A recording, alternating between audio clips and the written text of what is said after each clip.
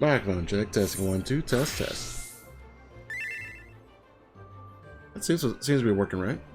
I think. I hope. I think. I don't know, I'm never certain myself. But anyways, we're getting back right to it with Final Fantasy 14. Well, kind of. I just realized that my gear isn't really as high as I would want it to be. So I am fixing that problem right now. Wait, did someone message me? Oh, no messaging.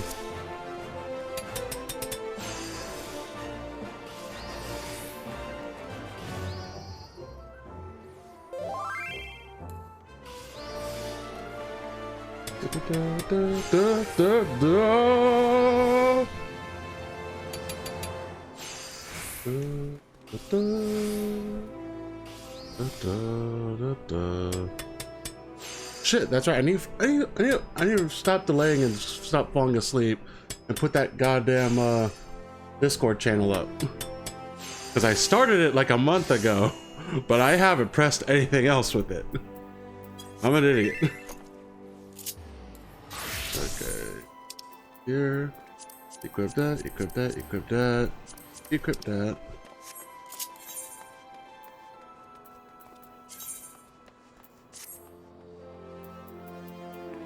Oh, I'm missing a choker? Where's the choker? Is it in my inventory? Oh, there it is.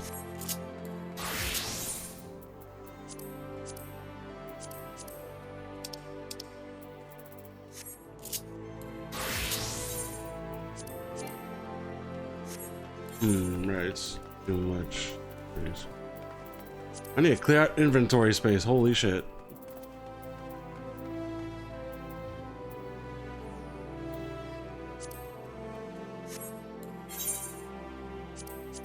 Fuck, I need to clear out inventory space, shit! Let's get these out.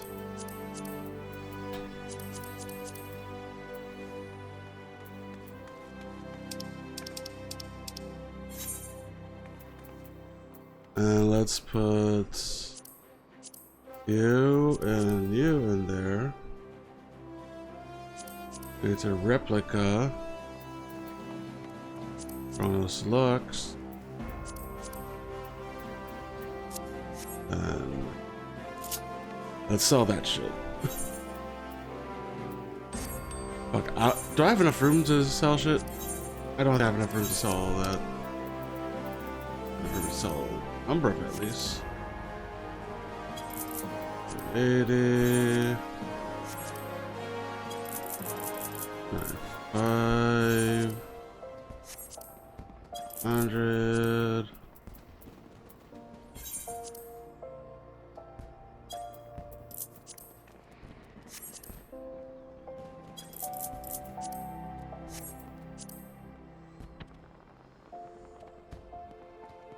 Let's see here. Should 60? Yeah, 60. Oh, that's 60.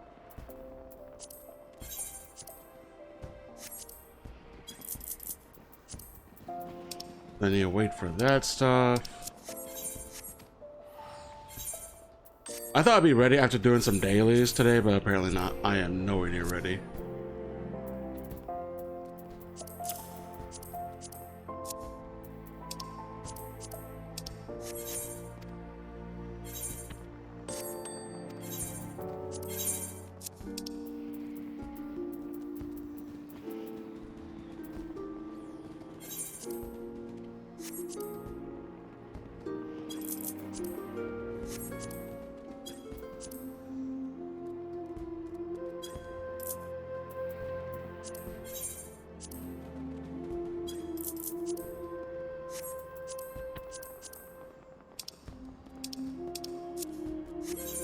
That should be good enough. I'll update the rest of that later.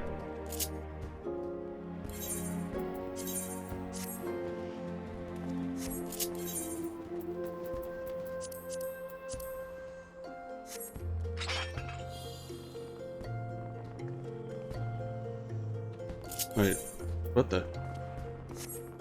Oh, right. Yeah, that's right. That's right.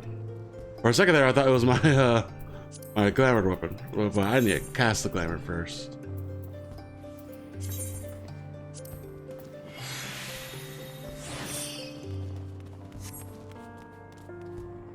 There we go.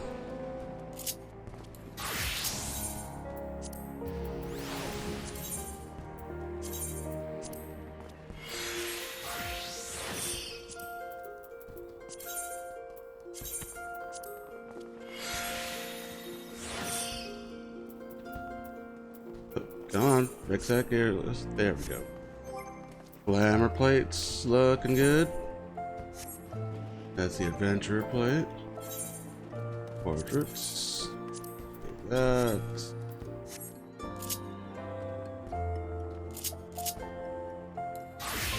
Warrior, I need to. Well.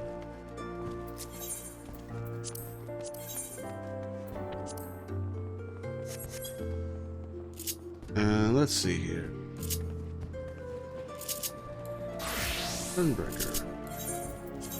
Let's get you geared up as well. We should change your main weapon. Let's see, how much? Do I have the stuff already for that?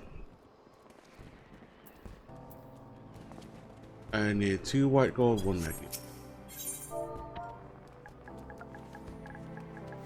Do.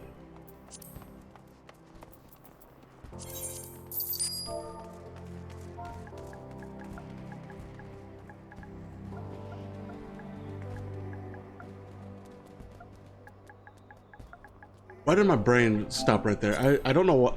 I forgot how to type.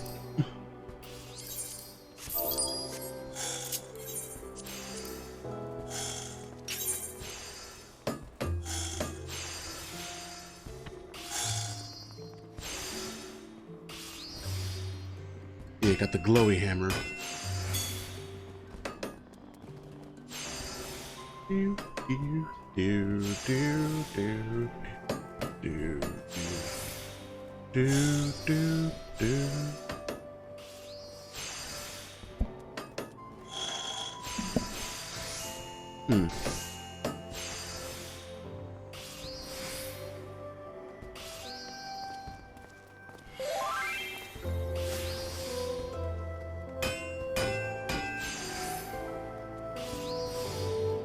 I don't know why it took me like years to think about using macros for my crafters. I started using macros like 3-ish, 4-ish years ago. Around 4-ish years ago. Otherwise, I just did everything by hand. But it makes crafting so much easier. Let's do the greatsword too. I'm already doing this, so I'll get that tank leveled up soon enough.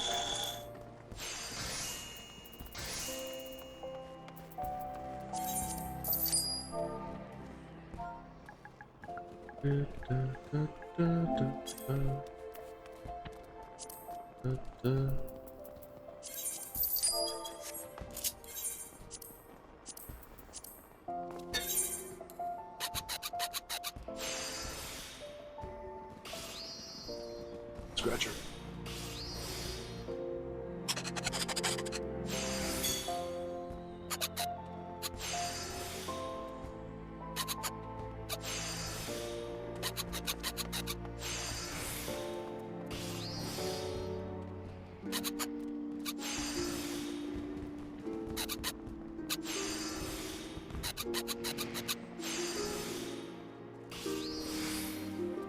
Where's my back scratcher?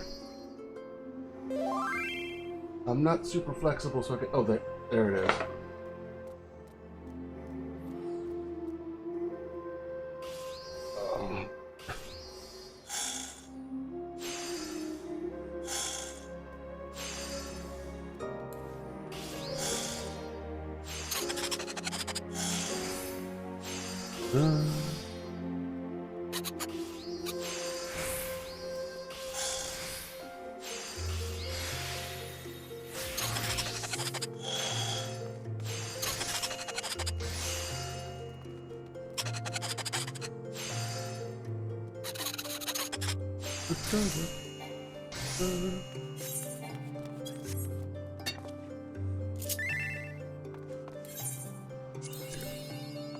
Redeem those.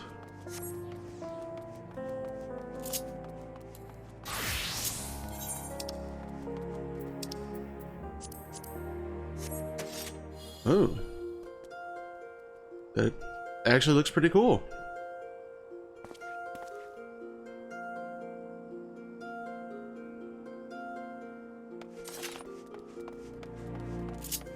I'll get the relic weapon for that one soon enough. Hopefully. Yeah, probably in a week or so. As you saw, I got the relic weapon for warrior and paladin.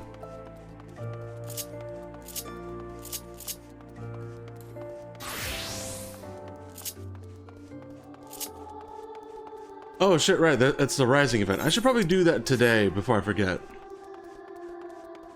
Wait, when does the Rising event end? September. Yeah, shit, it ends tomorrow morning. Yeah, I should do that first.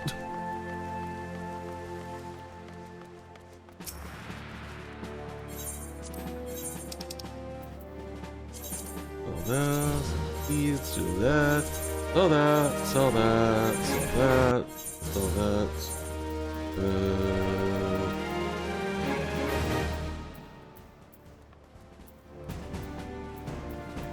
Anything else I can get rid of? I have that set for rifle. I'll keep those for my retainers.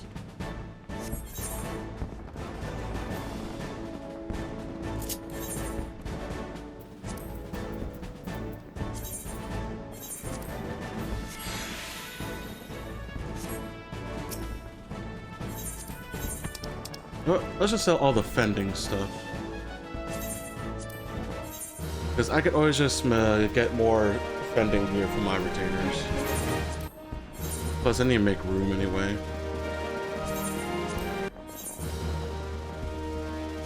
And I'm an idiot. I should have put this thing on. God damn it.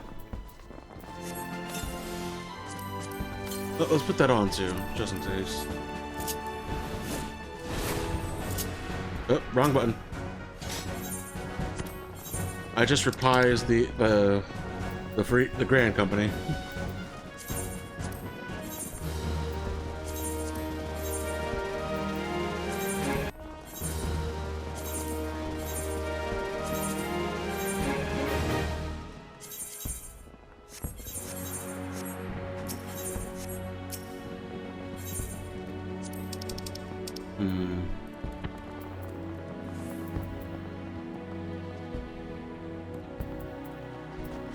I go through a lot of dark matter. Let's get some of that.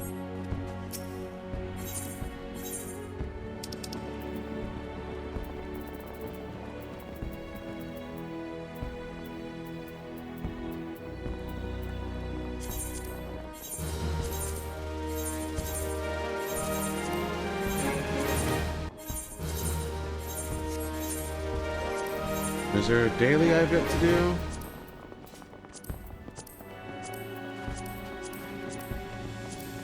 Yeah, just guild heists and front lines. I don't do the PvP ones because just like I don't know what I'm doing and I don't want to bring down the team, so I don't do those.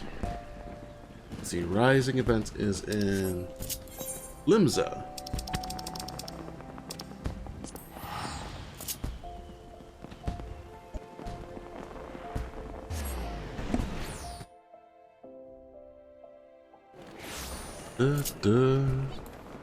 Who's as a samurai?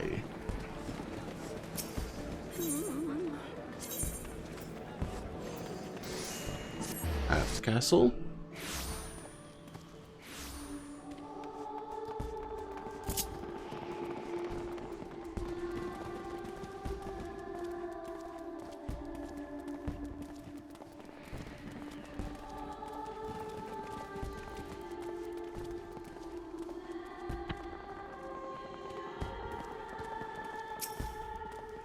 Wandering minstrel. The wandering minstrel seeks an adventurer both willing and able to help put the finishing touches to this year's rising celebrations. Of all the coincidences, you will hardly believe it, but I was just this very more reminiscing of the story, what the fuck am I saying? Shit. But I was just this very moment reminiscing of the time you lent me your strength a 12-month past. You see, I again find myself in the pressing need of an adventurer's aid, just as I did last rising. Oh, if only Zack were here, I thought myself, and here you are. Well then, what do you say? Shall we clasp arms once more? Nod. Why, thanks. The matter is this: I have been approached by a lady named Ayoyo, probably a Lalafell by the name of it, who wishes to imprint her own an imitable mark upon the skies above Limsa Luminsa. I speak, of course, of the fireworks that illuminate these rising nights. Learning of my contribution to previous year's festivities, she has enlisted me to her cause. We already have the ear of the organizing committee now. However, Lady Ayoyo has expressed a strong desire to consult with a storied adventurer before finalizing a proposal. Come to the Yellow Jackets guardhouse at the base of Coral Tower, and I will introduce you.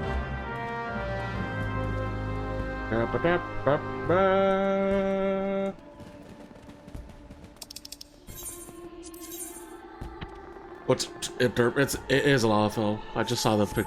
I just realized the picture. I'm an idiot.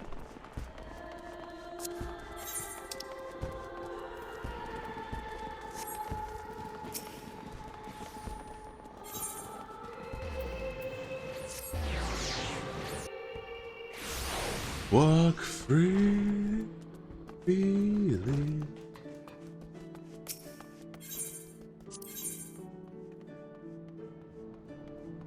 Shit, I need to do a bunch of class quests too.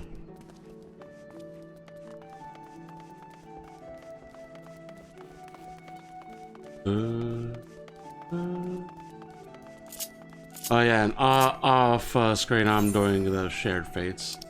I finally got Thavner completed. Just once. It's like about 300 more. Fuck.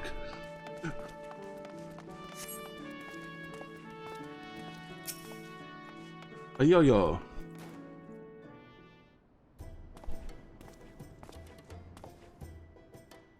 Tiny Lalafell long hair. Lady Yo-Yo, our storied adventurer as promised. If you're wondering what that sound is, it's I am opening another 12-pack of sparkling water.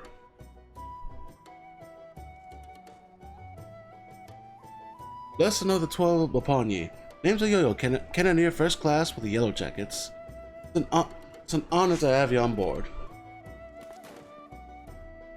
I think that's what it said. I could be wrong. Did I mention that it is the Yellow Jackets who are in charge of this year's festivities? Not only in decorating of these fair Luminsan streets, but in designing and constructing the fireworks that brighten the skies above them. Lady Yo-Yo here is quite the savant in all matters incendiary and explosive, and so it has fallen to her to formulate a plan for the display's crowning glory.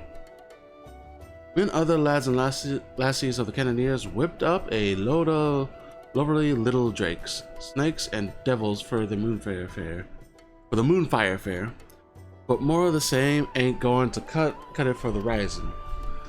It's all about remembering those we lost in the calamity, ain't it? Them and theirs deserve something a mite specialer than a bunch of old bangers. I think I'm reading this right.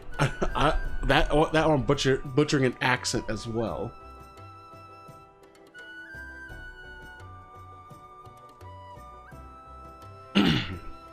An admirable sentiment, I'm sure. It would not do for our ode to such poignant memories to be less than memorable. Let's make this year's rising one that the citizens of this fair realm will not soon forget. Took the words right out of me mouth, dearie.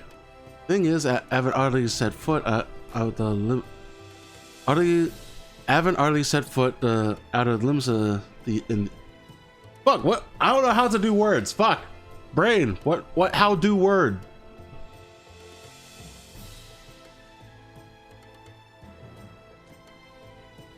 Okay, let me get a sip. Let me get my drink.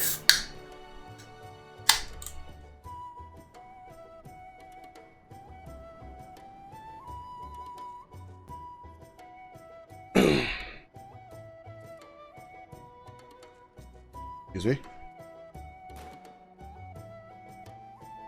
Took the words right on me own mouth, dearie. This thing is, I haven't hardly set foot out of limbs in all me days. I don't reckon I'm best placed to know what's going through the minds of the citizens of this fair realm.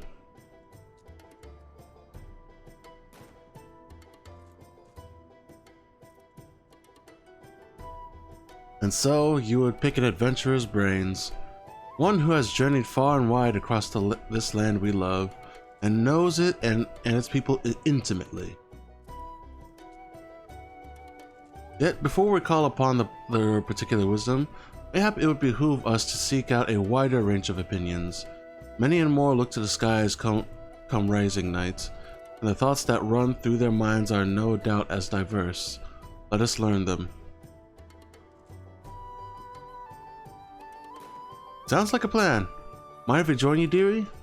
Could do with the learning some of these thoughts myself.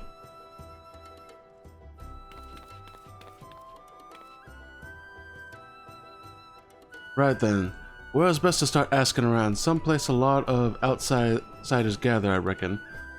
How about we meet in the Aetherite Plaza, down in the lower docks?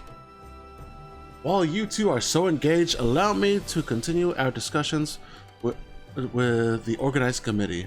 I shall await you by the aft castle. Da da da da da da da da.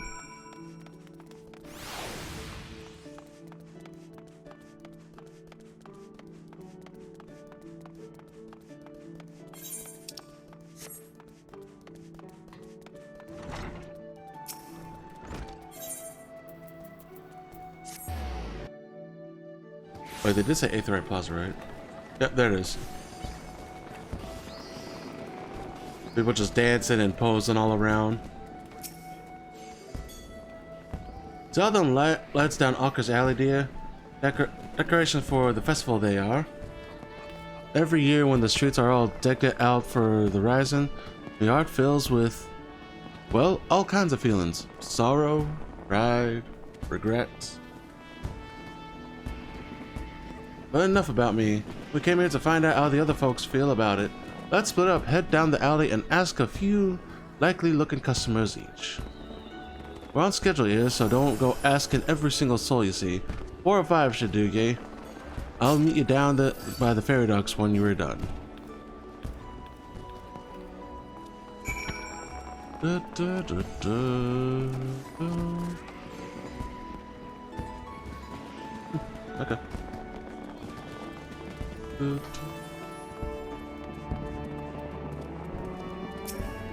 Swazblate. Welcome, welcome. May I interest you in this fine evening? Oh, I misread that, fuck. Information, is it? Well, if you really must know, the whizzing and banging that fills the air this season always takes me back to the time just before the calamity struck. A great festival has held to celebrate the reformation of the grand companies. Many in the streets were hooting and hollering and setting off fire sprouts, and all the ships in the bay now bedecked in maelstrom colors let loose their cannons. It seemed so foolish now, knowing what was soon to befall us, but all that noise served a purpose nonetheless, drowning out the fear that ever whispered in our ears. It is my firm belief that the rising fireworks serve the same purpose even now. It presents a vision of loveliness, of togetherness, that we might forget our fears and be given hope for a brighter future.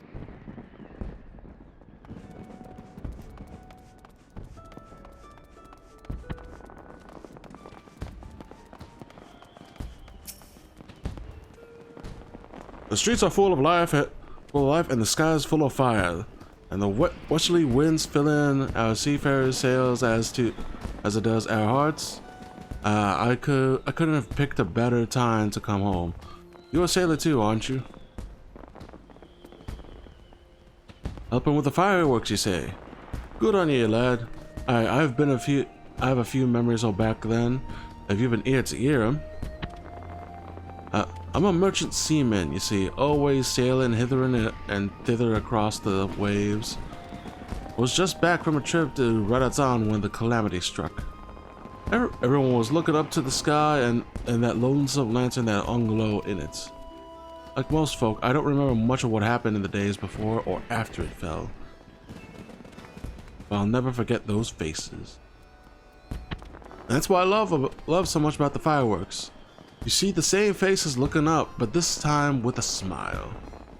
Reminds ye not only of the bad times, but how we got over them.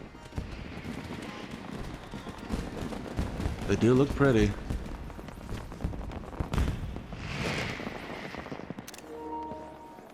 Damn, I think I missed that shot. Fuck.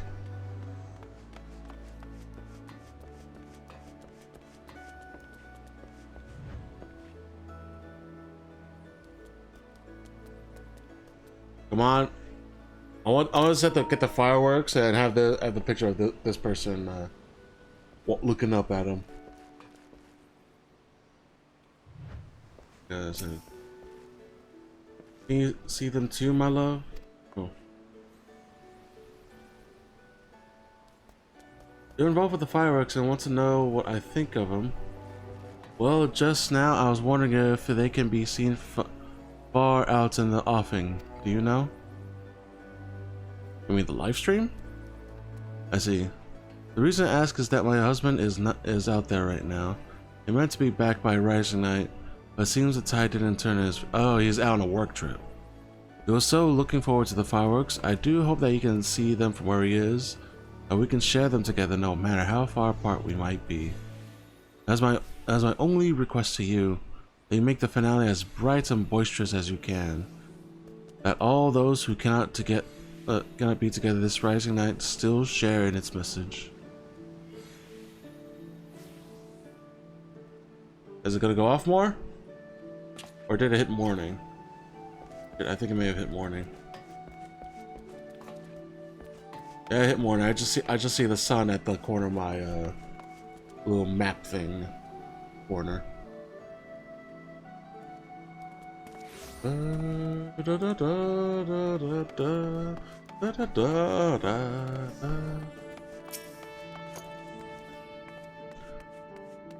Sadabji? I don't know how to pronounce her name. Alright there, anything I can do for you? You're asking for people's thoughts on the rising fireworks? Would have thought a great hero like you would have better things to do with your time. But I suppose that's what makes you a hero, eh? Helping people out whichever way you can. Well, I'm like most people, I suppose. I think of those I lost. My parents most of all. I wonder if they're watching too. Going from the bottom of the ethereal sea to see what all the crashing and banging is about. It's complicated, I suppose. I feel sad they're gone, but happy I'm not. I'm grateful to Paderon saving me and so many others. If they are watching, I hope they can see me too. See that I'm doing alright for myself, that they might sleep soundly for another 12 months. Oh, fireworks are starting again.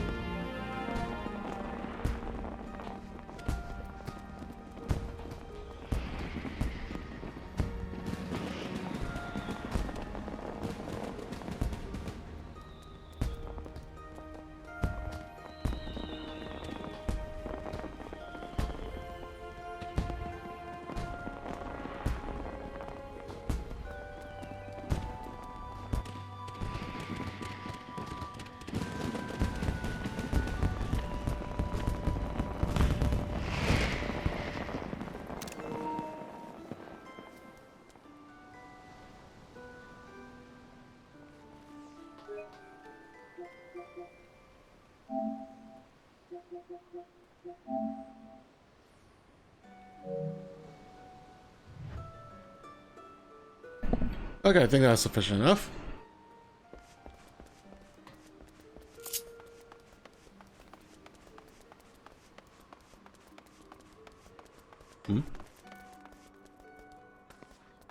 There's me go.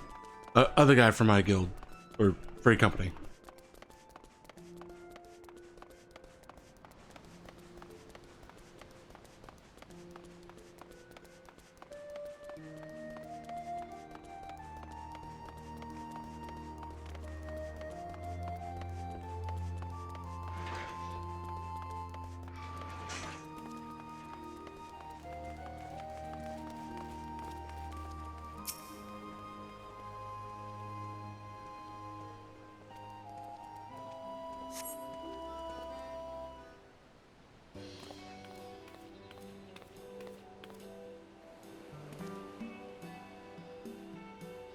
It's quite adorable to see the carbuncle earring. Sorry to keep you waiting, dear. So what did you find out?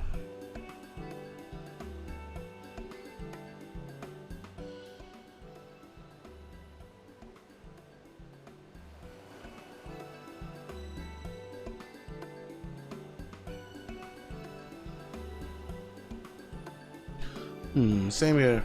Was half expecting to, half expecting to just like look at the pretty lights, but seems the feeling runs a lot deeper than that. The memories of the calamity still sit heavy on our hearts, but the rise and fireworks go some way to lifting that weight. So, any ideas for the grand display? What kind of things do you reckon help lift those spirits the most? Something grand and flashy. Something that reminds people of the past. Something that gives people hope for the future.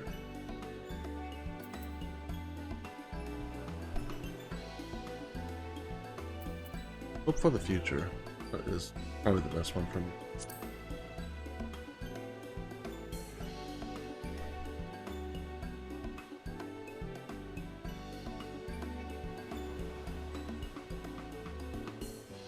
Hope for the future, eh? That ain't a bad idea. Remind folk that however dark the night, dawn is just around the corner. The rise ain't just about mourning those we lost after all. It's about remembering the struggles of those who survived to steer us to a brighter future. Alright, that's it. That's what NameIsZ needs this rising.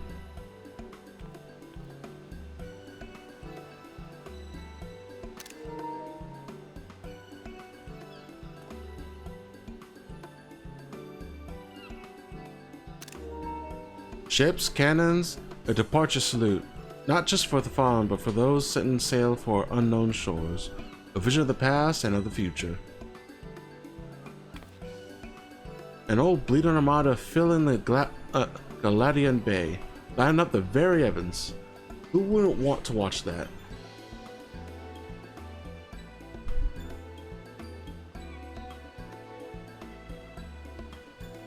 That's settled then. Ah. The minstrel's going to love it. You said he'd be up by the Gaft Castle, right? I'll see you there. Da, da, da, da, da, da, da, da.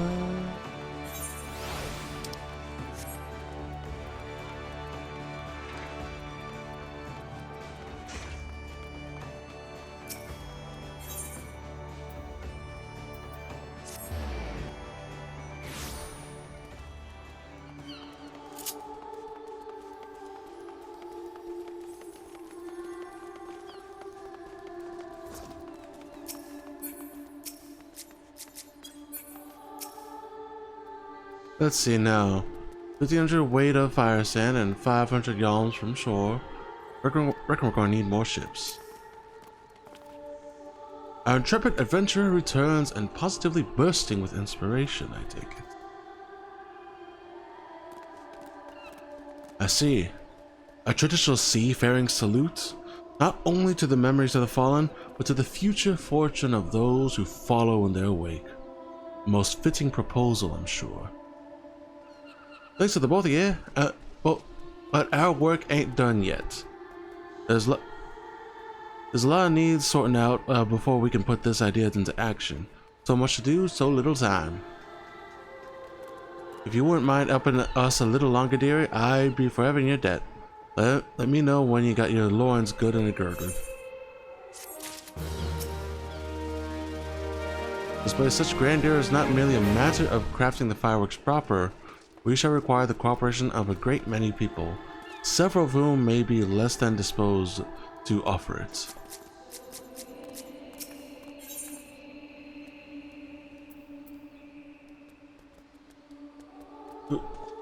We who are about to set sail salute to you. Leah asks for your continued assistance in seeing her plan for the Rising Fireworks realized. Right then, let's get started, shall we, dearie? The plan is we're going to line up an old fleets of ships across the bay and have them fire a broadside into the sky. But before we go about finding our fleet, we need to get the plan approved by the organizing committee, and that means convincing Commodore Rainier. I'll take the lead, but I ain't exactly got the silverest tongue or much experience nobling with the higher-ups. If you two see me struggling, put in a word, won't you? Of course, my lady. Your cause is ours. Thank you, my dears. Together to the Coral Tower.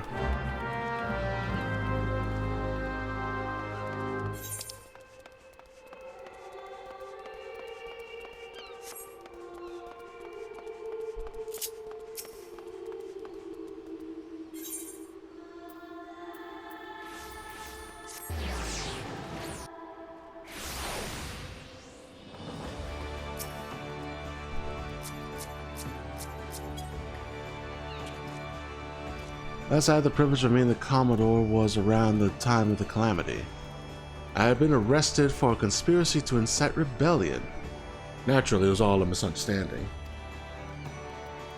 Some other scurrilous soul had been singing songs of sedition.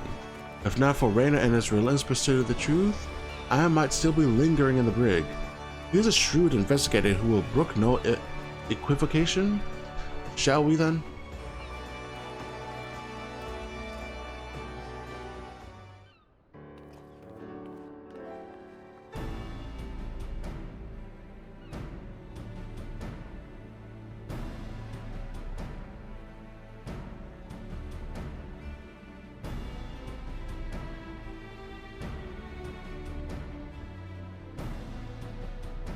Wanting to make the rising display special, I can fathom, but the sheer scale of this proposal is beyond anything I imagined.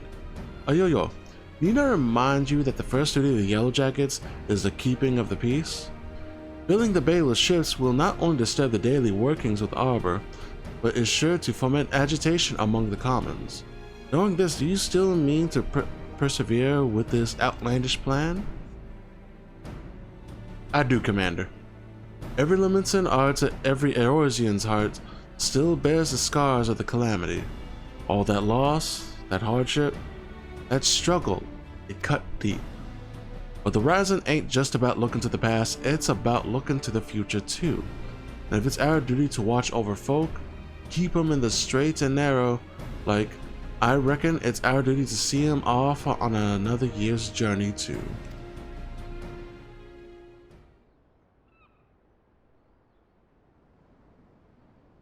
Well put. I accept that your intentions are pure, but what are the logistics? I trust you have a plan as to who exactly providing and paying for this fleet of yours? Yes, Commander. We're going to petition the Maelstrom for the flagship and the rest from, the Black Sails.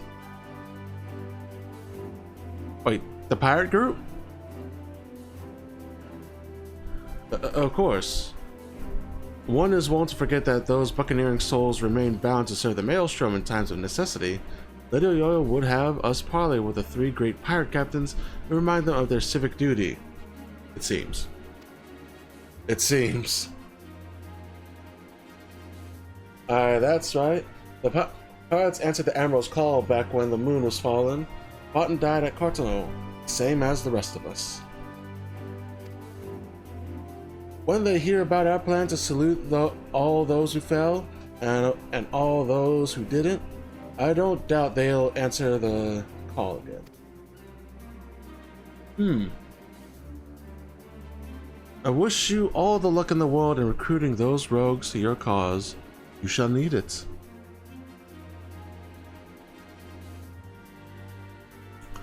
Very well then, allow me to arrange the parley. Should you succeed in this feat, you may consider all of my remaining doubts answered.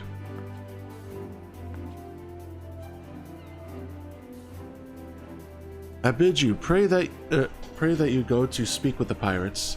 Lawless marauders all. Pray that you do not say aught to offend them, lest we find ourselves with a mutiny on our hands. I'm sure I could take them all.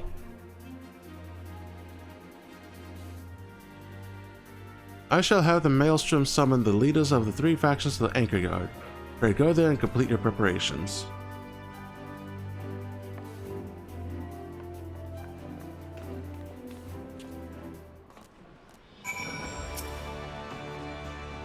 It's Pelu with pirates. Truly, life is but a succession of unexpected events.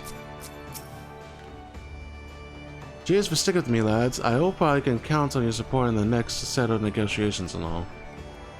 Of course, my lady. Alas, I fear the captain's most far-famed scourges of the seas will prove rather less biddable partners than a Commodore Raynor did. While Roswin of the Sanguine Sirens may be swayed by emotion, Kervalane of the Kraken's arms is much of a more mercenary mind. The executioners, meanwhile, value honor and glory above all else. If there is aught that unites them, it is a zealous spirit. Let us argue with passion that we might inflame theirs.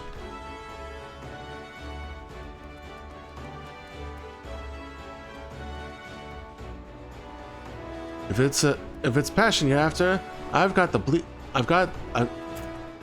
that in bleeding bucket loads. But I might need you two to jump in again, in case my tongue decides to tie itself in an aft itch. Just say the first thing that comes to your heads, and I'll pick up after.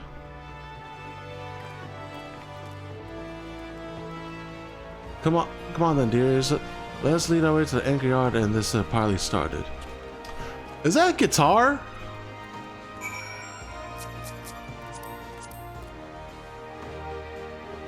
Gastrophetes.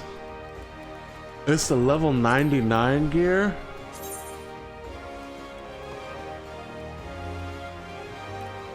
It is a fucking guitar.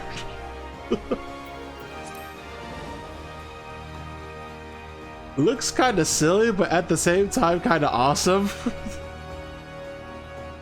Anyway, here's Wonderwall.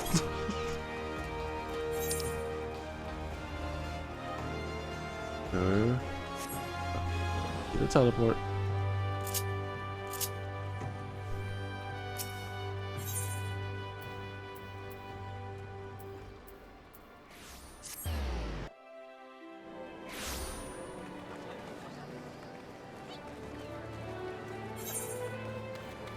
Wait, did I go to the wrong spot?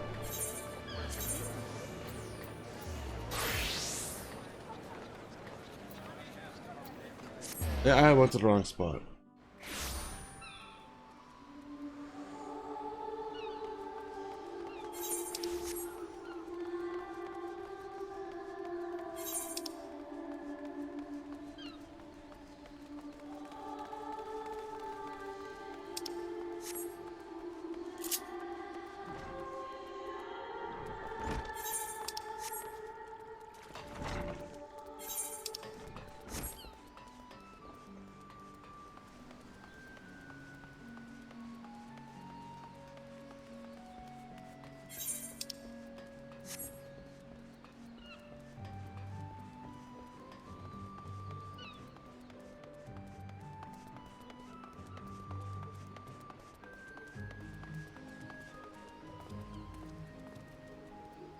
I kind of forgot this place exists.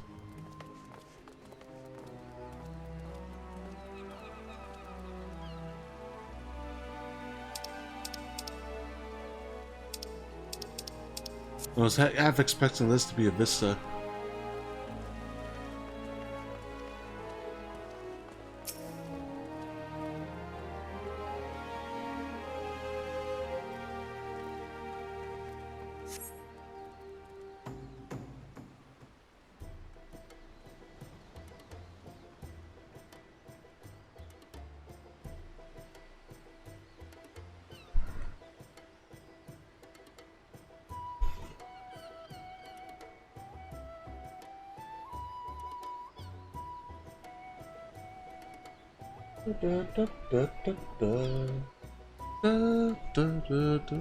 Thanks for coming.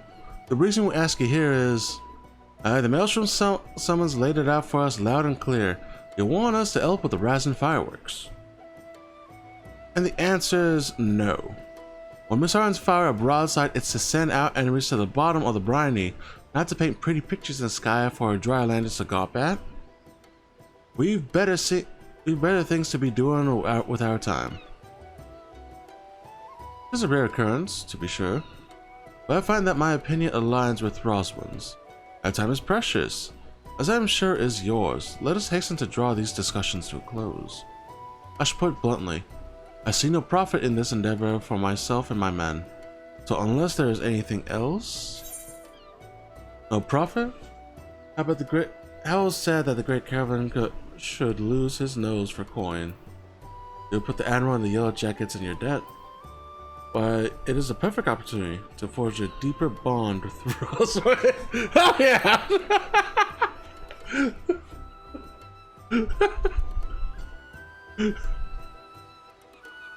If you should require my men and I to shackle ourselves to the sirens, we should require even greater recompense. He is a dense motherfucker. Just like me in real life. The sheer scale of the spectacle we propose would no doubt draw all the lords and ladies of the realm to gather in the city. Personages of high renown and deep pockets. Aye, and if they saw you lot working and hand in hand with the Maelstrom, they do wonders for your public image. Folks who normally wouldn't touch a pirate with a barge will be queuing up to do business with you. I do believe you have a point. Poorly phrased though it might be, to win legitimate business, one must project the image of a legitimate businessman. Sod your image, and sod anyone who's too lily-livered to trade with us. They can stick their barge poles up their backsides. What's in it for the sirens? If you won't consider them customers, consider them quarry. Don't you want to bring joy to the masses? Curl Vincent, don't you want to be together? Oh my god. He still doesn't get it.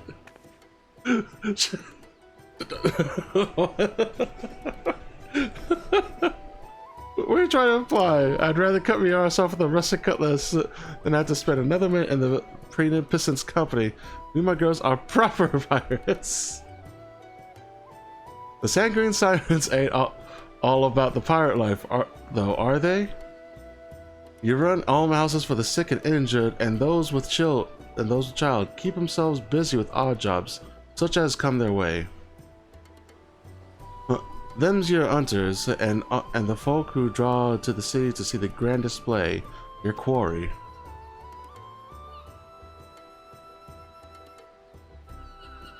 Ah, I see where you're going with this. Get the girls to set up stalls selling food and grog and the like, and they'd make a killing, providing they'd add all the right permits from the Yellow Jackets.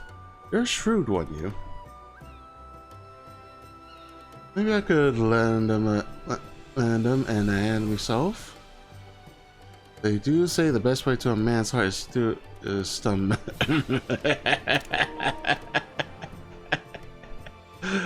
You ain't fooling anyone, Roswin. Well, I guess you fooling Caravan, because he does not know. What are the executioners? There is no dishonor in linking arms with Admiral Merlewhip and the Maelstrom, surely.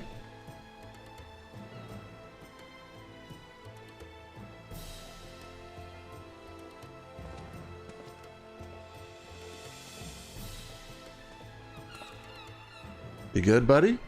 You, Yellow Jacket. I want you to tell me one thing and tell it true. This is Limsa Lominsa, the great port in all the realm. You could find this fleet of yours without our help, yet you've come here begging for it. Why?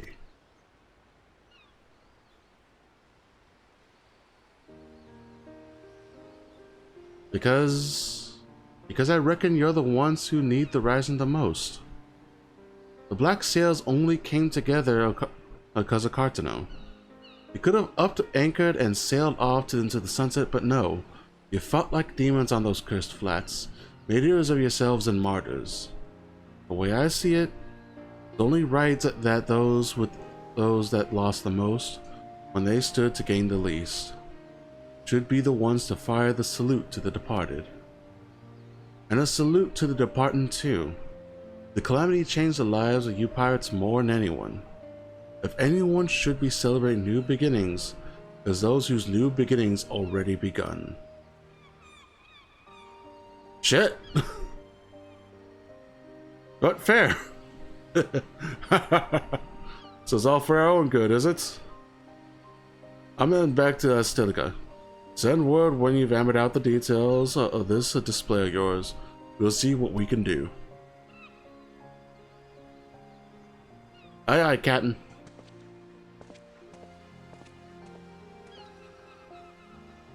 Can't rightly say no to you now, can I? We lost a lot of good people back in Cartano. Let's send them all off with a bloody great bang. I'll join you on one condition. That in your reminiscent of trauma past, you do not make a shameful spectacle of yourself. Pray do not force me to restrain you. Again. Restrain? What? I never forced you to do nothing. You keep your hands off me if you want to keep them, you randy bastard. Quite the fragile flower, isn't she? Well then, I bid you adieu. My ships will not ready themselves.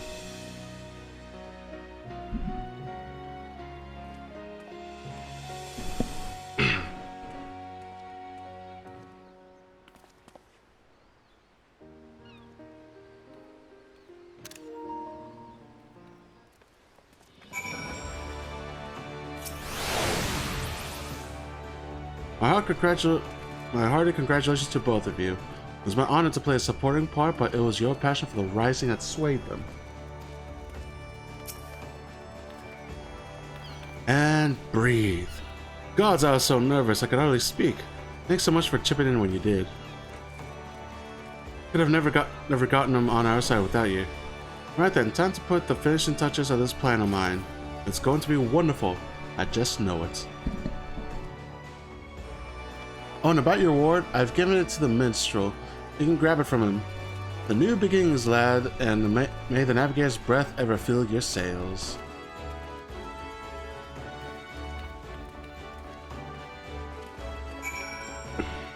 Oh. The great service, my friend, both for Lady Ayoyo and for all those who love the rising, myself included. For that, I shall ever be grateful. I expect it shall be some hours before preparation of the grand finale complete. Mayhap we could wait together.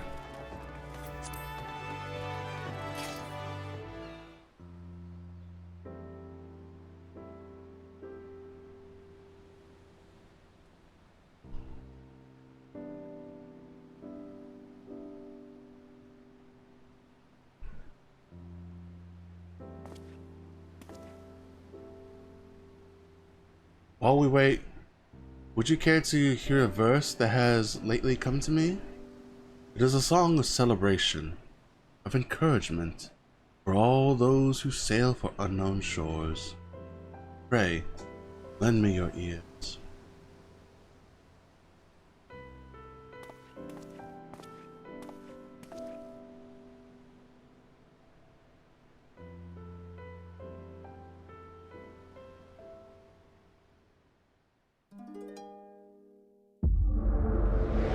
Oh, fuck!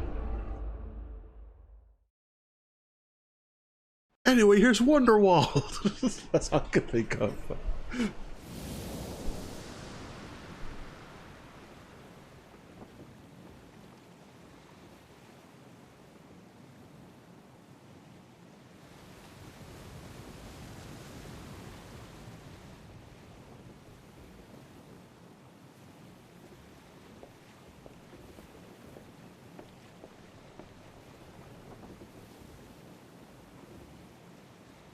Greetings, warrior of light.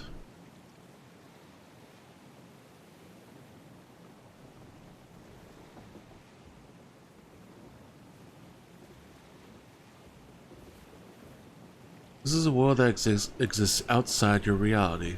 Could it be a dream? A flight of fancy conjured by a weary mind? Perhaps? Or perhaps not.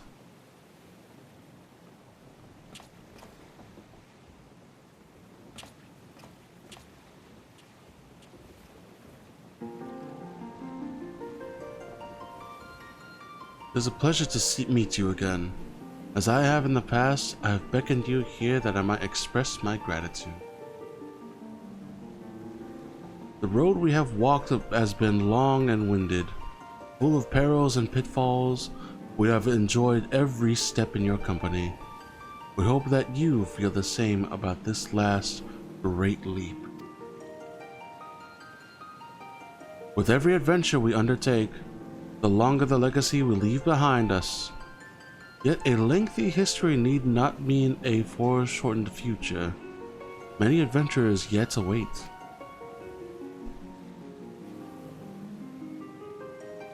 We shall continue to chart a course into the great unknown, one that takes it in all the diverse wonders this wide world has to offer, that your legacy might grow ever greater. To be certain, it will be a less trying task to sleepwalk ever onward down the same well-furrowed path, yet to venture down paths untrodden, believing in the bright and glorious future that lies beyond them, is by far the most rewarding. This is the gift that we wish to deliver unto you, the gift of adventure. And we pray with all our hearts that you will continue to walk with us. We thank you for joining us on this journey, heretofore and hereafter.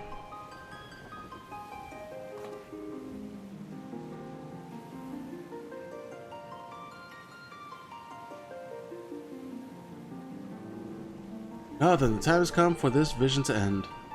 Time for your eyes to open from this waking dream.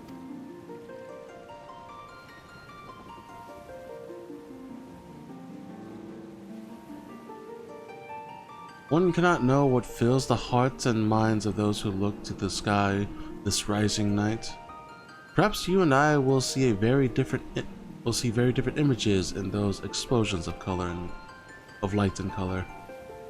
But one thing I know for certain, that right here, right now, we look to the same sky.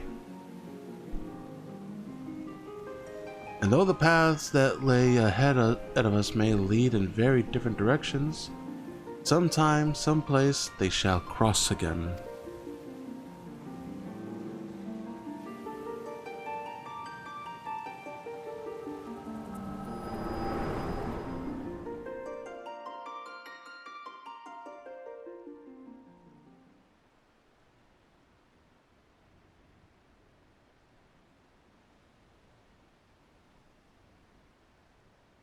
It's almost time for the display to begin. The consummation not only of our labors, but of the thoughts and prayers of the people of this fair city.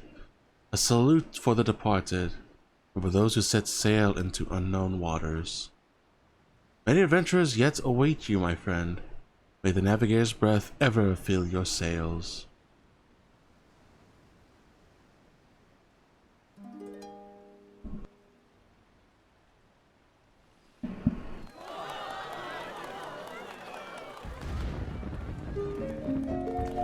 On the eastern sea to eastern sky, the sacred sun ascends, and voices stir of wind, of waves, of ropes, of sail, of friends, who like the golden light of dawn that streams across the sea, set sunlit sail for foreign lands, may fortune follow thee.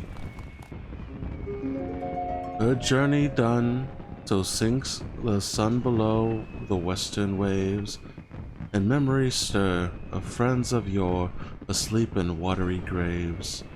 Let not our voices raised in song disturb your endless sleep, but join us in our chorus and you dream among the deep.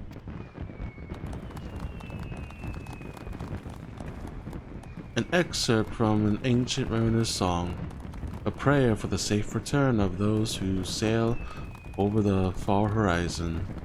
and for the peace of those who sleep beneath those same eternal waves.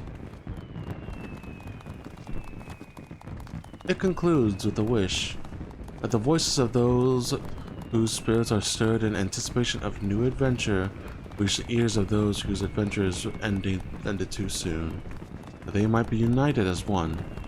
A fitting sentiment for the rising, methinks.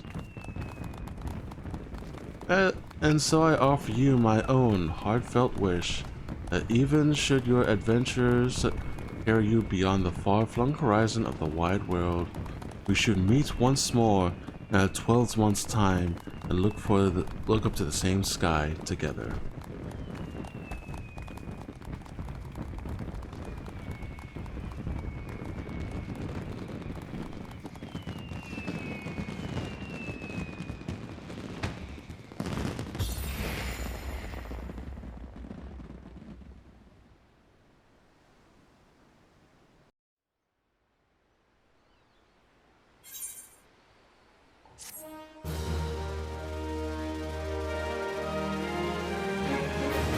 You have unlocked the toy chest.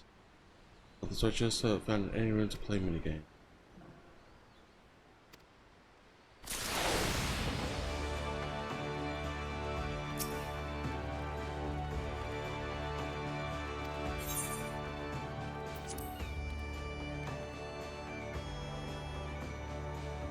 You hear the footsteps approaching. You're trying to see. Hey!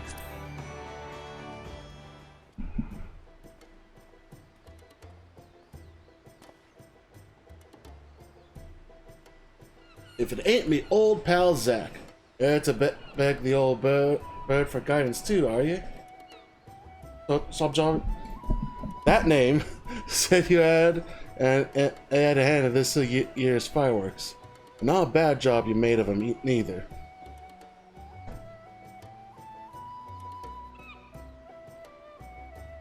Must be down in Hawker's Alley, eh? I sent you to pick up some stock for the wench. But do you know what she brought me back? Only a bottle of bleeding Bacchus. Paid for it out of her own pocket, she did, to thank me again for saving her life. I don't know why she's so hung up about it. The girl's paid me back 100 times over with all her hard work over the years. Well, it's a bit bad accepting it, but well, Bacchus is bottle of Bacchus. Reckon it's you we should be thanking out anyway for the marvelous display. All the ships in the harbor, the fire in the sky, it brought back a lot of memory. Some good, some bad, but every one of them worth remembering. And we ain't done making them yet. You'll be off on your next adventure soon enough, I wager. Well, you can't rightly be striding out on an empty stomach now, can you? Go to the wench and we'll fill your belly.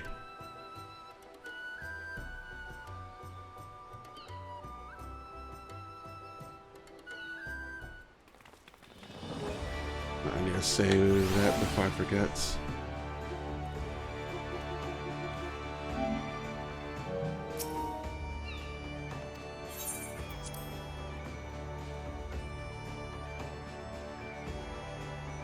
Your footsteps approaching, you see the chef of the Bismarck.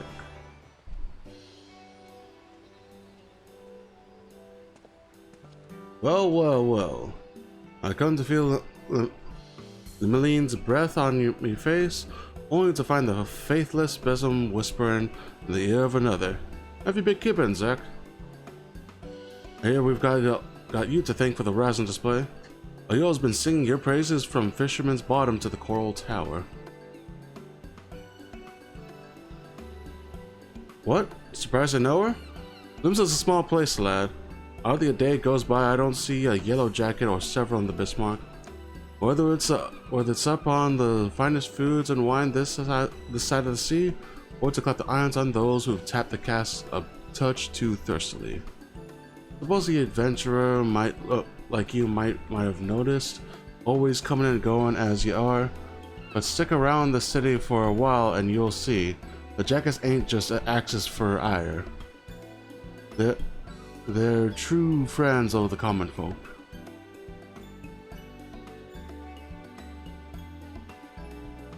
Ayo was a retainer before the calamity struck.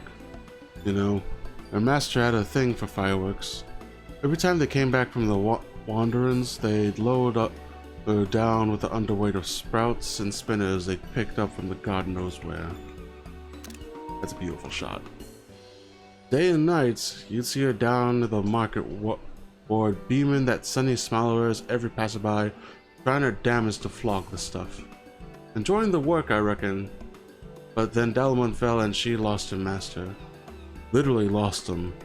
The way she tells it, it were as if the calamity burned in a hole in her memory, and they fell straight through.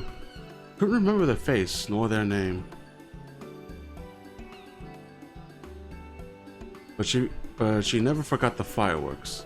The amount of gunpowder that went through her hands over the years, she couldn't help learning a bit about making things go bang. Apprenticeship with the Cannoneers later, and she was a yellow jacket. So when I heard they were the ones who'd been put up charge of the Rising display, I knew that she'd be first to volunteer. The Rising, the fireworks, they mean a lot to her, and as a friend, they mean a lot to me. So thank you.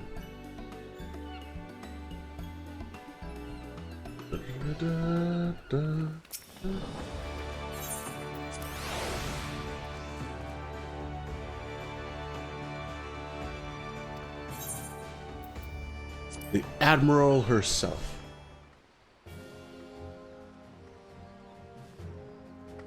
Oh shit, Yuzi on Twitch is going through it. I just looked over, took a peek at her stream. She's at the emotional damage part. Oh boy. Zach, this is a coincidence. Rainier was just telling me of the role you played in putting the display together. I'm sure all those who gathered in MSQ to witness it were as moved as I. A salute to all those who set sail for new adventures. It shall surely resound in their hearts and give them strength and courage in the year to come. And a salute to the fallen too, was it not? Many and more lost their lives in the fields of Cartano. The men and women of the Bismarck sails, chief among them, I thank you for giving those who have survived them the chance to put their grief to more productive ends. I thank you for giving the celebrations an unmistakable touch of salt too. This year's rising was not merely in Limsa, but of her. I look forward to seeing how the future hosts cities follow our example. But for now, let us focus on the present. I'm sure I've kept you for your business for far too long already. I must return to mine. I must offer my prayer to Lumion and be on my way. Fare you well, Zach. I wish you safe voyages for the year to come. May the navigator's breath ever fill your sails.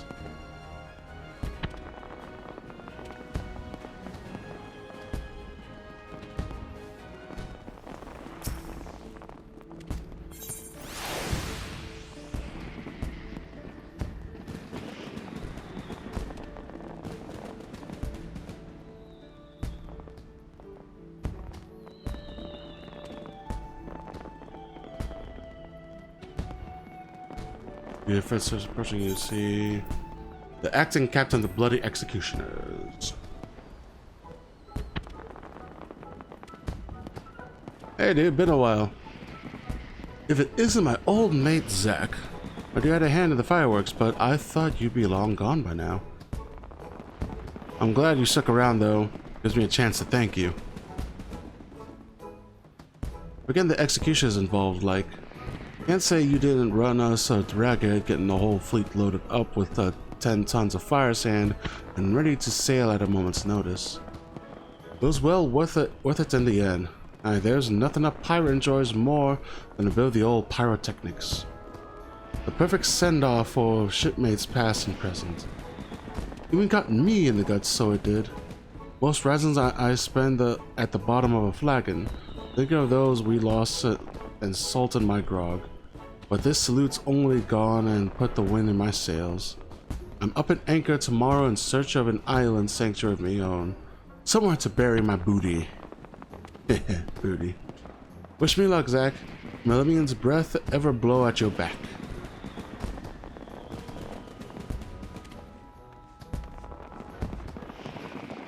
Heh, booty.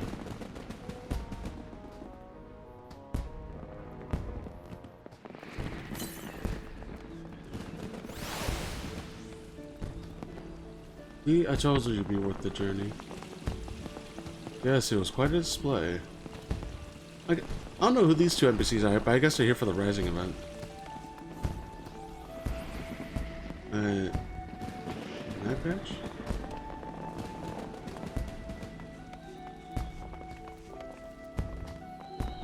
How is it gonna play? Why should I take on a crack as yourself? Are you hoping to join our crew? You'll have to walk the back of the line and wait your turn with these. Perhaps Captain like your face, perhaps he'll pitch over the wall. And many more willing to risk his favor the chance to serve on the man's most beloved ship. Sure! By the way, let's save that recent gameplay as well.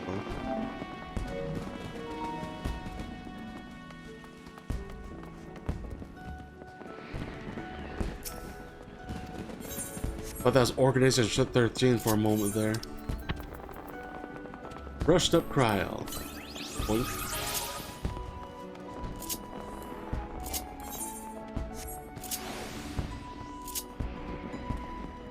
Can't change jobs, what?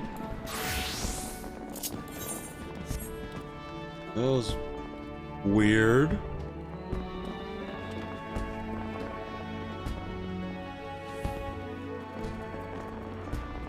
What is this? Okay.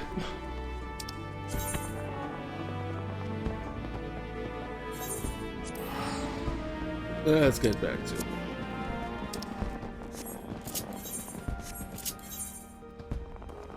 You know what? I won't turn on, I won't do the thing. The thing with the teleportation to reduce it, because I have like a lot of those. I figured, yeah, I could save it for now. I still have the seal thing on.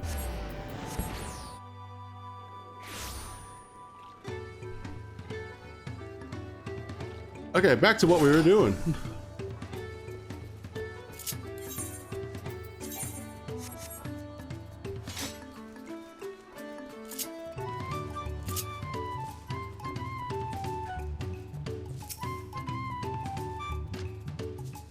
As Wukivu said, the festival really is a special spectacle to behold. We put ourselves down to rest before the festival gets underway. We should get some rest before the excitement begins.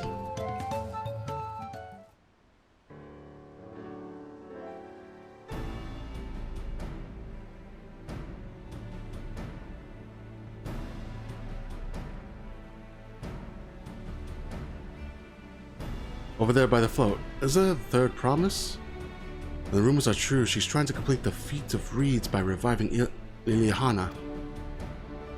The festival is a prayer for healthy crops, but does she honestly believe that will be enough to save our harvest? The second promise, meanwhile, barely glanced at the fields before leaving Volcano altogether. Maybe that's too much of our young claimants.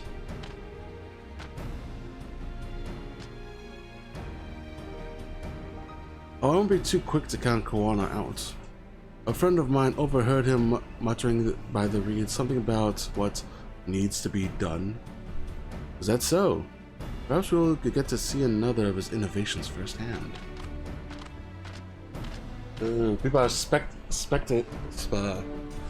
are theorizing about what the fuck is going on. I like it. That sounds like a Koana.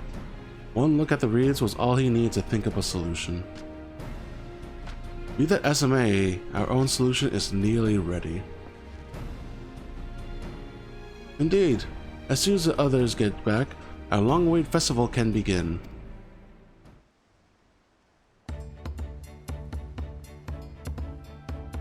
It took some doing, but we managed to gather competitors to vie for the title of Winds Chosen. The winner was only too happy to donate his feathers. You should have seen it. Caught forth an incredible gust that sends its aether sailing from Malms.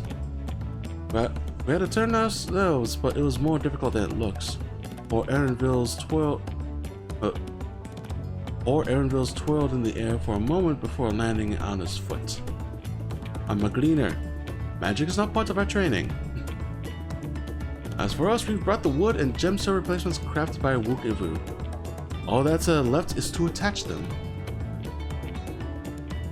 Has it been decided who will ride the float? Papa was the guest of honor for the last time I was here.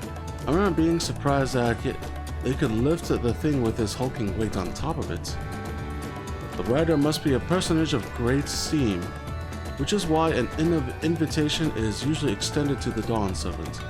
This time, however, I have another in mind. Oh, who is it? You!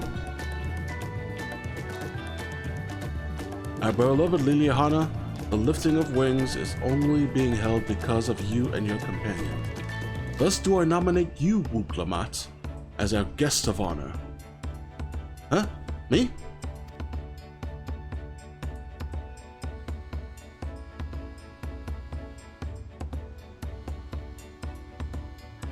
This boat won't make me seasick, will it? Fair enough. I don't think so. Then weigh anchor. I can hardly refuse a request from one even more enthusiastic about the festival than me. I'll be delighted to ride your float. Thank you, Wook-Lamat. I have roles for the rest of you as well. We will be carrying the festival floats in a slow procession towards Gozanakui. Kozanuaki, where the sacred likeness of Kiksaihi is ensconced. Fuck, I have no idea how to say these words.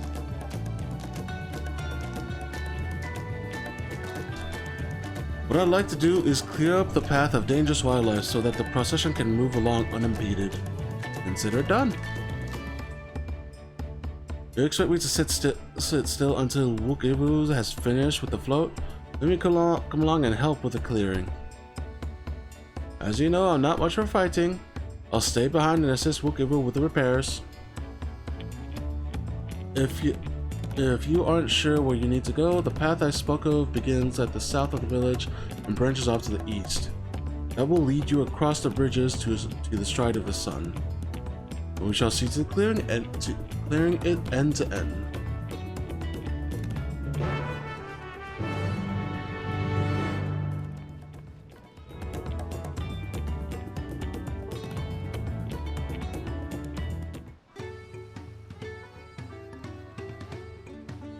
Actually, I didn't post that. I should have posted it. Fuck.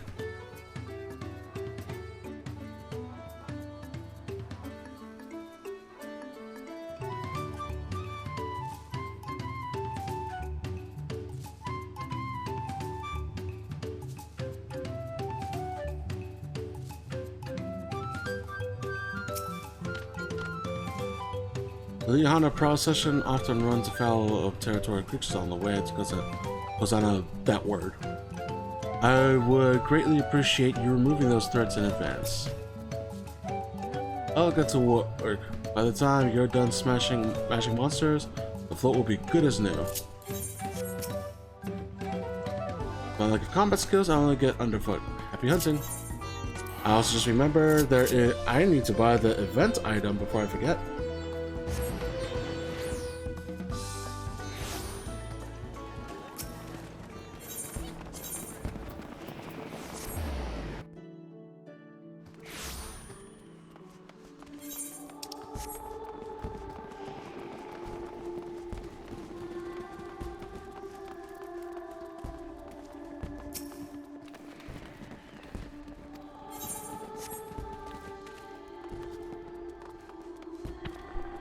Isn't this where I buy it? Oh, there's a rising vendor.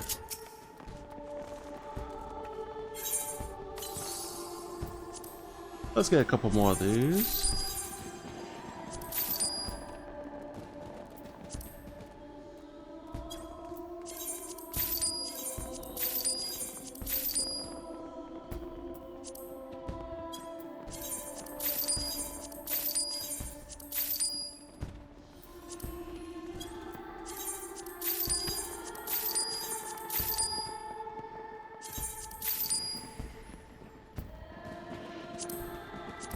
I have a shit ton of those. I don't really use that much. I have a shit ton of flowers. Let's get a few of these. I'll use them for my house when I get to it.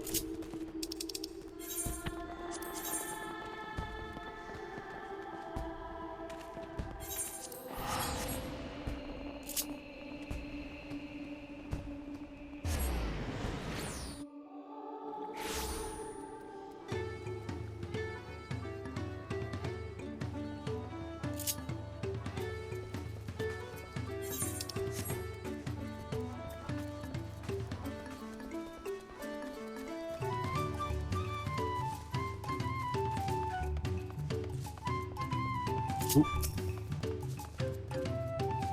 Oh, 1 second. Style thing.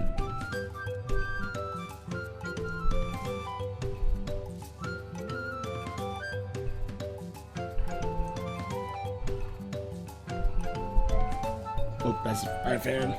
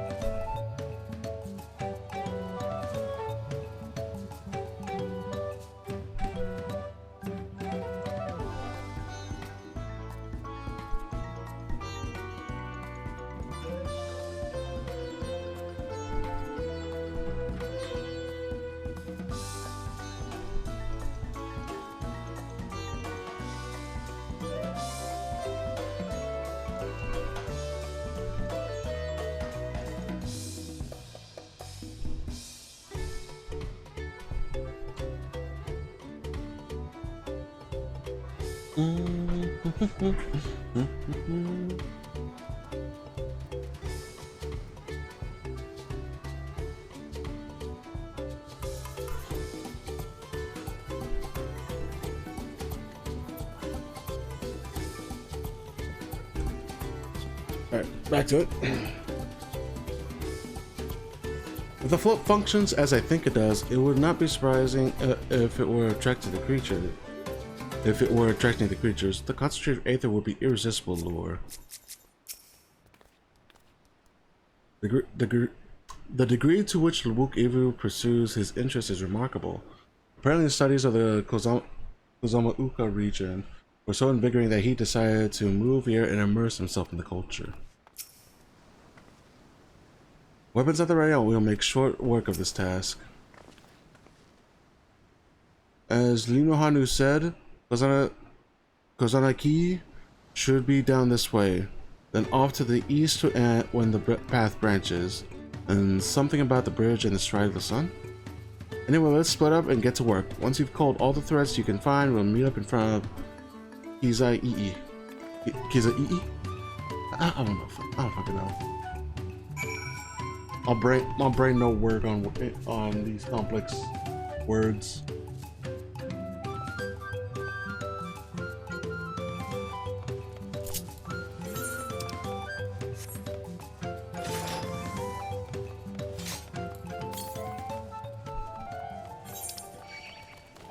Yeah, it's in a spot I can't get to yet.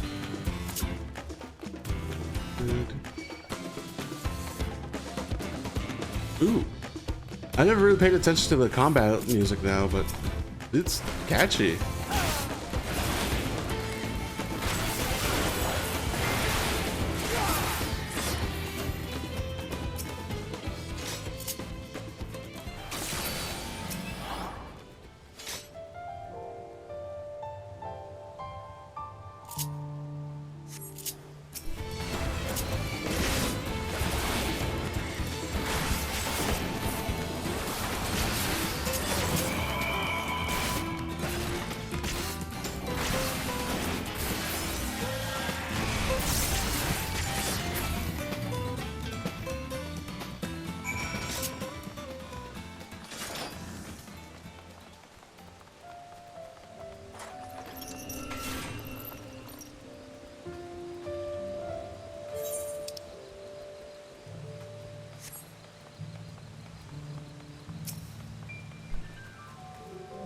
But look at that crowd, take out the big monster. I told you, you don't need to watch over me anymore. Who's here? I know, Grandma, we just so proud of you. It bet.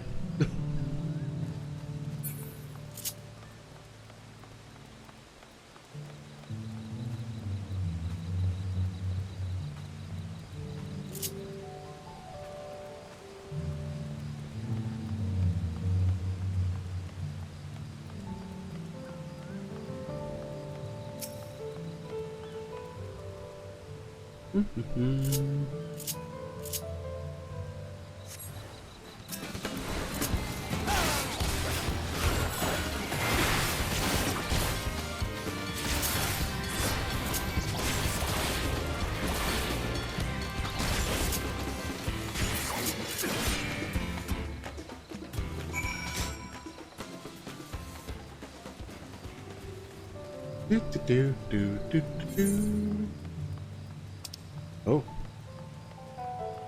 Oh. Is there anything current over here? Kind of.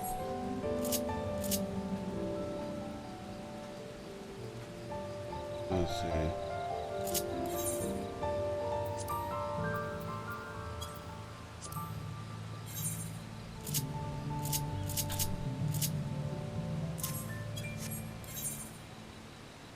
There's like gonna be at least 5 more in the area.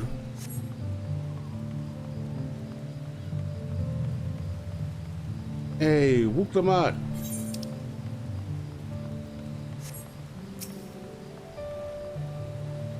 Ah, that's 1 down. You know what? Let's get him out. But still feels so slow without the flying. 4 minutes. I should be able to kill this in 4 minutes.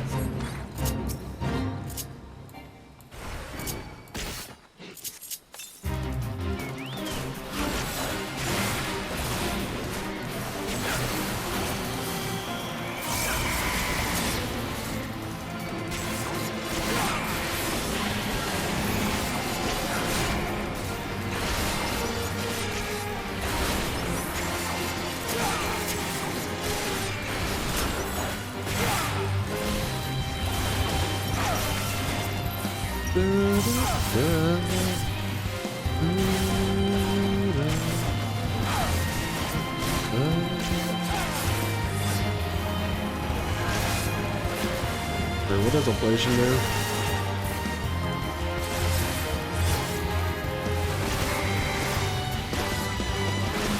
Get 2 charging, so I'm guessing it's like a...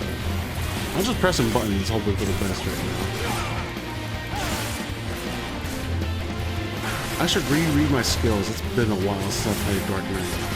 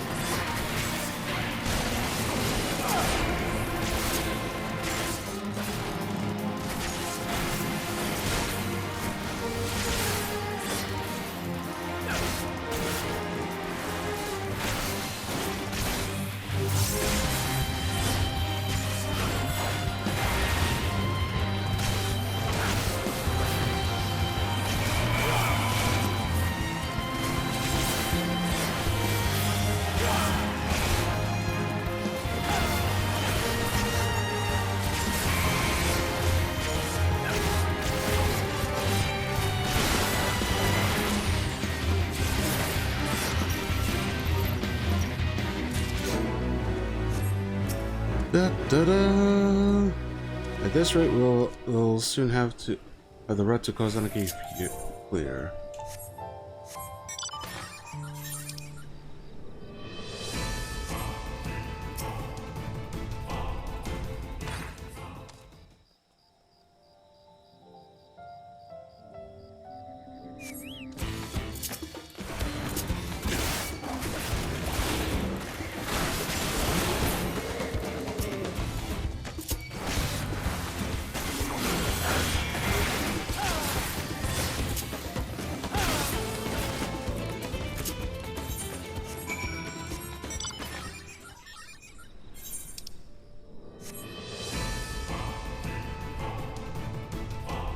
Hey, that is a... this is my kind of busy work. Oh, you going up so much, you little battle-hungry monster.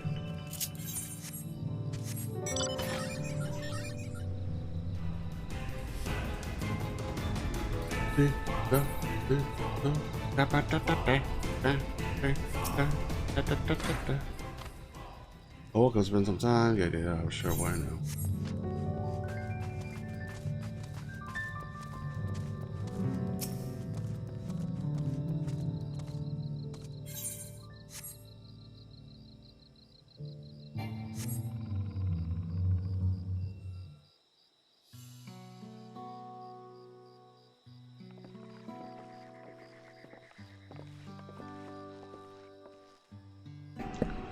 Ah, you are a step ahead of us.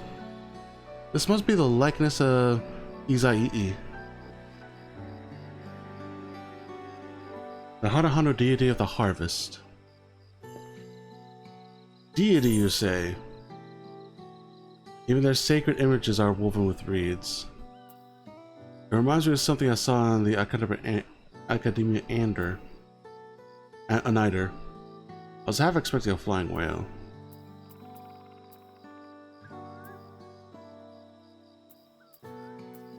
It reminds me of something I saw in the Academia.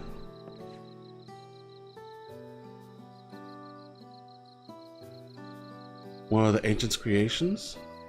It is possible a vestigial memory of that time endured.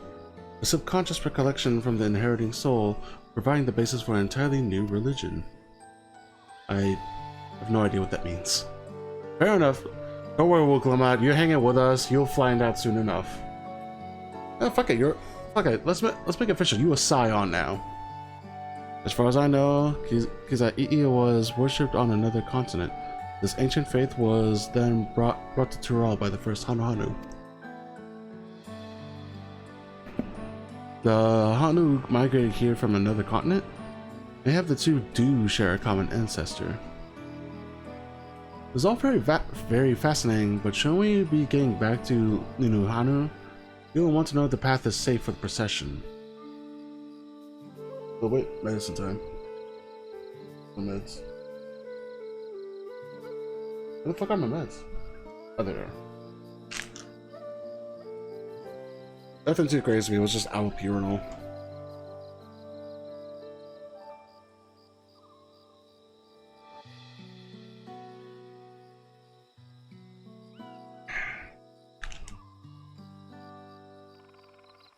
Right. Yeah, I need to ride on the float. I'll run ahead and tell him we're done here.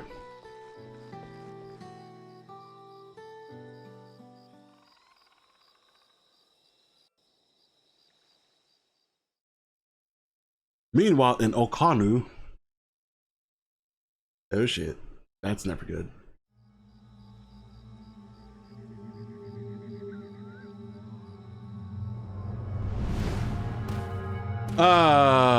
You motherfucker. Not sure we heard you right, old man. Why don't you say that again? As many times as you'd like. The third promise tasked me with repairing this float, and I'll not relinquish it to an uncultured brute like you. Much less one that can't even manage a simple greeting. Ooh. We wanted to handle this in a civilized way, but we're more than willing to kill you. You would disqualify yourself? Okay. We have a two-headed problem. Yes, please hurry. She's on her way back already? Huh. Stand back, Wukevu! I will protect the float!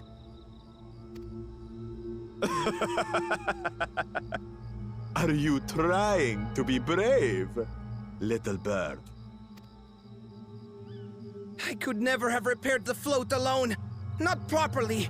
But thanks to Wuklamat and her friends, we can hold Ihihana again! This is a priceless treasure!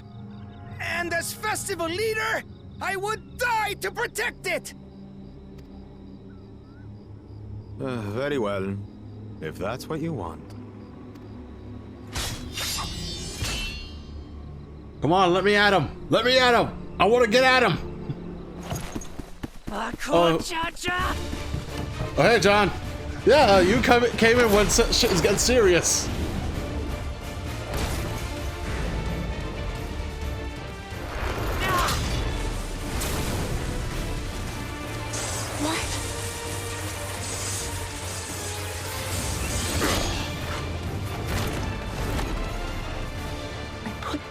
Into that blow. Oh, John, in case you're wondering about what's going on here, the two-headed dude and her are adoptive brother and sister, and they're fighting for the throne. Sure is anime here. Oh yeah, it definitely got super fucking anime. Get back into the game, man. Good. The better for you to understand the gulf between us. But you need more lessons. We'll carve them into your mangy hide until you cry and beg forgiveness.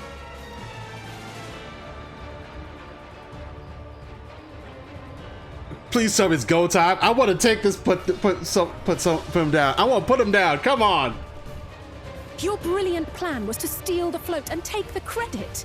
The so-called blessed siblings are nothing but cheats.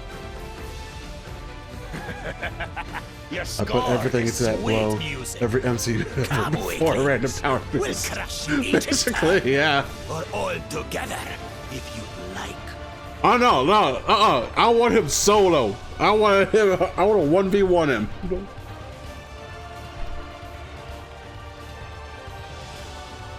Come on, buddy. You and me. 1v1. You want call your entire gang? Calm yourself, chosen one. If you fight in earnest, this will end in a massacre. 1v1 me, bro. I want all the smoke. You're damn right I want the smoke. What's more, we have word that our other prospect is on the verge of success. So, big, I want all the smoke because two-headed dude here is a racist, okay? So yeah, I want all the smoke. I say, move the whole galaxy, you ain't got shit on me. Yeah.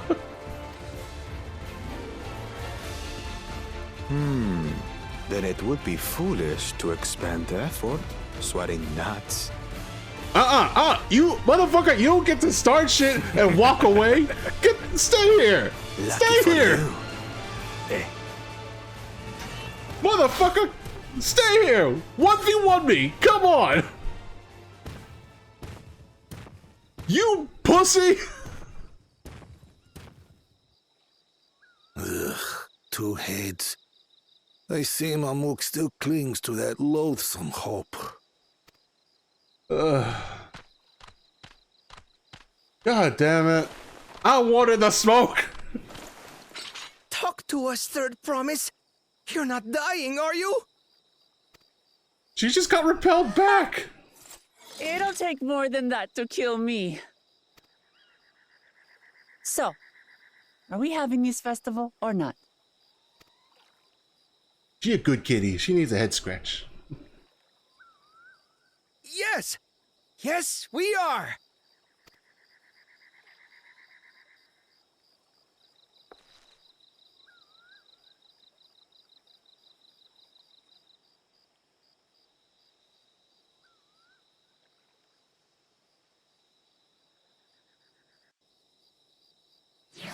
Still has all cooldowns up. Dude, I didn't even break a sweat. The fuck?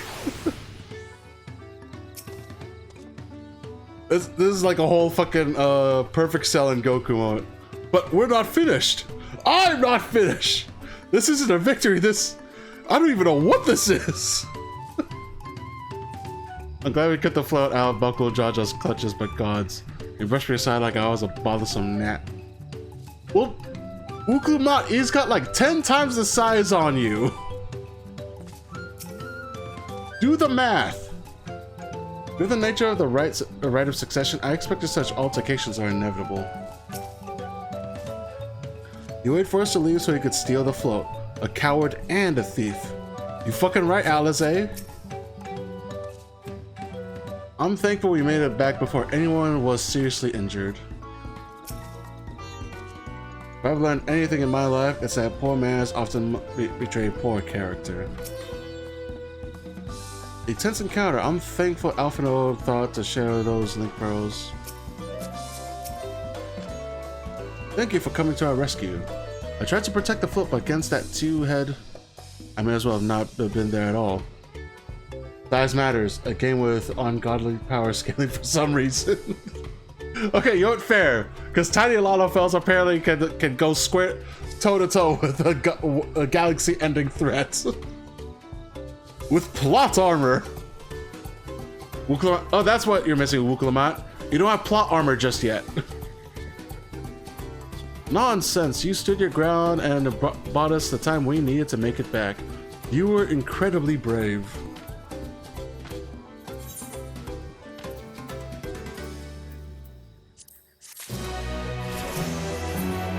Hey, leveled up. I was so afraid Wukalamat would come to harm. Okana has been seen of death. You guys say anything new? Sensikan, think about it. Nope, nothing new. Knowing the Hanu, Wukibu wishes to spread word that the festival will soon be held. With that exciting interlude over, you'll be pleased to know that my repairs are finished as well. Before we commence the festival, however, it would be a courtesy to inform the villagers that Ihana will be held after all. Go forth, but do not forget your greetings. At this stage, I should hope the reminder is unnecessary. Oh, Kylie, see? I remember.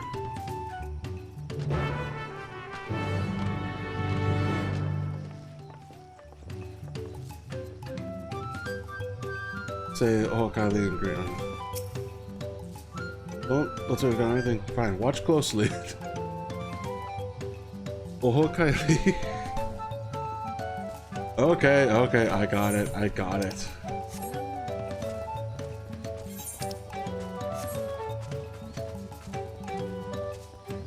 I kind of forgot how slow it was without like having the proper fly speed around. Ah, the perils of traveling a new area.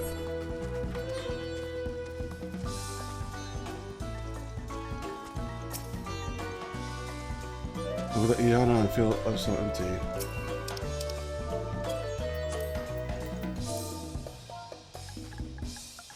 Oh. Ah.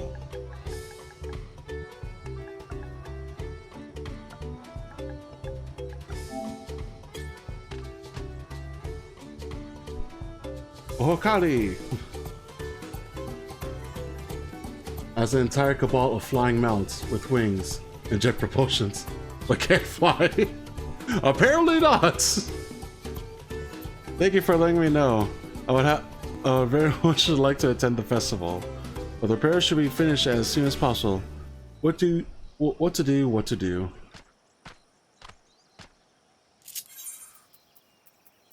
Come on, UFO! Fly! Fly! Fly! Eh! Eh! Eh! Good enough. Eh!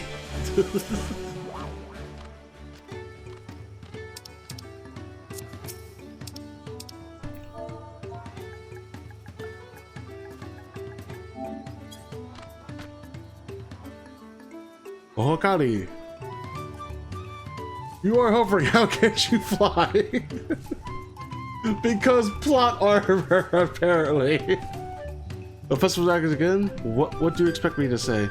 Besides, of course I'll be there. Cleaning up the storm's aftermath may have been hard on us all, but the lifting of wings is tradition, and a joyous one at that. Plot gravity is crazy. I won't sit here brooding my days away. Give me a moment to get ready.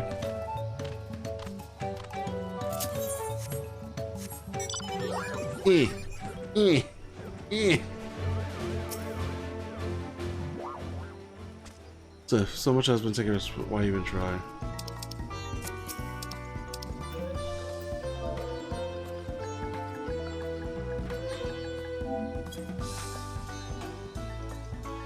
Okari. What? The float is fixed? Our fallen friends would be glad to know that Ihana will soon be underway. We would have wanted us to honor them with celebration, not let their loss deter us from it. I must go enjoy the festival for those who no longer can.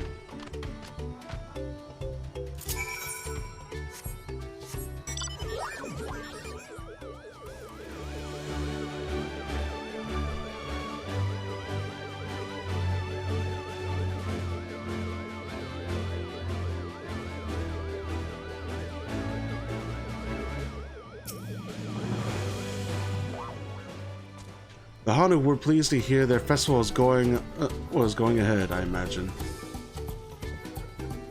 That as well. Once your friends return, the lifted wings can begin at last.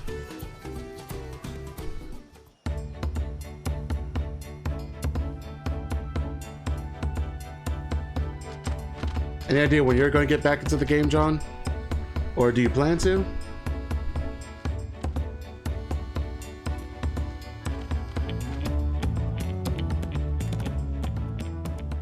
So few have come. Understandable. Patience. Once Ihihana gets underway, no Hanu will be able to resist joining in. Just so. Ukewu knows well the heart of the Hanu.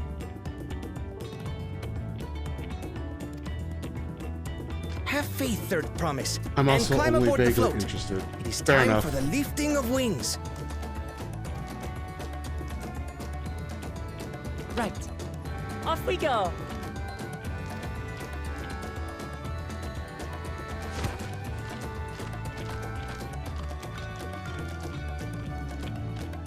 Ihihana is a prayer for bountiful harvest. But this is not its only meaning. Oh? It is also an exchange of pledges between rider and bearers, a commitment to a long and fruitful friendship. Listen well, friends! The personage we bear today is Wuklamat, the savior of our beloved festival! Let your shoulders burn, or your feathers fall out, but do not even think of dropping her! They drop her like immediately.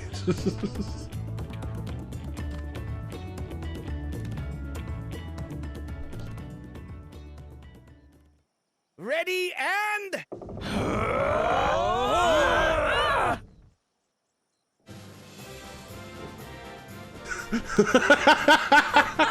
I could get used to this. I won't let you down. Lets her down. It's such a silly march too. They did.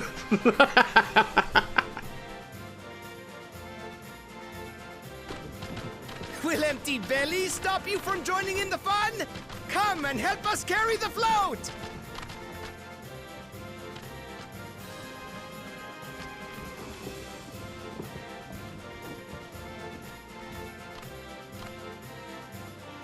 Well, well, well. To see the day that Dawn's promise would ride our boat again. We've not had the honor since you were here, Gulul Jaja.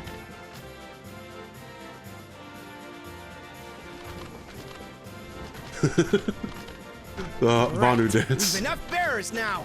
Onwards to Kozanuaki! Is that how you pronounce it?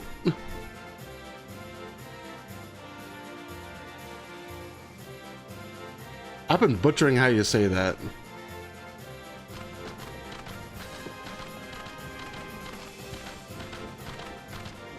Are those palette swapped NPCs or the same race for previous games? The ones doing the happy dance?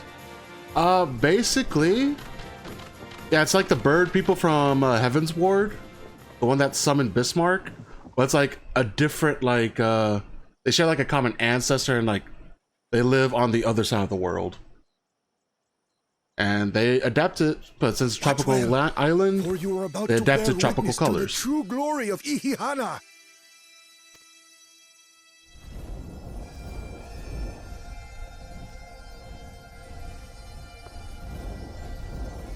No, what the fuck? Wait, us too? Why? Yeah, distant cousins, basically. The float draws upon our life force, concentrating and amplifying the energy. Dude, you said, I know you said this thing was an arcane focus, but I didn't think it was this strong. Keshaihi then receives that Real energy sung in and here. expels it in a great burst, where it showers down upon the land to replenish its vital currents. Whoa, what the fuck? That's a weapon of mass destruction.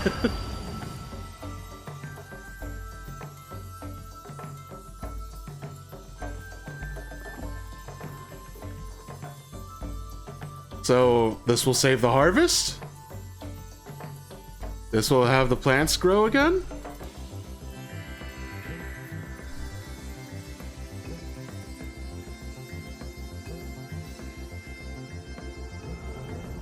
Oh shit, it is reviving the harvest.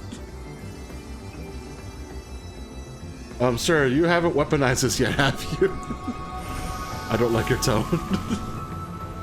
Oh shit, it works that fast? Damn, you guys need to use this thing more often. It worked. Like a literal charm. Why do you only do this once a year again? The float really was helping the reeds. Why don't, bro, why the fuck don't y'all pray more? John, you know how this game works? If they pray more like that, that's gonna summon a primal. Literally a god who gives a fuck. Amazing! To think that such a thing was even possible.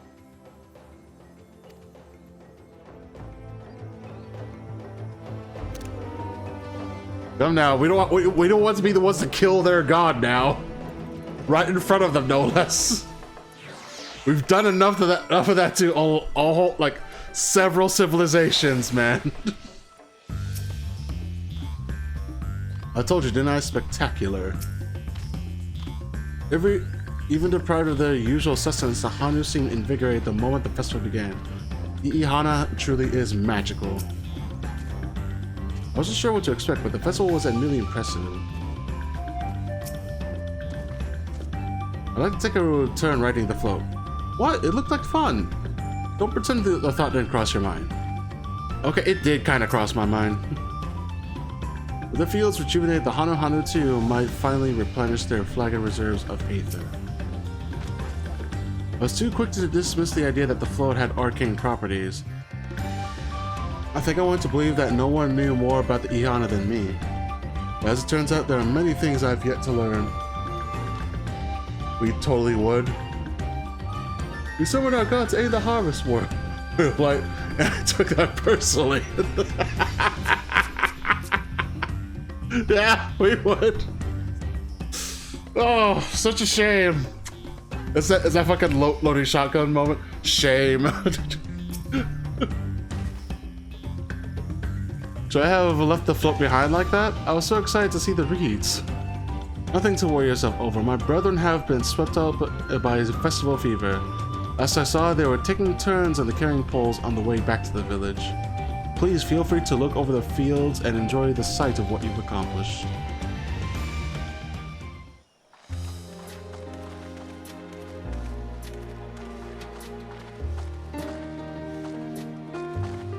I wonder what reeds taste like. I imagine it's just like similar to wheat. I mean to wheat, I don't know what the fuck am I saying. Some of them still look a bit sickly. I imagine even the harvest magic has its limits. If the Hanu continue their festival tradition year after year though, the entire field should eventually recover. Fair enough. Where does that leave us with the feet, then? You've got nothing to fear on that account. Our situation could never have resolved itself. The revival of even a single reed would have served to demonstrate your commitment to the task. That you recognize the nature of the float and found a near-perfect solution in Ihihana proves your dedication. Honestly, we didn't really figure that out. We were just kind of spitballing here. If Wu Clement actually just suggested, hey, let's hold the festival. Maybe it might help out. So give credit to her. What's more, I don't think I've seen the festival produce such impressive results since I was a mere chirper. We have been lax in maintaining the float, diluting its magic, and reducing Ihihana to hollow theater. But today's events remind us of the power in tradition.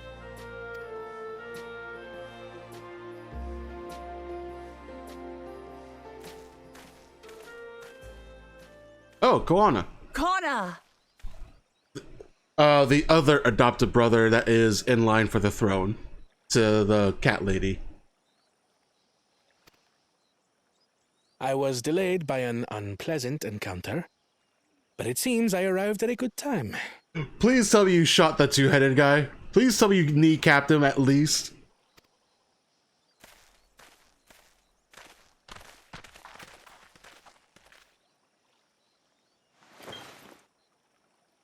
Oh?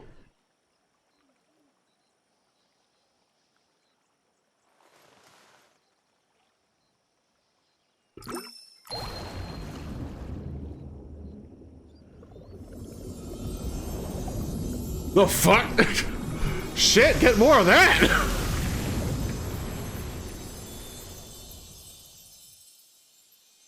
Yeah, that'd work. Oh, isn't that wonderful?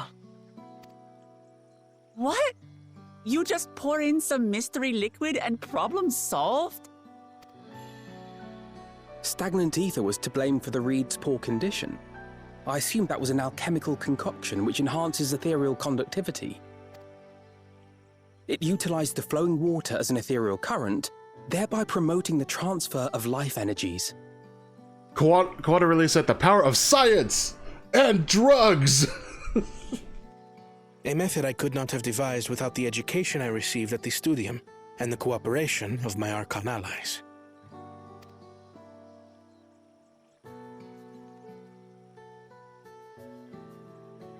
Archon allies? Who? You see, Lamachi, this is why we need to embrace foreign knowledge and technology. Nerd! He is a nerd. But Dad, the nerd packs heat. Look at the gun on him. Employed appropriately, they make light work of what would otherwise be arduous labor. There's no need to lug around heavy floats. Well, you always were the clever one, brother. Your approach was no less effective, Wu Clement. It achieved the same result. Indeed it did. And you enjoyed the festival, yes? If anything, I say keep both tactics handy, just in case. If one tactic doesn't work, you have another one to fall back on. Because like with all the blackouts that we received in like fucking Texas and shit because of the weather, like it was always a good idea to have a backup plan just in case. I did. It was so much fun. Having visited your village before, I thought I knew everything about it. As it turns out, I knew very little. About the reeds, about Ihihana. With all I've learned this time, I feel as though I've really come to know the Hanu. And I like you even more now than I did before. And again, her method also unifies people too, because, you know, embracing the culture. The feeling is mutual. And it's not just you who had a lot to learn either. I'll never look at our float the same way again. Bolster electrical wiring, but also keep a generator? Yeah. Oh, I mean, if you like, you know, have a grill, like if the electrical burners aren't gonna be handy, or I have a backup little power generator for the storm just in case. Well, not a generator. It's more like a portable power supply. It won't like last forever, but it's a good backup just in case. The two of you have exceeded expectations. Come forth and claim your stones.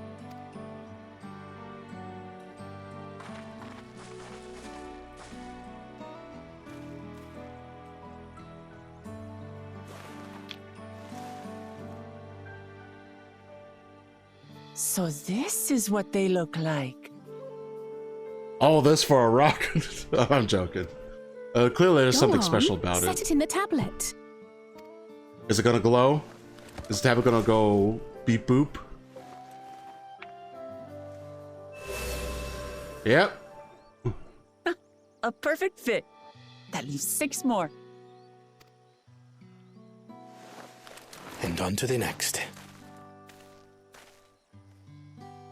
Yeah, he's all business. Not even a moment of celebration. That's Kona for you. Fair enough, but The you know. third promise? You must join us for Ikihana next season. At least he's nicer than the two-headed dude.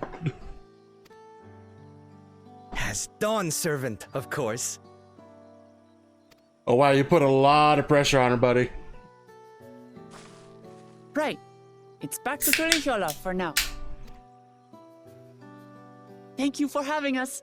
I look forward to seeing you all again.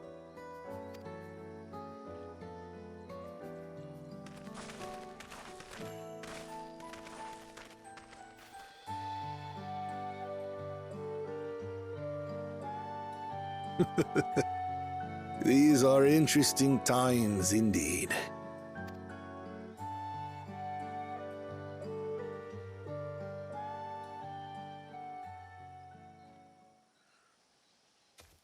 What happened to you lots? The concoction was brewed by Kona himself. It's a test vial, but it should contain the same reagents. Ah, the cheaters. Good work. We'll use whatever we must to win. For win we must. No, fuck you guys. Damn it, Quada. We should keep better track of your shit.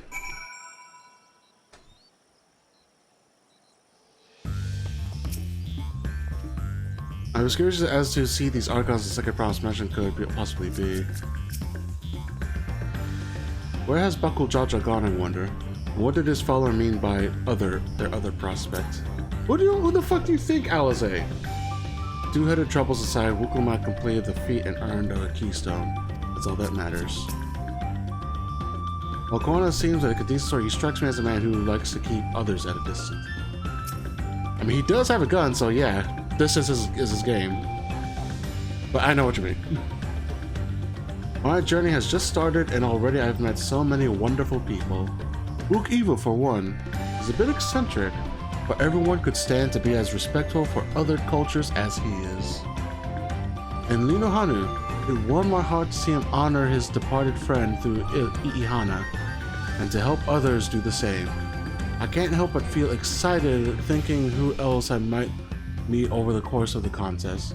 Come, let's get back to the... I'm not even gonna try to pronounce that, because that is a whole thing.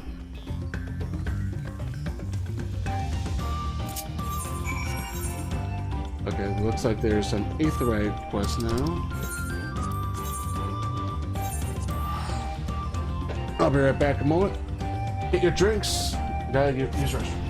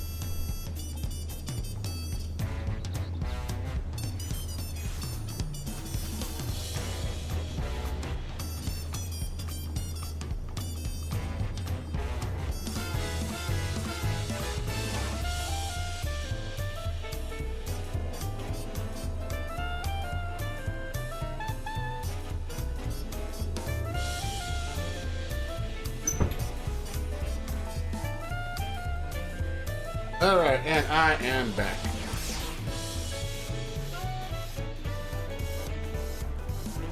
And also, damn, like the new town has like it looks like super like Aztecian-ish, like Aztec-ish. It has a very, what the fuck is that? I need to check that later. That's a very jazzy theme to it.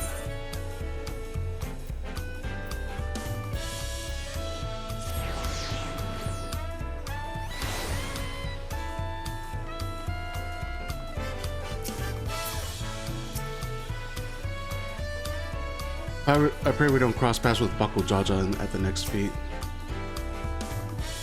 The Hanu's festival must be as central as their traditions and as the sun drop dance to the Banu. I know Zoral Jao was not at the Hanu village.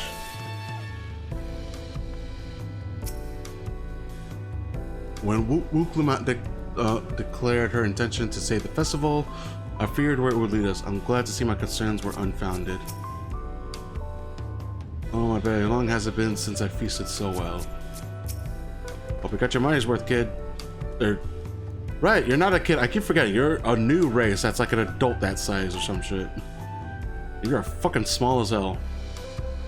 Just like that, we found an elector and won our first keystone. I knew it was right to put out trust our instincts. Come on.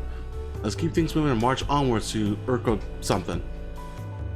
Chances are good we'll find an elector there as well. Before we do anything, however, we should see what your opportunistic Pelu friend has to say.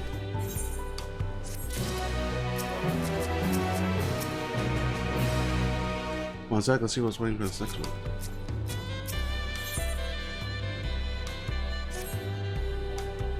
I've been waiting for what feels like days, and eaten enough of Brook Evu's tacos to feed an army. What is it you'd like to know? Our main concern was confirming the state of the road ahead. As I recall, to reach Urko Pacha, we depart from the Arc of the Dawn, then take the road west to the first fork. Should we be wary of anything along the way? It is indeed the way to Urko Pacha. After the damage wrought by the recent downpour, however, you'll be doing more stumbling than walking. But do take heart. When it comes to rugged terrain, we have a most dependable solution available. Come with me. It's gonna be the alpaca.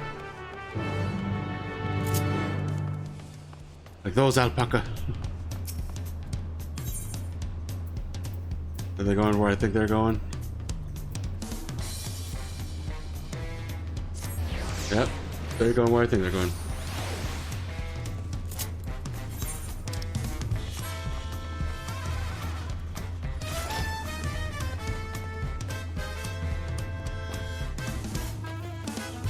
Yeah, yeah.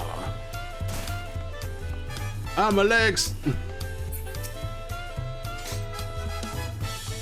Talking to a Pelu before we depart was a wise decision. I, for one, would rather not brave a treacherous, slippery trail on foot. The Pelu all being small is confusing enough, but those masks make it almost impossible to tell men from women, let alone guess their age. These beasts are sure-footed, that's for certain. Oh my, are these fluffy babies our mounts? Really fluffy. Wait, what do you say, Wuklamat? Ugh, why'd that be alpacas? You know why. Check his thing real quick.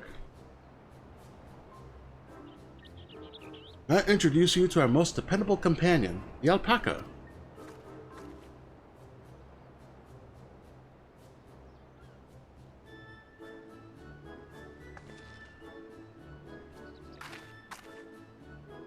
These animals can traverse Urko Pacha's steep mountain trails as if they were gentle fields, and all while carrying heavy loads. Our merchants would be lost without them. So they fill much the same niche as our chocobos back home. You don't have alpacas in Eorzea? Alpacas are native to Yogg-Turol. Eorzea has its chocobos, and the eastern lands have their horses. Why go to the trouble of breeding another pack of beasts in a place which still which ill suits its qualities and where it is not needed anyway. But must we ride these little monsters? Okay, Wuklamat, why do you hate hate these things?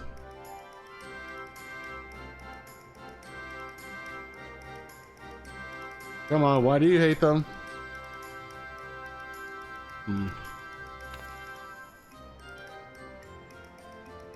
I get the impression you aren't fond of alpacas.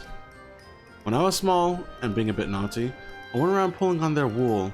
One of them spat on me, and it was the foulest stench you can imagine. I see. Yep, that do it. And where do they like to ride? Alpaca bred as mounts are inquisitive and docile. Even those without experience find them easy to handle. We're really doing this then. So, was my information useful to you? Yes, very helpful. Even if it wasn't what I wanted to hear. Good. I'll take my payment now. You want me to pay you? Well, they're a merchant race, Wuklamat. I guess I should have expected as much from a Pelu merchant. Let me see what I have on me. The Pelu value the act of spreading joy through trade. As you should know, they take pride in making deals that benefit both parties. So that I would get along with them as I'm a crafter. Here you go, a fair price for your fair advice. Yes, I made trade with the third promise herself. My friends will never believe this. I shall be on my way. I wish you safe travels. Off you go then, and thank you.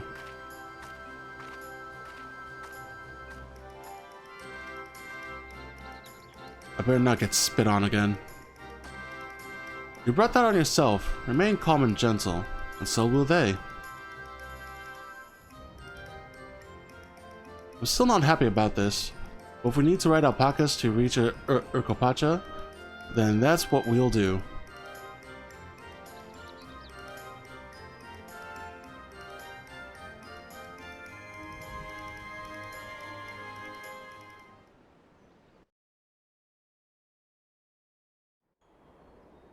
Ooh, new area. Oh, that is a beautiful shot. Turali poets of yore sang of a mountain that would stand tall, even should all other lands sink beneath the sea. Indomitable and eternal, it arises from Urkopacha, the 100 peaks of time. Of all the beasts which crawl and fly, only the legendary Valigarmanda could hope to disturb the summit's serene majesty. Yet, with that flying calamity imprisoned by the Dawn Serpent, what great feat remains for those who would claim the throne?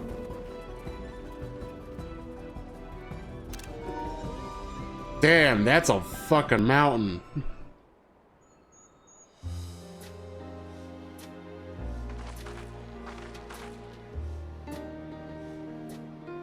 So this is Urkopacha. I've never actually been here before.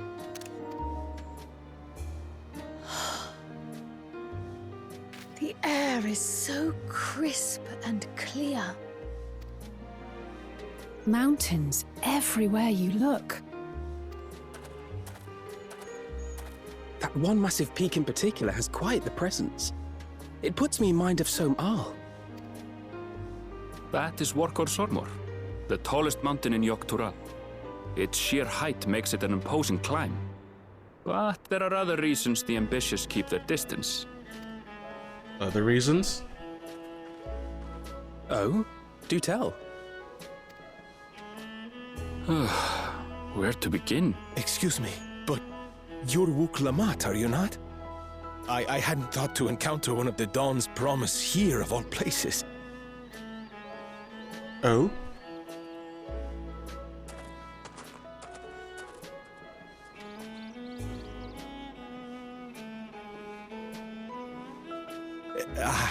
But I should introduce myself. I am Bolnok, a weaver by trade. Well met, Bolnok. We're on our way to watching Pelu. Oh, truly. I've just come from there, as it happens. I'd asked the Pelu who sell me their wool to give me a tour of their alpaca ranch. The head rancher and I shared a bottle of mezcal while he explained the finer points of wool production. Ooh. Mezcal, is that a local beverage? It's an Urgopacha specialty. A spirit made from distilled agave heart juice. Ooh, that actually sounds pretty good. Agave wine usually has like this unique sweetness to it. I had to serve it several times at my job.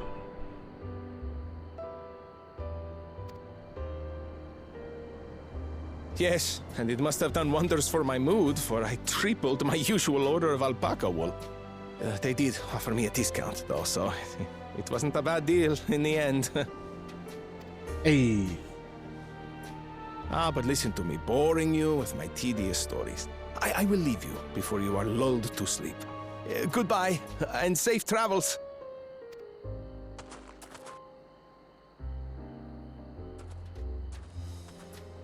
Oh, silly me. I almost forgot to say the thing I actually wanted to say. Peace for Dural. I agree with your vision, Third Promise. You have my support in your bid for the throne.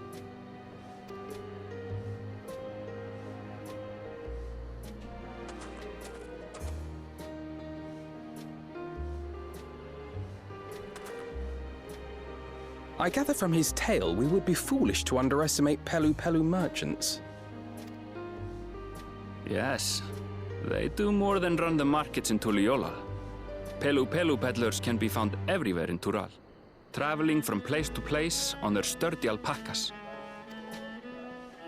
They are effusive and engaging speakers, and many's the customer who's been talked into spending more than they bargained for.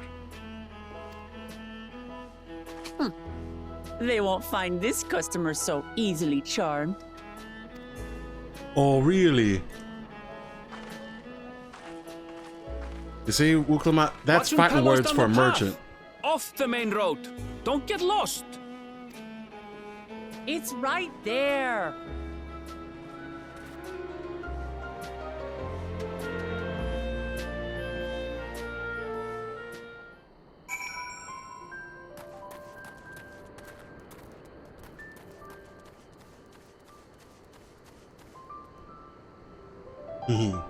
They do look cute and fluffy.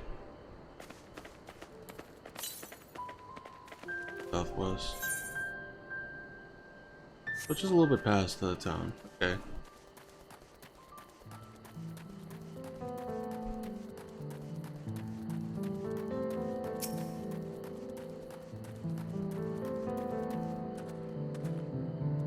I feel the change in altitude most keenly.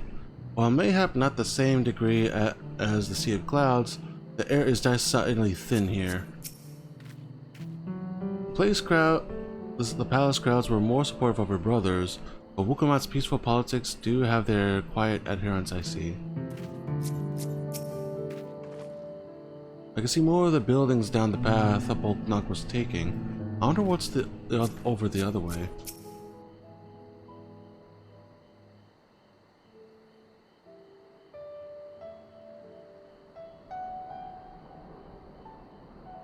This is it.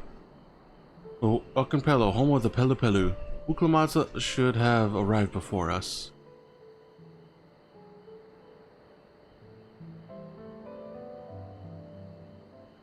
That's not good. You've come all this way for the right of succession? Oh, so this means I'm exchanging words with the future Dawn servants. Please, the outcome is far from decided, but it is a possibility.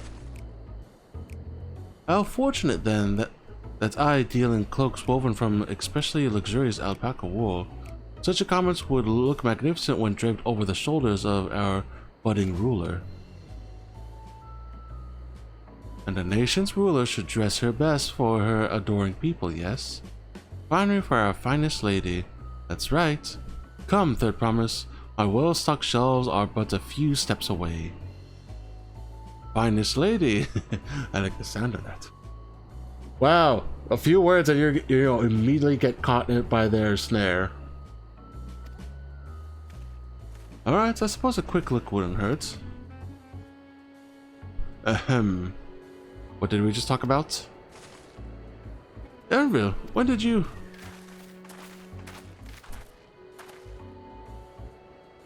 Ah, a Shituna from far off Zaktural? Northern winters are bitterly cold affairs, I'm told. I can imagine how you survive them without a lovely warm coat of quality alpaca wool. No, thank you. I'm not in need of new clothes at the moment, and neither is the third promise. Perhaps another time. Of course, of course. My shop door is always open.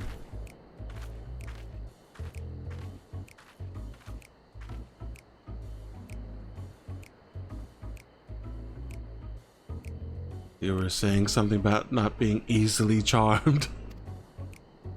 That was just... eh. As I mentioned previously, the Pelu people live for bringing happiness through trade. They won't cheat you or sell you defective goods.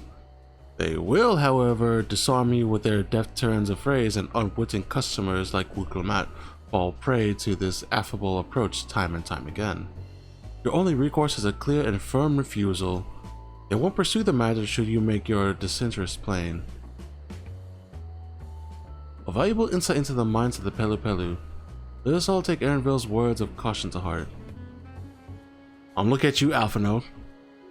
Mr. Hey, let me buy a fucking Gosetsu sword again. Ow. Let me buy a Gosetsu sword again for fucking millions of gil. Like, Kryl nearly murdered. We're all staring at fucking Alphino. We all know. We all know.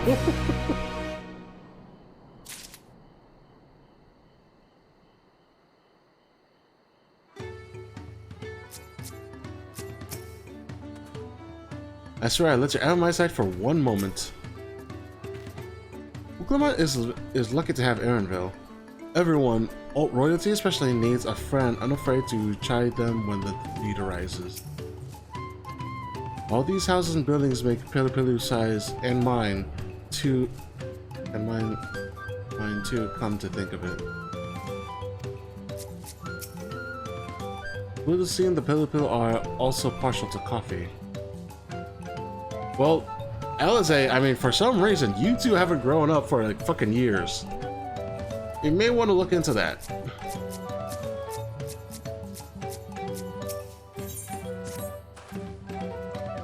Not my finest moment, I'll admit. But now that we're here, let's do what we came to do. Find the Elector. I'm going to propose a strategy then. Alize and I will speak with the merchants. Wuklamat, you and Ernville might try approaching travelers and passerby. Zach, investigate any of the other establishments which catch your eye. If we learn aught of use, let us relay to the third promise.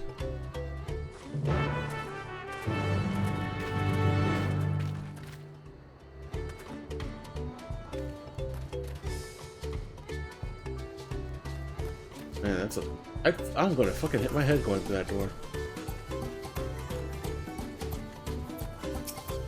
Lick the rock. Lick the rock! Forbidden rock candy! Lick the rock! Good thing.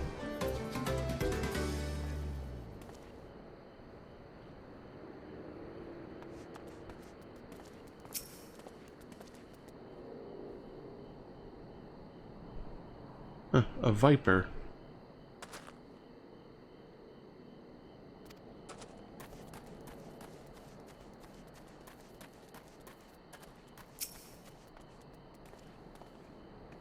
The Dawn Servant Selector? Ah, I thought you were a new face in town, here for the right succession. I take it? Me, I don't much care who sits in the throne so long as they keep Tural peaceful. People tend not to be in the mood to relax and sip our excellent mezcal once that arrows and spears start flying, if you know what I mean. Speaking of which, would you like a cup? A joy shared is a joy doubled, I say. Oh, thank you. Oh right, yes, you were asking about the Elector business. Being but freshly returned from my trading route, I've heard that there's a contest afoot, but not much else. Our head ledger, Tobio, could probably tell you more about it.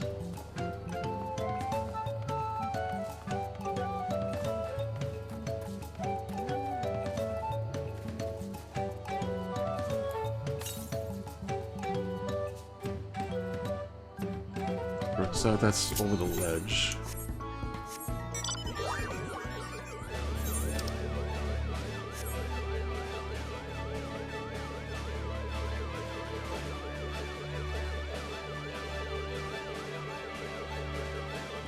Fly.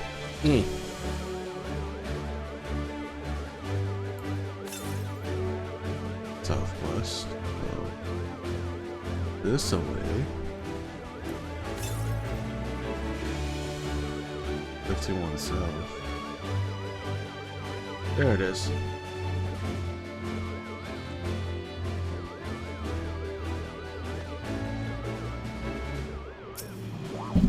Ow. I knocked my microphone.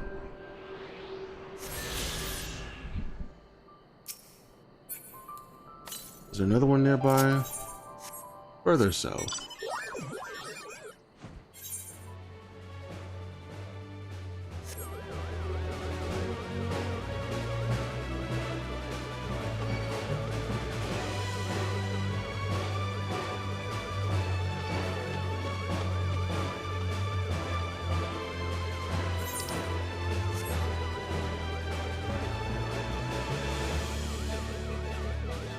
I hope it means like this ridge here.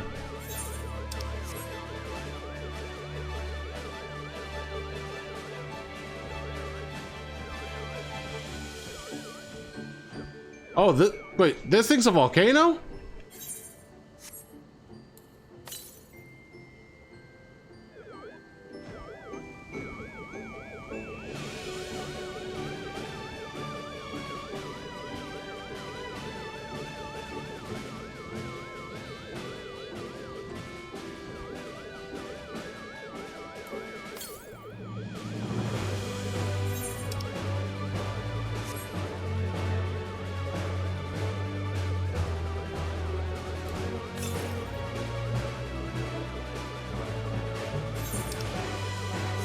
It doesn't look like I can get to it from here. That's fucking up there.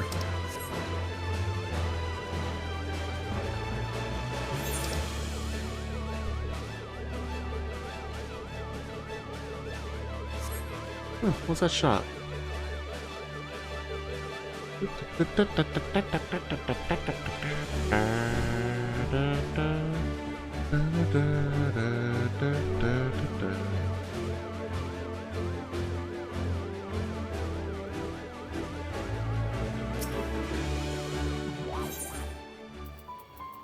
Anything special I can purchase? Nope.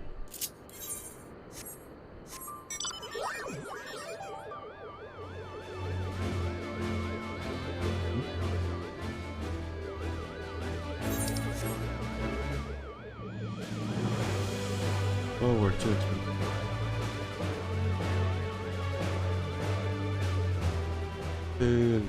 We'll stay together if I feel like first. Oh, yeah, I'll see.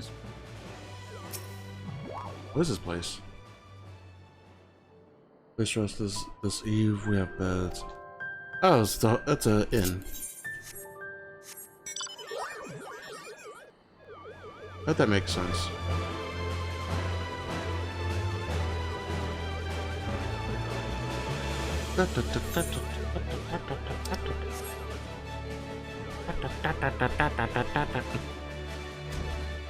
I am bored out of my mind just trying to get to the quest.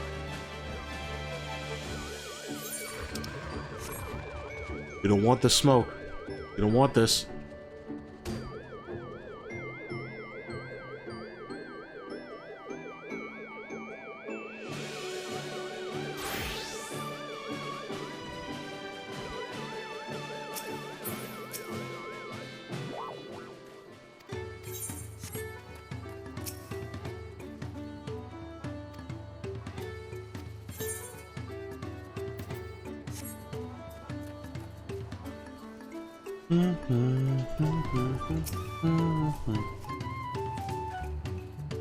Electors? Oh yes, I've heard all about the Rites of Succession.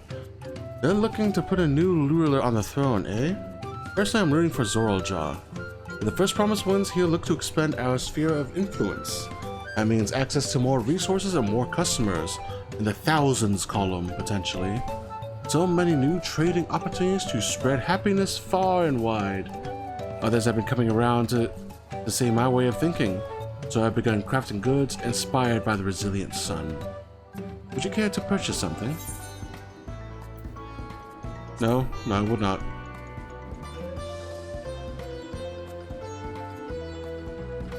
Very well. You said you wanted to know about the elector? I could help you, but I won't. I can tell you're no supporter of Zoraljaw or his policies. You know what? Fair enough.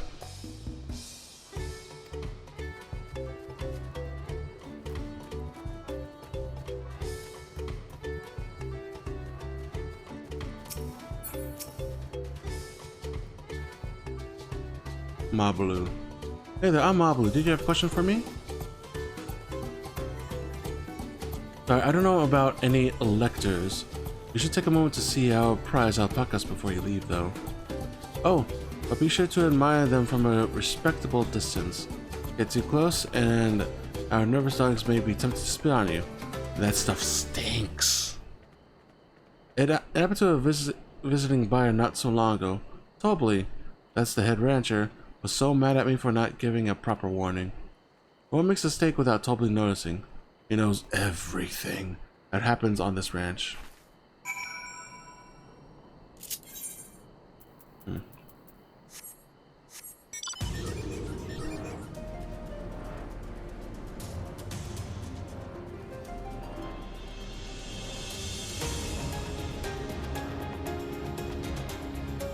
Da, da, da, da, da. Da, da, da, da, da. Da, da, da, da, da, da. You really have to watch yourself around these silver-tongued peddlers. I almost bought a bottle of mezcal and a stack of blankets, and there was this enchanting ornament. Anyway, I did manage to learn that Tobly's the man to talk to about the contest. Now, if only they'd share where this head ledger of theirs is to be found. Really? He's also the head rancher? Well, the Apaca Ranch is not far from here. I say we pay a visit before the others return. Chonk. Oh Lord, he coming.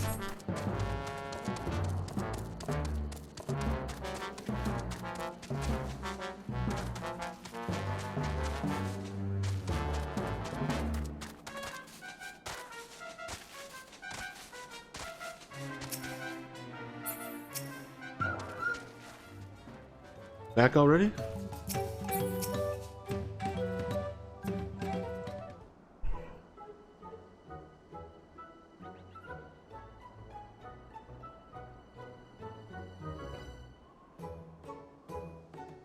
Shiver, that is a lot of alpacas.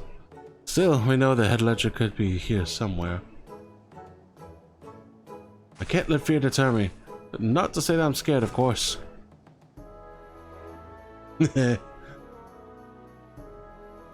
Scaredy cat.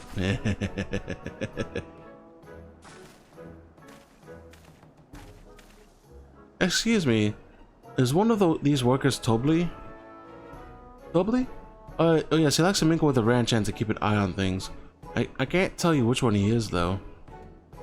You can't? Is this part of the contest? All I can say is that Tobly often mentions his favorite pungent subject. He also can't resist a profitable trade, though who among us could, am I right? Still, if you bring him a very good deal, he might let his identity slip. So it's like a game. Easy enough, all I have to do is offer Tobly a deal that he can't ignore. No problem at all. No, don't. Well, maybe one problem. I don't think my purse is deep enough to pay everyone we think might be Tobly. Let's ask some questions first to narrow down the field. That makes sense. Great. We can meet back here and share our impressions.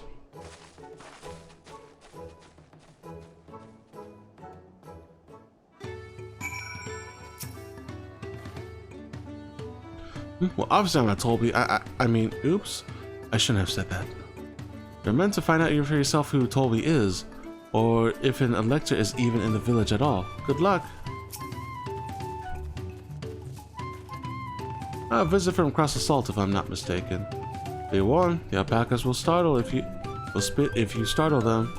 That says to keep your movements slow and deliberate. Booga booga booga. The beast regards you with wary eyes and a twitching jaw. Backing away slowly might be the wisest course of action. Booga booga booga.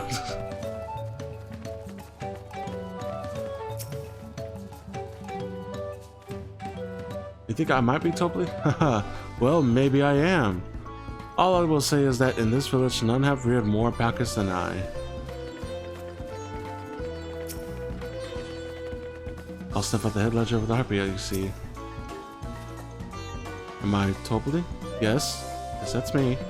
Excellent work from the third promise under your entourage. Sharp instincts. Shall we commence the right succession then?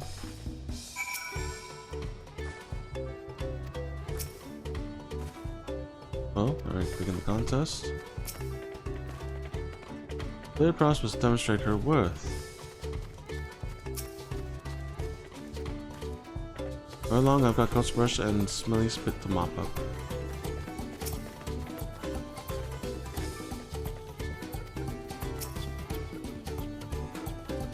Never actually said there's an elector here. Fair enough. Let's see, we're both not there and take it. Oh, be right back 1 moment.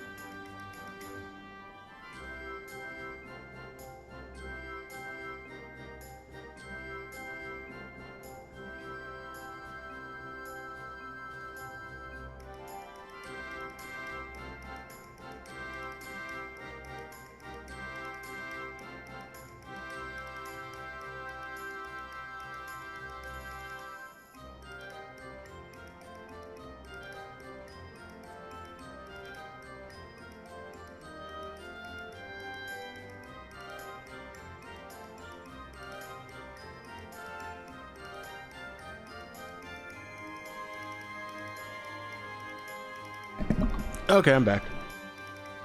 Well, saying hello to someone. Fucking.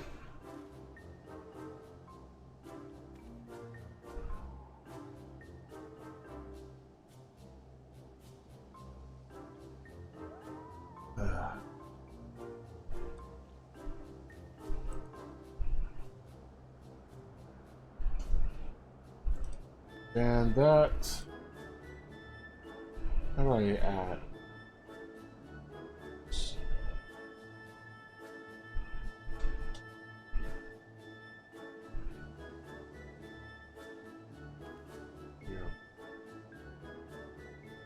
That's very interesting.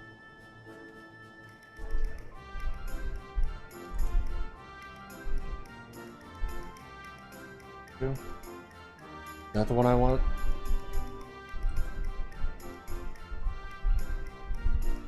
I'm trying to find out how to add phrases to filter. As I think.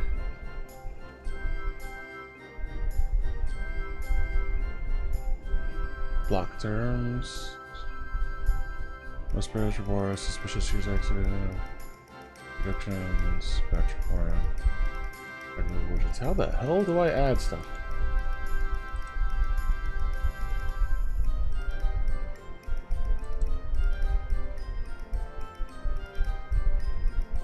Let me Google this real quick.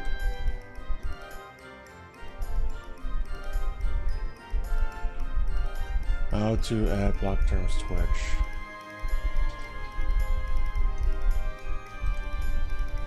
Okay, let's see here. Go to auto mod controls. Wait, how do I go to auto mod controls? Shit. I don't even know how to do that. Settings?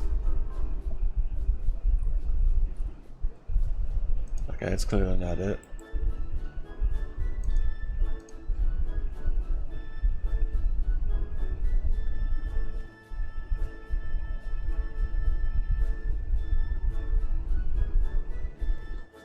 And okay, whoops, the fan was still blowing. Where the fuck is it?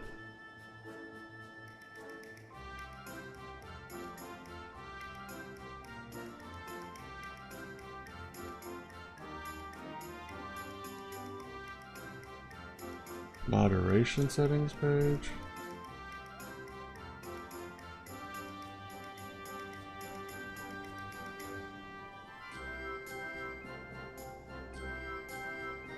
Settings, opt-out, languages, content tuning, remote attribution, person, create a dashboard, maybe? Game manager. Shit, I guess I should be doing this on stream. Or maybe, how the fuck do I do it? For dashboard.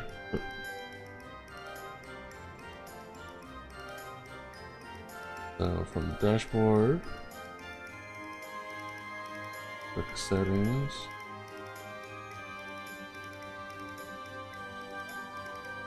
and stream.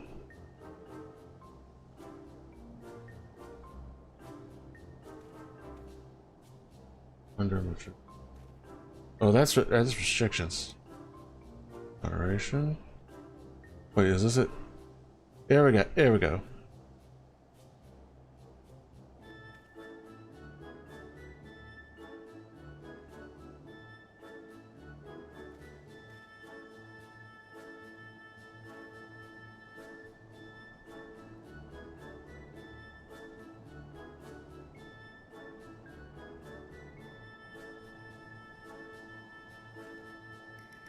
Okay, there we go. I figured it out. I'm smart. Yeah. Huh? There's someone doing a thing. Thought someone was doing a thing for a moment.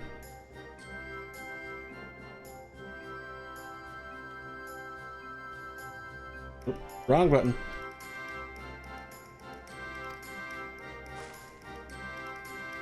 So do you think it is? I have my suspicions, but let's hear your pick.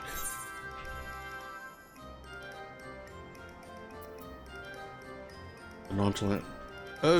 Diligent ranch hand to me.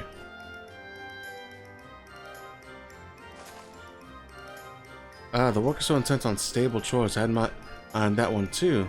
Time to rip the mask off of our mystery ranch hand, so to speak.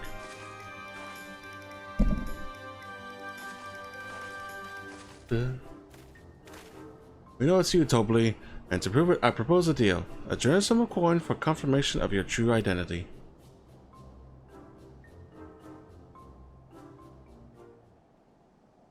An offer I gladly accept. As you have correctly guessed, I am indeed Tobly, head ledger of Pelu, and head rancher of the family ranch.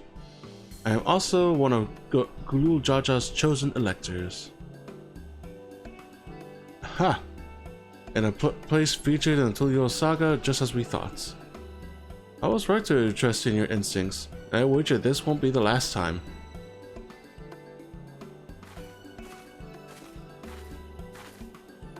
She found you fair and square, Tobly. I'm glad she did. Well, Benapitzi had her bid ended here.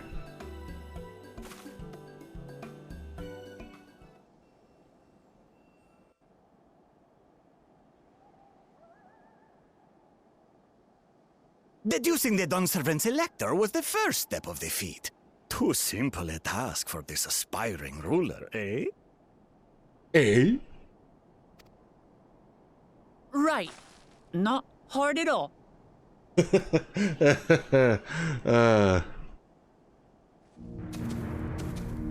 Oh shit.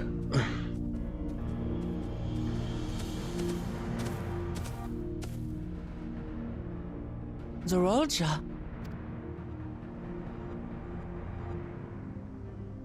I am told the head ledger, Tobli, is to be found here.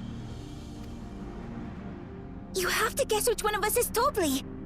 That's part of the test.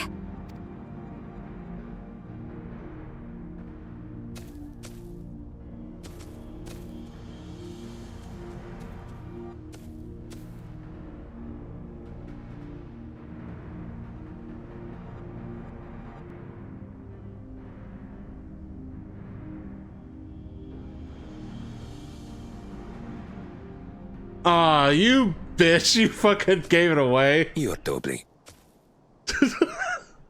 But damn, he did that fast. Without even asking a single question. Very impressive indeed.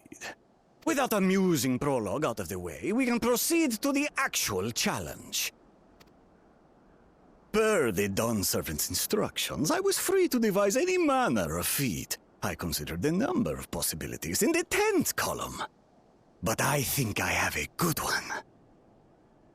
Damn, for someone so smart, they have like really deep voices.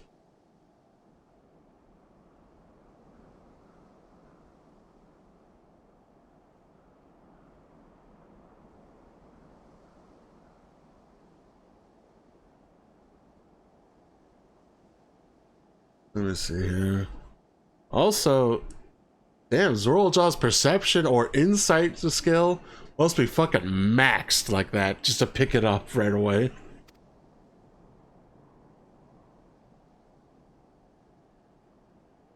You must go forth and capture for me an alpaca. Okay.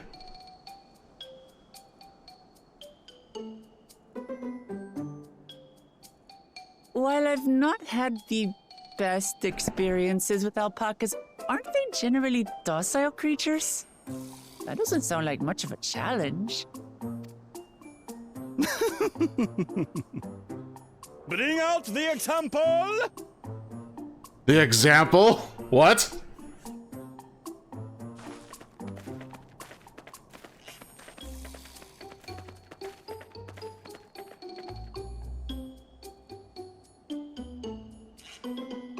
This is a special kind of alpaca. Would you please approach the animal, Third Promise? Who? Me? Well, it should stay calm if I stay calm, right? That's what Aaronville said. That's what Aaronville said. But how true do you think that is?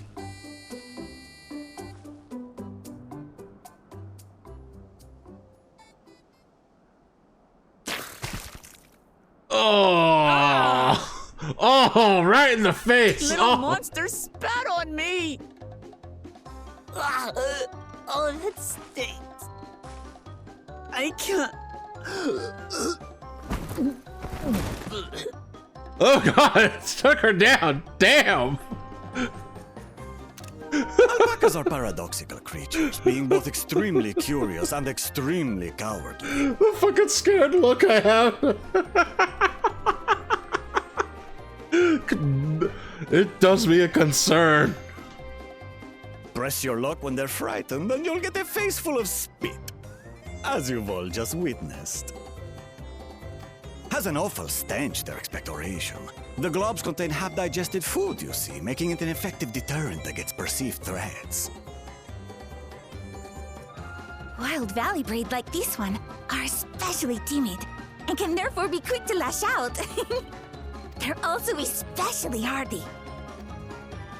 Indeed. We take the rugged wild alpacas and breed them with our gentle domesticated stock. This produces the strong but biddable pack animals prized by our traveling merchants.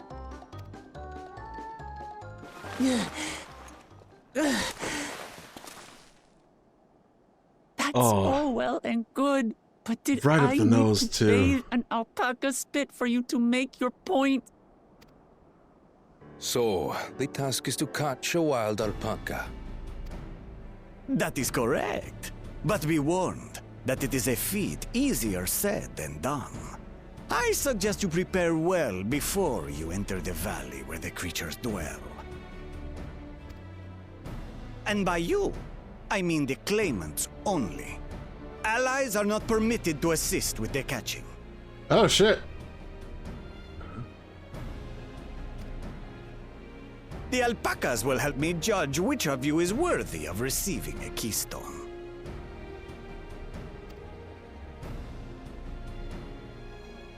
So I'm to chase down a fluffy, spitting demon, and that somehow proves I'm fit to rule? Yes. As I said, the Dawn Servant granted me the freedom to decide my challenge. And when you reach the end of the ride, I dare say you will understand why I chose what I chose. Dude, do you have to say that so sinisterly? Fuck, dude.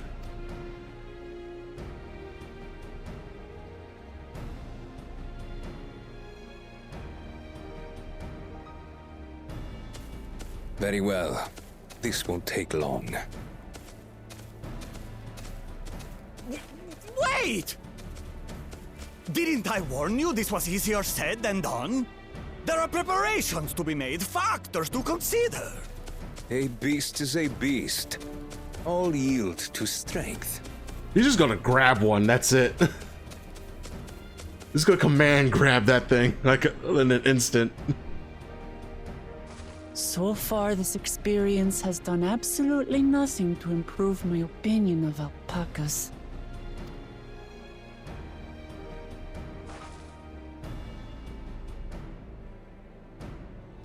But that doesn't mean I can't do this.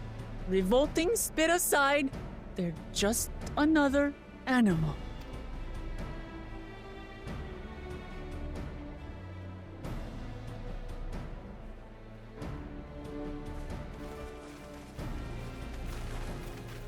Are you all right, Orklamat?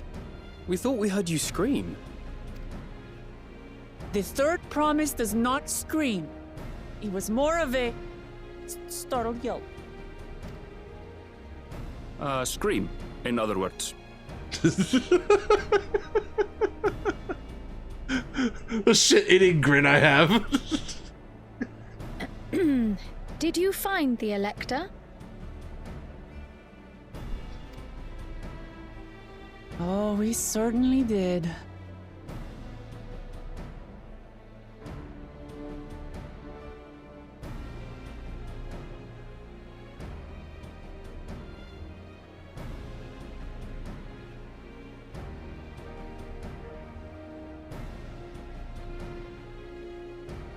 I just type a thing real quick.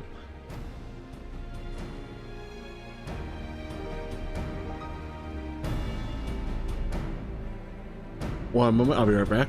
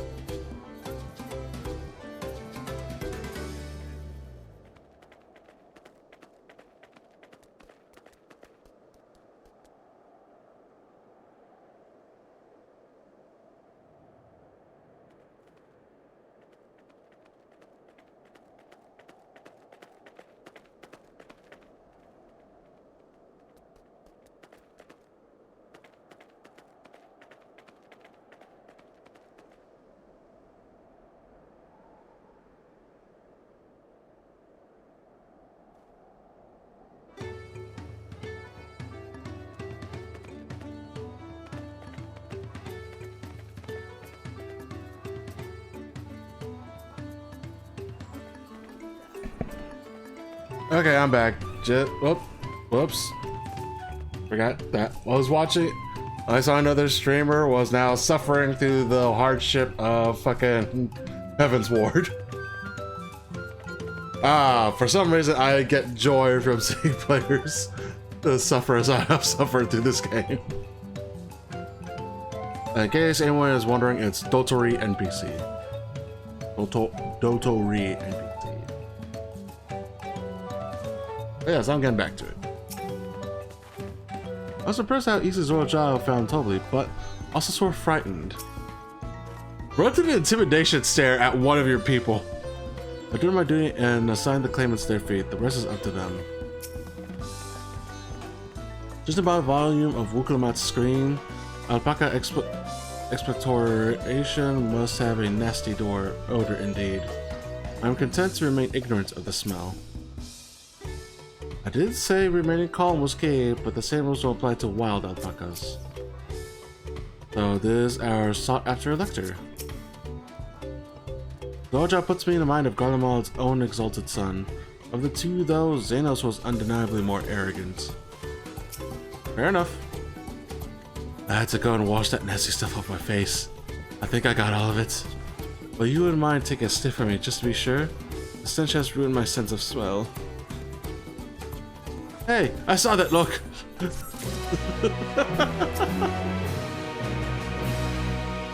So, can you still smell me? Be honest.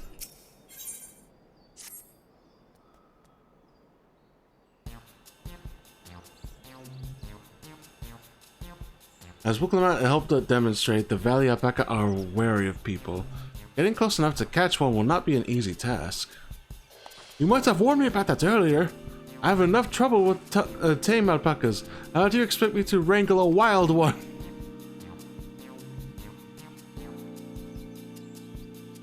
Oh, 1 second.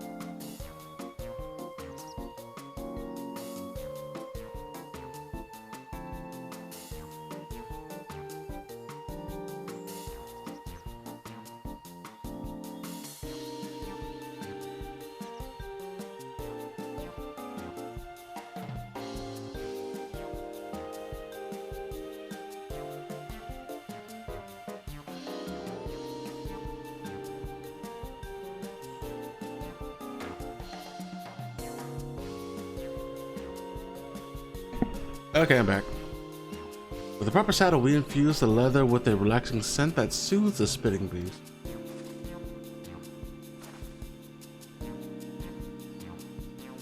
Wonderful, give me one of those then. Have you perhaps forgotten we are a clan of merchants? If you want a taming saddle, then you'll need to find a saddler and make them an offer. They don't come cheap, of course.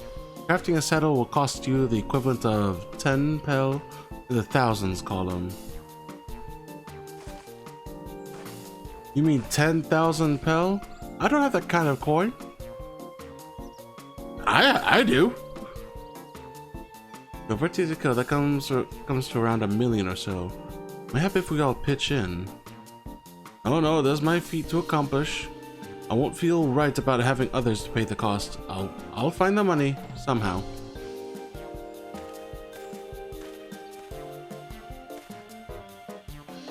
In that case,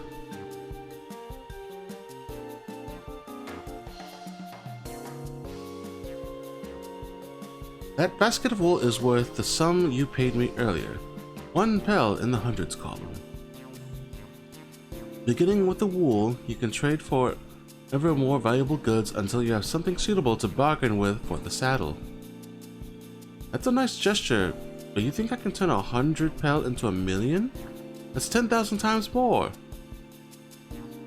I do. I do that every day. We need 10,000 Pel, not 1 million. So we're looking at 100 times more. Oh, right.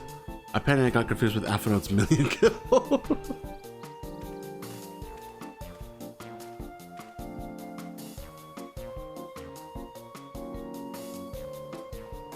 Oh, 1 second.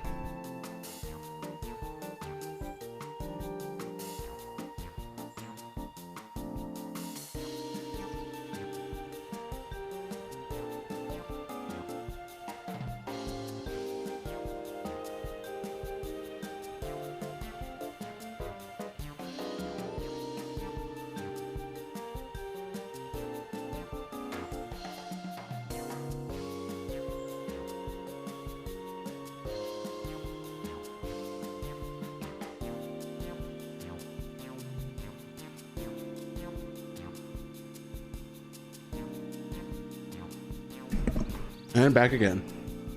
I'm not so sure about this trading idea. We were almost talking into buying a cloak you didn't need for mere moments after you arrived. But I hate it when you're right. But let me help you with your deal making. Hello again, Mablu. I work here as ranch hand. I've also learned a lot about the peddler profession.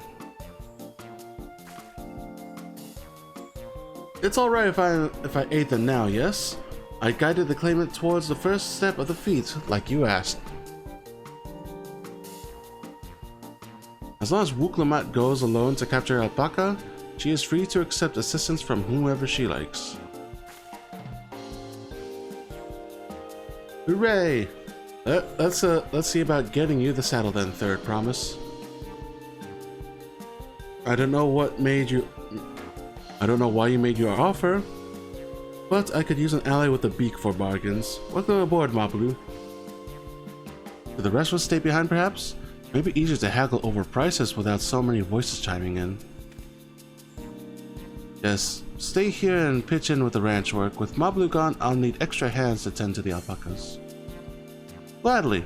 Although, Zach, I think you should go with Wuklamat. You've seen markets and bazaars the world over, and surely have sage advice to share. I am a crafter. I am an omni-crafter.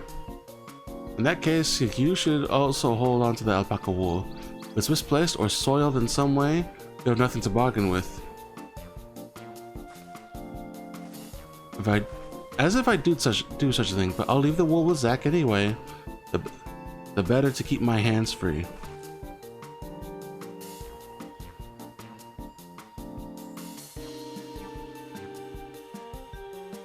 To begin, I suggest we try trading the wool to Havli, the saddler. We won't agree to the deal, of course, but it'll give us an idea of how much he'll accept for his wares. Fair enough. Test the waters.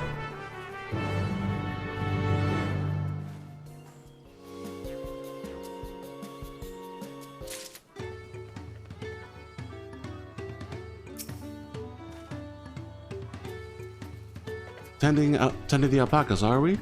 I had some experience when I was younger.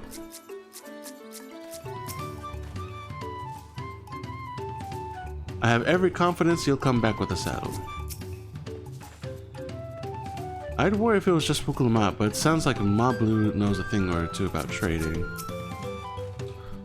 Turning 100 pel worth of wool into 10,000 pel saddle is exactly the kind of suggestion I'd expect from the head of a merchant clan. Abu hasn't given up, I see.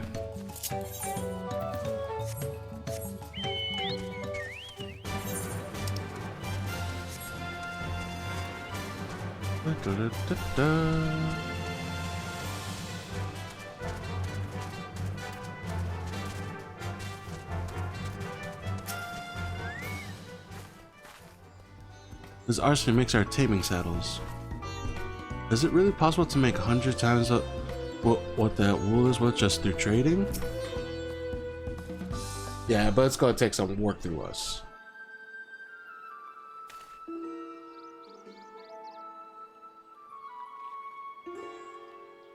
Something I can do for you? We've come to bargain. Dormammu, I've come to bargain. Havli, we've come to bargain. I need one of your special taming saddles to catch a wild alpaca. A saddle, is it?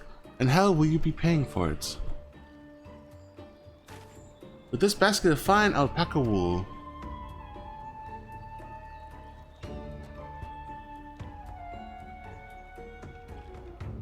What use does a saddle maker have for wool? Besides, this will barely cover the cost of a single strap buckle. Offer me something I actually want. Fair enough.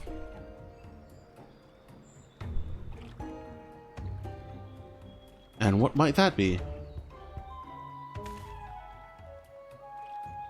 Mezcal. I'd like to nurse a cup at day's end while I inspect my finished work. Bring me a jug of quality stuff and you've got yourself a deal.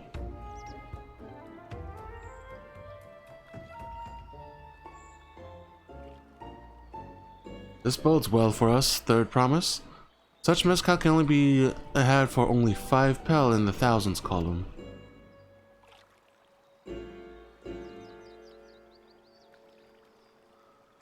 Hold on, did you say third promise? Then my offer has changed. This has going to cost you a jug of premium mezcal, aged 3 years at least. 3 years? That stuff is valued at 10,000 pel or more. Why have you doubled the price? Because I must support the man of ambition who will see my business prosper. Zorodra will go to war, and his cavalry will need saddles. Lots of saddles. Okay, you're trying to go into the military market. That's understandable. It's nothing personal, third promise, but I won't sell you my craft for anything less than my asking price.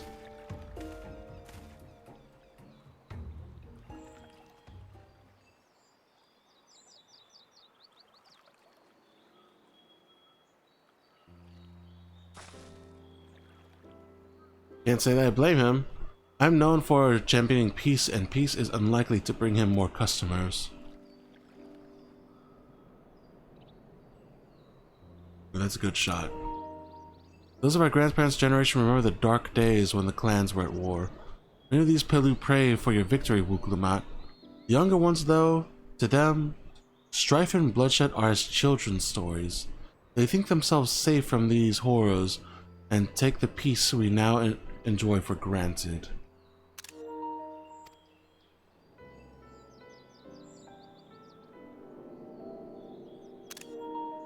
Still, others are unsatisfied with this quiet prosperity and crave the future the second promise envisions. They've become obsessed with the innovations like the dirigibles that have made trade swift and easy. Then you have those like Havli, convinced that the first promise plan for conquest will afford them opportunities for great profit. But what about you, Mablu? Aren't you of the younger generation? At least a year or two younger than me, I'd say.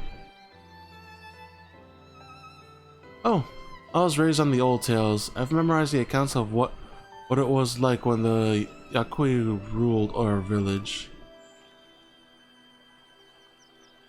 That's why I offered to help. I want you to become Dawn's servant, to keep our nation from going back to the way it was. Well then, I guess I better make sure I'd win the contest. But the type of mezcal the saddler maker wants is so very expensive.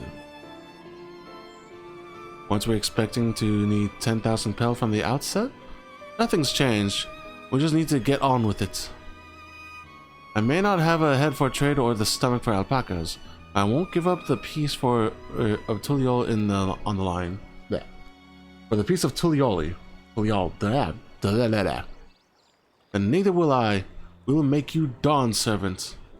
Aiming for that 10,000 pel jug right away will only bring us failure and frustration. So let's try exchanging the wool for anything even a touch more valuable. The trick is to find someone who needs alpaca wool and is willing to trade at a loss to acquire it. Someone who supports your bid for the throne, for instance.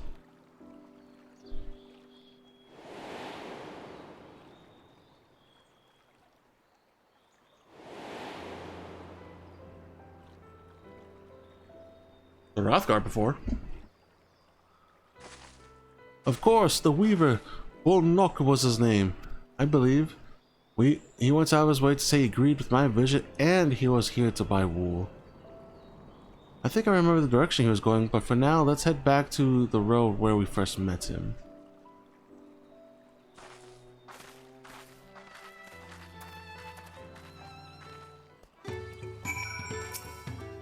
Damn you, Havley. You raggedy bitch. But you know what? That's fair. Oh Lord, he coming.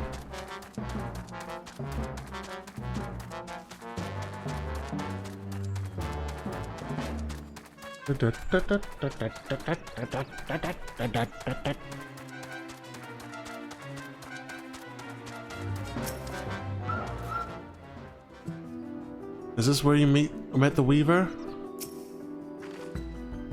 This is the spot. After Polnox talked to us, he walked off to the south.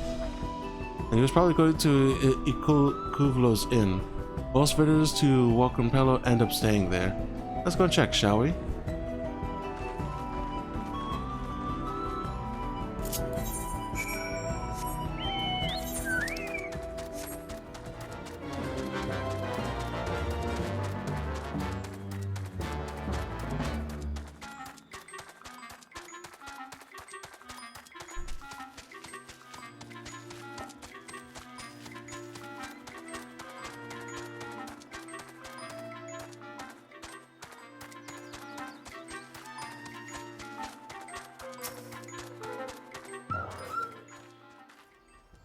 I hope he's willing to offer us something wonderful in exchange. Oh, we meet again, but wait, weren't you all on your way to Pelu?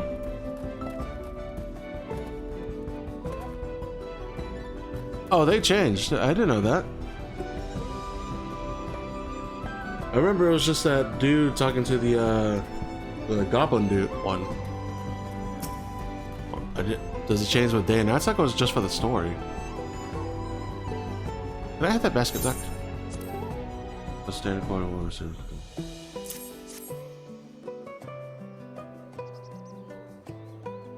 Thanks. Now let's see if we can turn a profit. Well, Nock, I'm glad we found you. Are you interested in making a trade? Third promise. You wish to do business with me? Might I ask what this is all about? We need money, yo. I mean, I could supply all the money right now, but okay, they won't let me because of plot. I see. So the goal is to turn the basket of wool into a jug of 3-year-old premium mezcal. Then allow me to invest in your efforts. Peace in Tural is what allows me to cross freely into the lands of my suppliers. Naturally, I would prefer that one pledge to preserve the peace win the throne. Thus do I humbly offer you this wool poncho, a small token that I pray contributes to your victory. Oh, that's fine craftsmanship. A garment like that would easily fetch 5 pel in the hundreds column. That's very generous, Bolnock. Thank you. I promise I won't let you down. I have every faith in your third promise. May fortune bless your future dealings.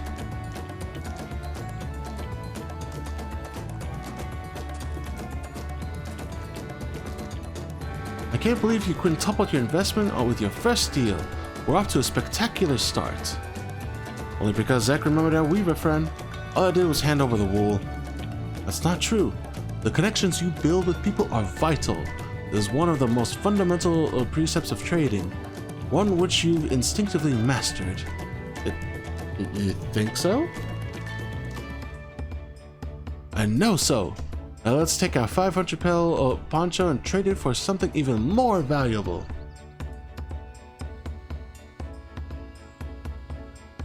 Here, Zach, you take the poncho. If I lost it somehow, Aaron would never let me hear the end of it.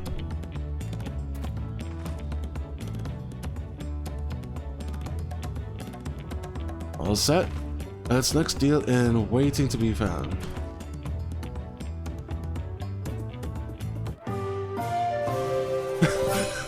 What the fuck? Excellent trade. You traded 100 Pelu basket for 500 Pelu poncho. What the fuck was that?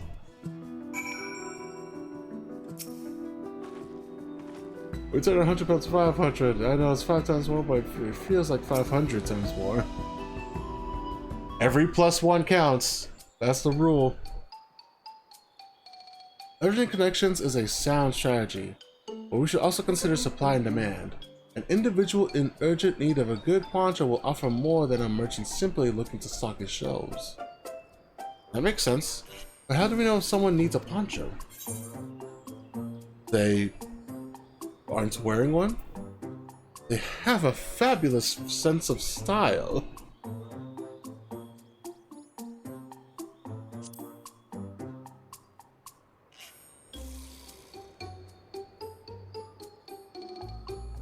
It's a nice sturdy poncho, but the design is traditional. I don't think fashion is part of its appeal.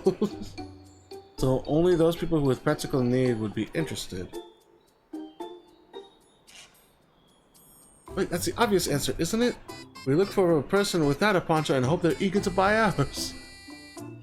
Yes, there you go. We find the demand of our supply. So where should we begin our search for prospective buyers?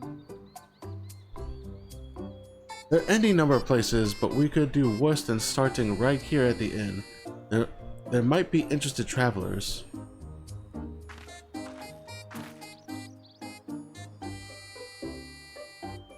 Who here needs a poncho? A lot of Mamuja hardly wear anything to begin with. Those are probably Landsguard or sail swords. Mamuja who soldier for a living prefer not to wear much above the waist. It hampers their movements. So even if they have bared shoulders, Mamuja carrying arms can be struck off the loop.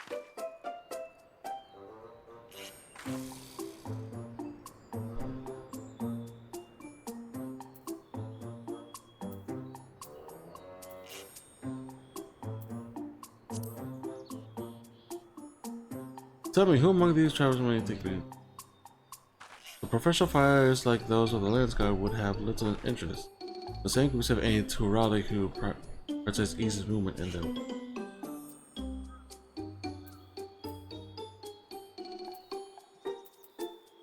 This one. Let's see. No coat or cloak, but also no weapon. Oh, we might have a winner. Like I said, it was just for the story. Oh there, friend. You're not a mercenary by trade, right? I was curious about your bold choice of dress, or lack thereof. Get my drink again? Well, another drink. Oh, it was no choice of mine, believe me. I was attacked by beasts on the way here and barely escaped with my scales intact. My coat was not so lucky. I'm actually a toolmaker from Tuliolal, and was dressed quite smartly. All the better to show the Pelu I am a man who takes pride in his appearance, and therefore his work as well. But now look at me. Well, sir, this is your lucky day.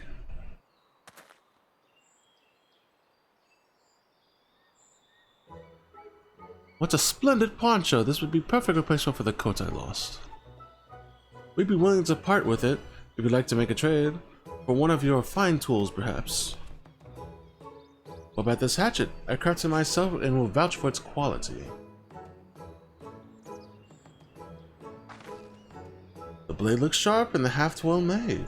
I'd rather that one pel in the thousands. Oh, from 500 to 1,000, we have a deal. Wonderful. A fine garment such as this should put me on even footing with any Pelu merchant. Like the eponymous owner of Milplu's mate garden for one, her field hands use hatchets to harvest the mate, and I thought to impress her with the tool I sold you. No matter, I have other wares to sell. Glad I am to have met you. Did you hear that? We've already found our next buyer. To Milplu's mate garden we go. Yes, but it's a fair distance on foot. We should take alpacas. Oh no! The dreaded alpacas. These ones will be the calm type, right? I don't know. The fuck you look at me for?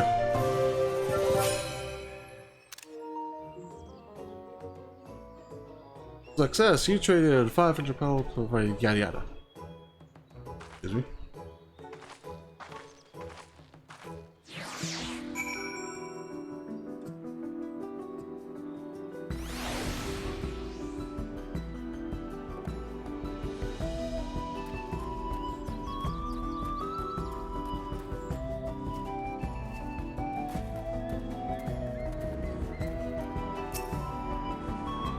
Here we go again, riding alpacas.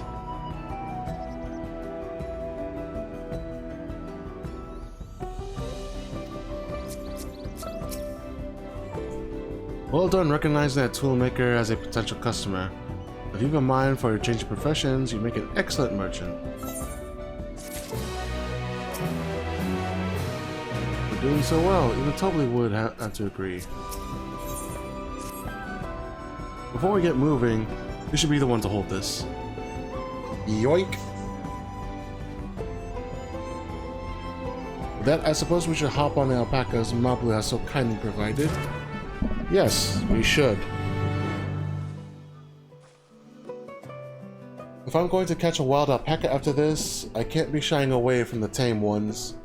Not that I'm scared of them, you understand, but they're nasty, disgusting, foul-smelling spit. Ready to go? Mount up. Whee! As up to the mate fields we go. Please don't spit, please don't spit, please don't spit. You'll be fine. These ones are accustomed to people. I still don't trust them. I have a knack for riding no matter what you say. Without our pack of friends, we Pelu would never made traveling merchants. Can you imagine walking all the way across Tural?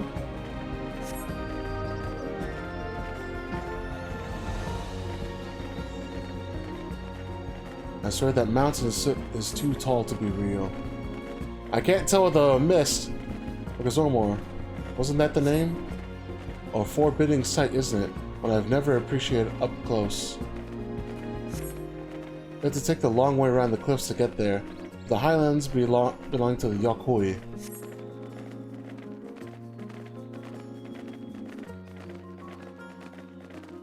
So Mablu, you said you were learning about the peddler profession? You don't care for the ranch work? Oh no, I love it. I love working with alpacas. But becoming a peddler has always been a dream of mine. It's just, I'm not sure I have the talent for it. If I can help you buying the taming saddle though, then it'd be proof that I can do this after all. In that case, you best get ready for it to be a merchant. Look, we're almost there.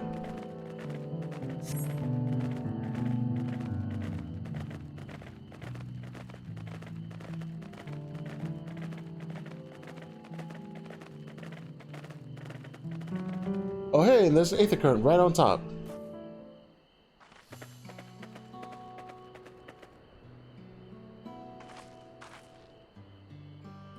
We made it, and without a single smelly incident. I sent the alpacas back to Ikuvo's inn, so we walk along the main road when we return to the village. Speaking of roads to travel, you were adopted by the Dawn servant, weren't you, Third Promise? That I was. And perhaps you understand, I was an orphan too, you see. Probably took me in. They took in all the ranch hands, actually. All of them? Yes. And everyone works hard at their chores, grateful for the opportunity to repay the head ledger's generosity. Yet here I am, only one wanting to go off and be a merchant.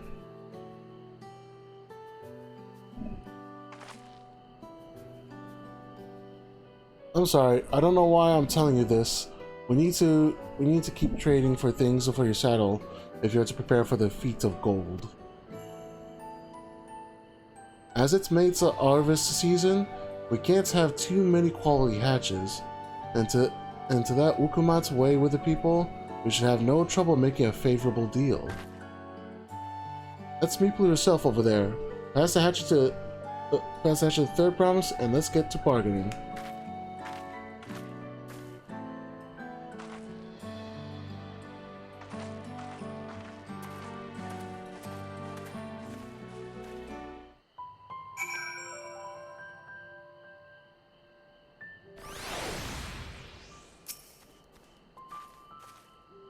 Did you give the hatchet back to Wukumat?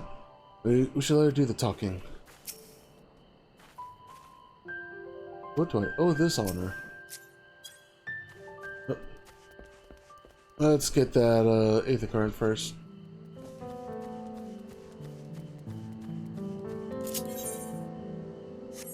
I want the Aether card, damn it.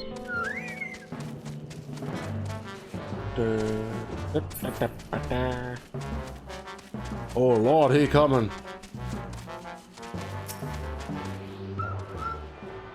Ooh, I'm about to make a name for myself.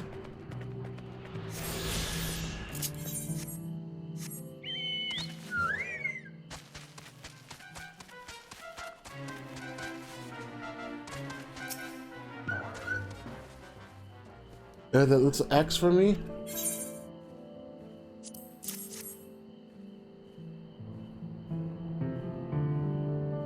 Thanks. I have to see what we can get for it.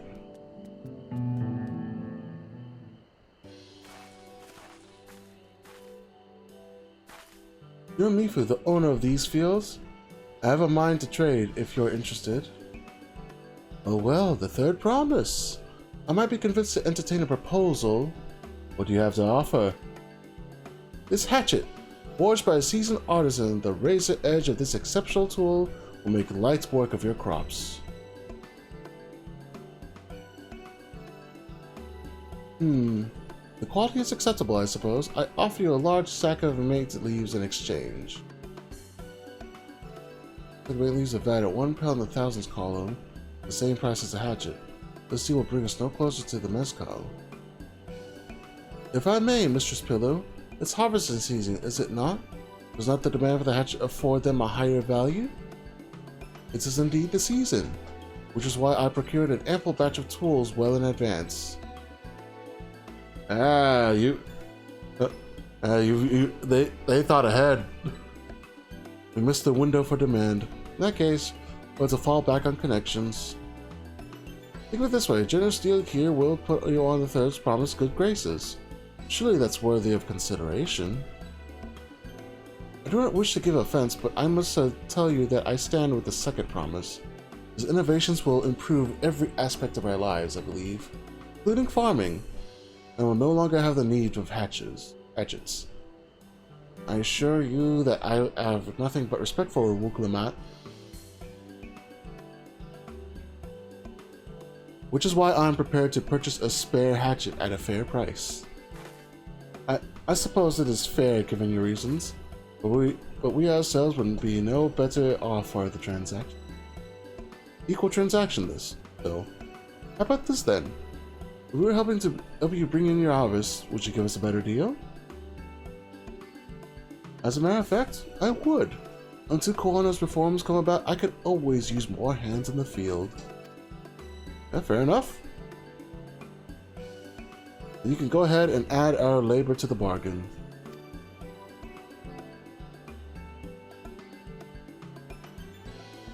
Add a value to tip the scales.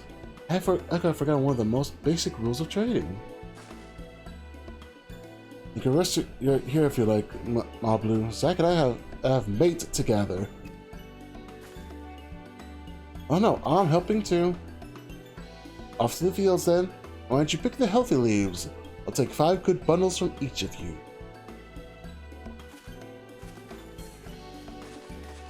Da, da, da, na, na, na.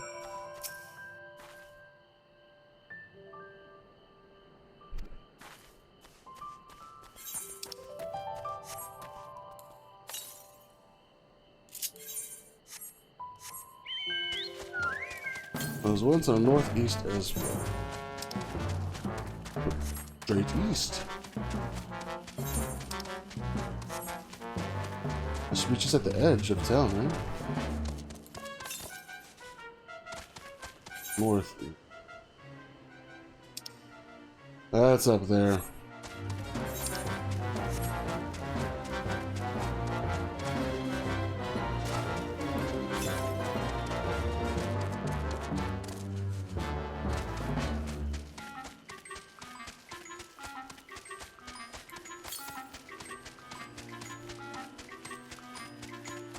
Hey, it wasn't that far.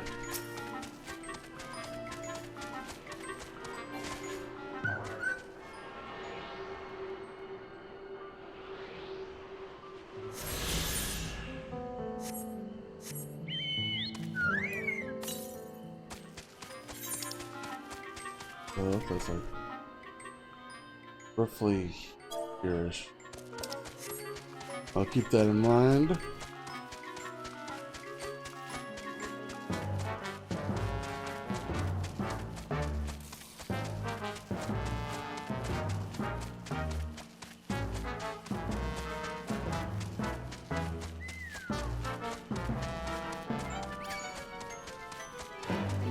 You don't want this.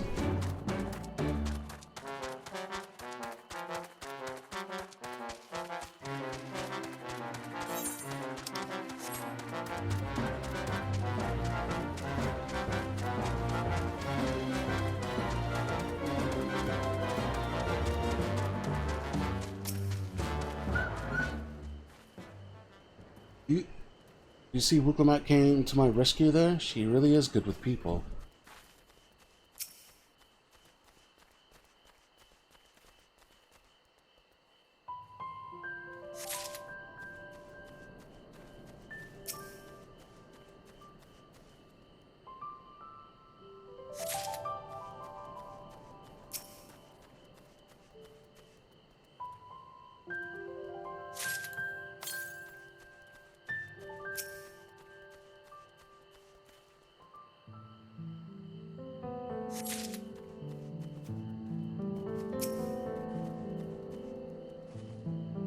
I wasn't sure Meeplu would bite, but it goes to show you never know until you try.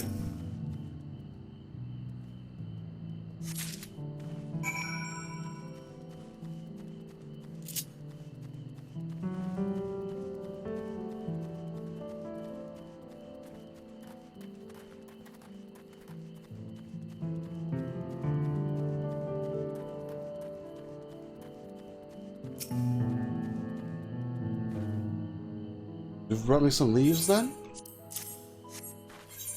Oh, wrong button.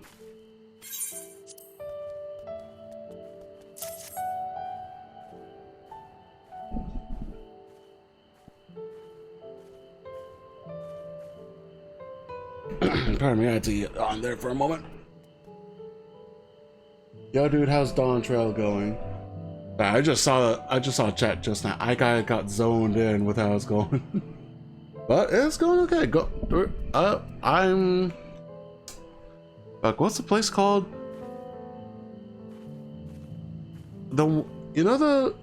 What's the one with like the farm steps or something?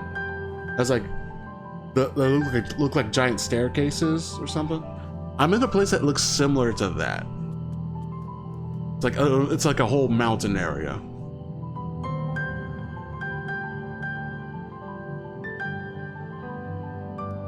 An acceptable harvest. We'll see on your parents trying to make any decisions though. Right now, our NPC friend, the cat lady, is learning how to trade. Here, we brought our share as well. Concepts like the Incan sort of. Yeah, I like the Incan buildings. Thank you, Third Promise. This is more than enough to hold up your end of the bargain. Now it's time to honor mine. After adding the value of your labor to the price of the hatchet, I'm prepared to offer you a full sack of our highest grade mate leaves. Premium mates. By the shop, one sack of those leaves would cost no less than 5 pelt in the thousands column. Ah, so you met our goal. Then we can bid farewell to this hatchet.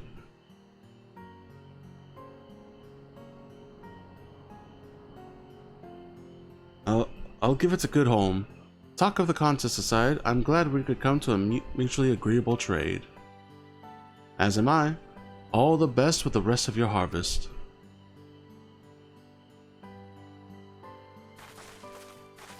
Of course, you know, the story kind of slows down because, you know, MSQ stuff. You know, story stuff, I mean. You know how RPGs are. Mablue, what's wrong? It's as I was saying before. Even after everything Tobli's done for me, I'm planning to abandon it all and become a merchant. But then I needed your help after forgetting a basic rule of trade. How can I expect Tobli to accept my decision then? Have you mentioned your plans to leave? Do you intend to give up then?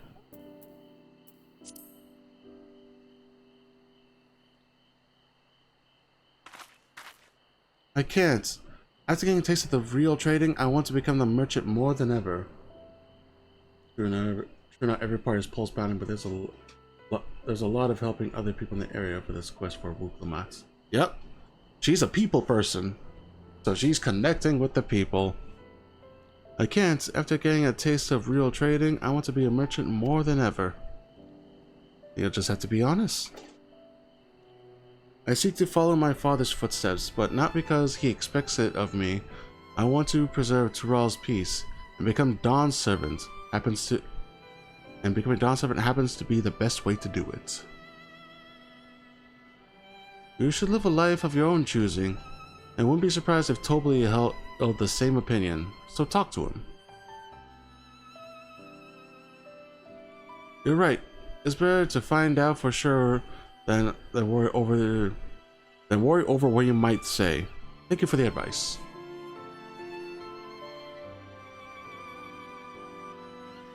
But first, we have a saddle to buy. I want that success under my belt so I can be sure of my decision. What's next then? Would I trade our tea leaves for something halfway up to 10,000 pel? No, I think we're close enough now. I can go straight for the premium mezcal. Bargain our way into double the value, eh? Think you can do it? Trust me, I will make this trade work. I admire you, Third Promise. That you're holding your own against such strong competition for the throne is inspiring. Am I really holding my own against Koana and Zoral Ja?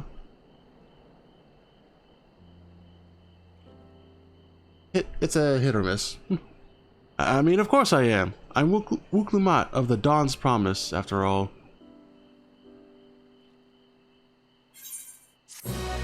Yo, why do I have a concerned look there?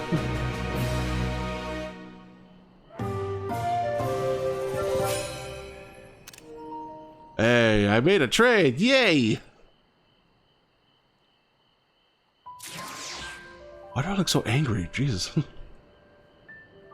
I mean, I'm naturally angry, but shit. I've never been one to take it slow. Once I have a goal in mind, it's full speed ahead. That's who I am. Before we go, let me give you the mate leaves. I don't need to risk proving Erenville's point. Ready then? Our next stop is the Mezcal Distillery.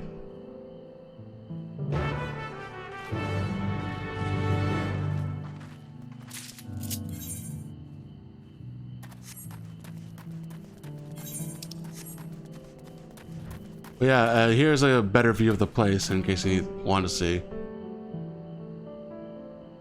Very mountainy.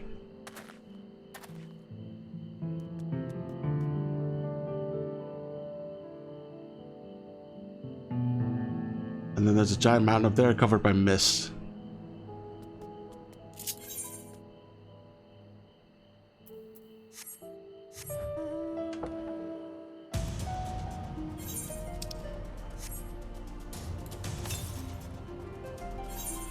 Southeast. You don't want this, buddy. You do not want this.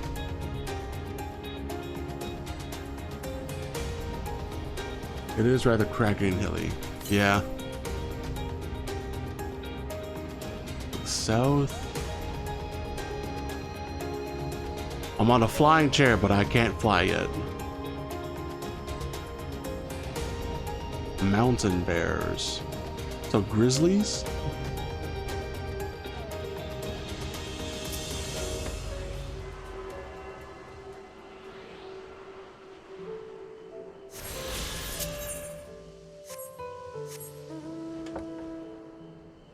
This place also has a very calming music.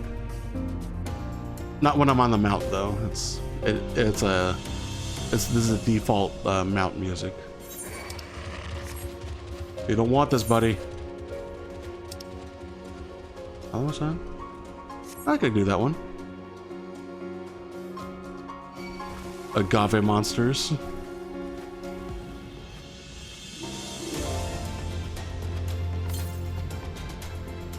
Southwest. Oh, that's beyond. That's in the area. Let's get a chocobo out.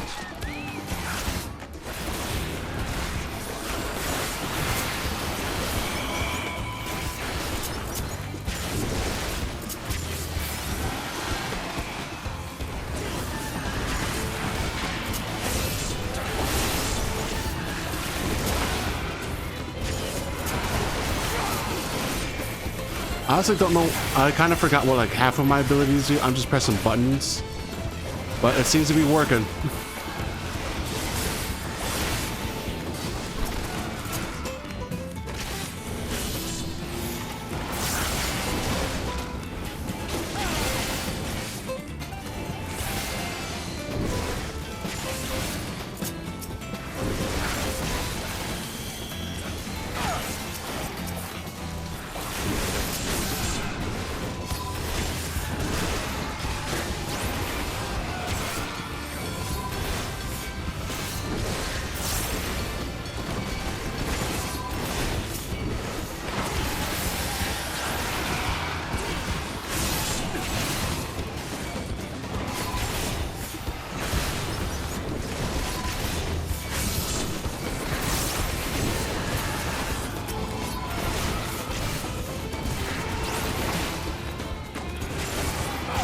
Alright, I need to look up the other abilities because I think there's like some upgrades I forgot about.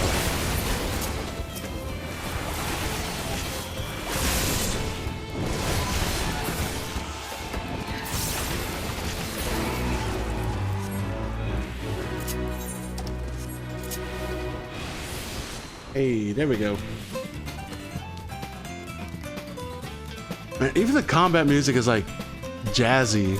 Is that the right word I'm thinking? Jazzy?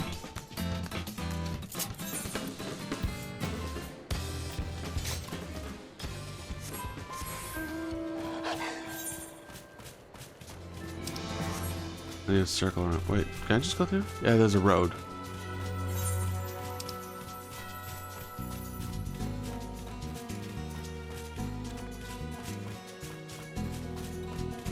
Fuck, this place is big.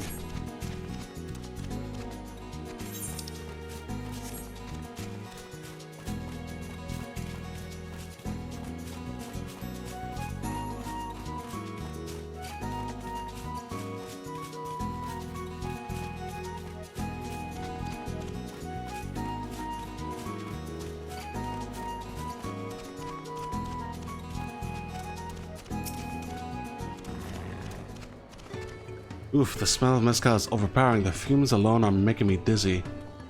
Mezcal is basically agave wine from what they described in the game. We'll want to speak with a man by the name of Gobley. Even among his fellow distillers, he's regarded as a master of the craft. He knows the value of his products, so if we're to convince him to trade for twice what the leaves are worth, we're going to need targeted information. That means asking around and taking in the gossip. If you can talk to people here in the distillery, Zach, perhaps Wuklumat could do the same at the village entrance. Meanwhile, I'll head to the north side and see what I can learn. I don't want to apologize. It's got a Spanish guitar and sounds nice though. Yeah, Spanish guitar. That's what I'm thinking of. My brain did not brain this late at night. Me? I'm a chef from Tuliolal. Tuliolal? Yeah, Tuliolal.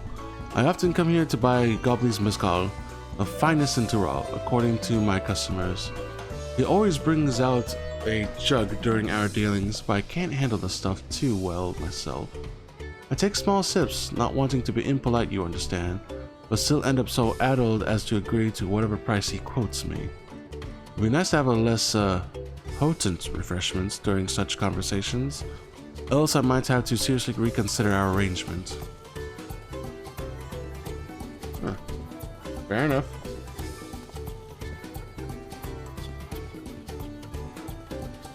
Oh, hold on a second.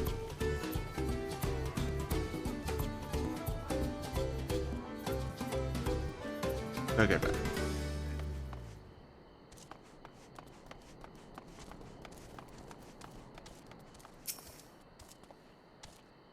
Alright, that's what this like entire so far of the expansion reminds me of. It's like all South American.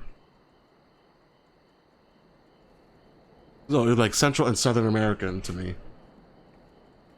Goblin might be a deft hand at distilling, but he's got no sense when it comes to appearances. Rumor has it he's been invited to the palace for business negotiations. If he presents himself to the court wearing his usual rumpled attire, though, he'll be laughed out of sun perch.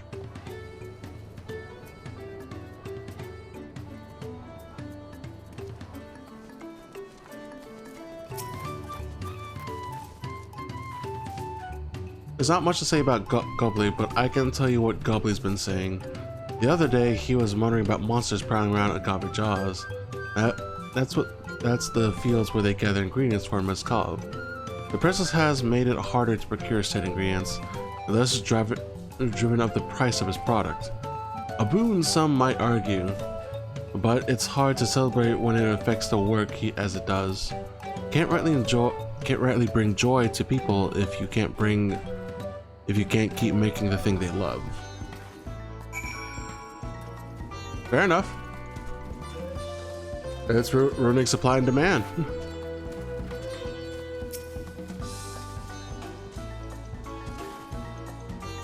Oh, what did you find out? Ooh, we can make use of all those tidbits. The deal is as good as sealed. As for me, I found out where Gobley is working. There's a millstone at the top of the slope behind the distillery. You go ahead and I'll bring Wuklumat. Millstone? It must be up there then.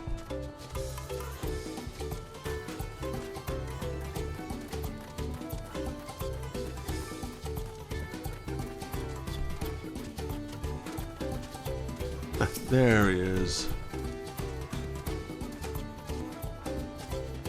You have business with me, sir? Why don't we talk down below so as to not distract the alpaca from his work?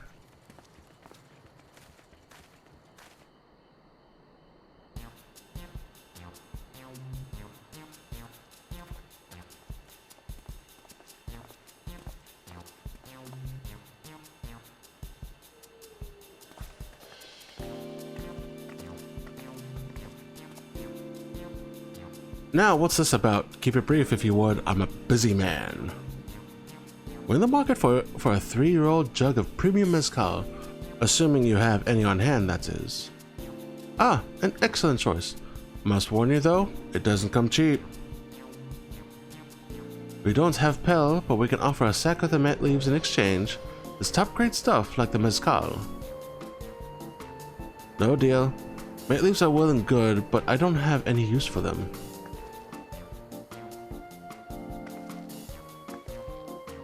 No deal? Just like that? Still, I'd hate to send you away empty-handed. Why don't we sit and chat a while over a cup of mezcal? Oh no, he's gonna try to get us drunk. Now the real bargaining begins. Which of our cards do you want to play first? The Beagle's chef's distaste for strong drink. Those place for the palace. Well, let's go with a distaste for strong drink.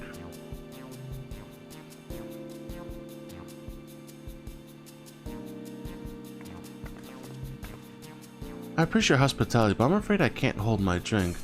I've heard one of your regular customers, a Hobigo chef, is the same. Because not everyone can enjoy mezcal, I wonder if you might benefit from having other refreshments to offer. Something like met tea, for instance. And brewed from the finest leaves, of course. Ah, you're right, absolutely right. Got played, motherfucker. I had noticed a growing reluctance on the part of the Hobigo friend, but did not realize myself I was to blame. I must endeavor to be a better host. Still, even with the added value in mind, no sack of leaves is worth mezcal you offer. You were after. I forgot the words. Should we offer to call the monsters causing them trouble? Not yet. Yeah, not yet, yeah. See, Bob Blue knows. Not yet, we'll keep that card up our sleeve until we need it. She knows. She knows. As I expect you're aware, the rite of succession is currently taking place. That's why the third promise has graced us with her presence. When the contest is decided, the subsequent ascension ceremony and banquet will be a prestigious affair. If your mezcal were to be served there, it would bring your distillery immeasurable fame. Wait, could it be that your rumored invitation to the palace is to discuss that very possibility? As a matter of fact, yes. I must admit I'm still reeling from the abruptness of it all. It would be a great honor and opportunity if I could secure the deal. Well, I should think your exceptional mezcal would speak for itself. That said, there's no such thing as being too prepared. And first impressions last. You'll want to be wearing your very best when you talk into Volokshunsa. It would be such a shame to miss this chance of a lifetime simply for want of proper garments. You're basic. That's what we saying, buddy. You're basic. That it would. Are you saying you have garments to offer? Something ideal for court? We have no garments on hand, I'm afraid, but we can provide you with the next best thing. An introduction to a weaver. His name is Bol Nok, and his works are highly regarded in Tuliolal. Look at her, she's got the fucking merchant face down. She's fucking devious on this shit. As a supporter of Wuklamat and keen observer of palace politics, he will doubtless be happy to guide you in the selection of an outfit that fits his golden occasion. It is certainly a tempting proposal, and one of which I should like to take full advantage, but the scales still aren't quite balancing.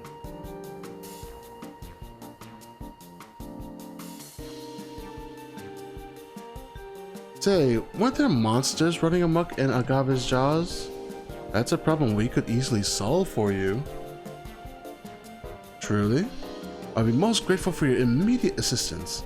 I was resigned to hiring cell swords to clear them out. Factoring in that saved expense and introduction to a trusted weaver, this is shaping up to be a sound bargain. Alright, you have a deal. Yes, I knew you'd come around. Give us a moment, and Zack and I will take care of those prowling nuisances.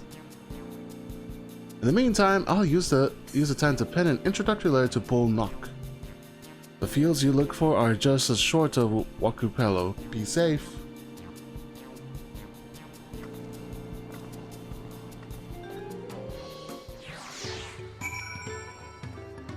Da, da, da, da, da. Please be careful out there. That young woman is one former leader.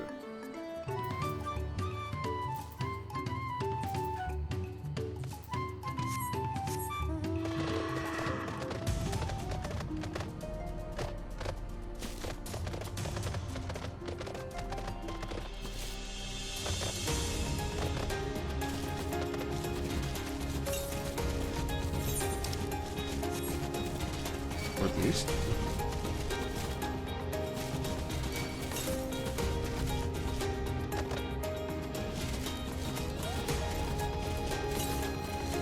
Not far.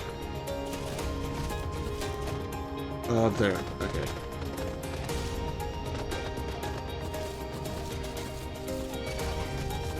You don't fucking want this. Get the fuck back. None of you want this, buddy.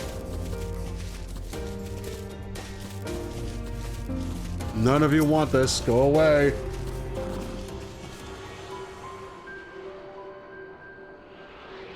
Oh, that's a Hans right there.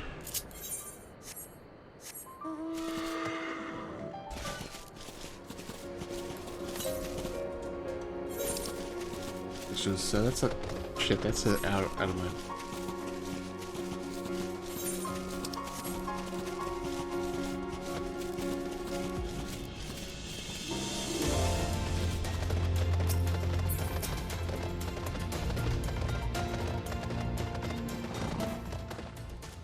That should be a garbage jaws just over there. Let's go. We go faster. We split up. Come and find me once you finish clearing your share of the pests. Oakley dokley.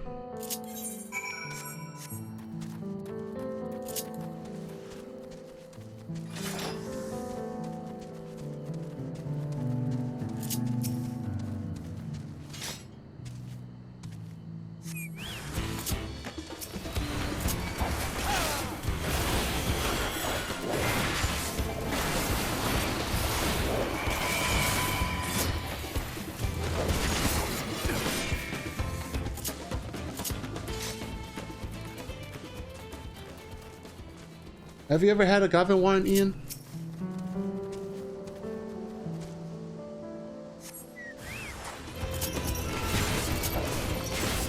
Random question. I've had the agave nectar and agave wine before. It has like this unique sweetness to it.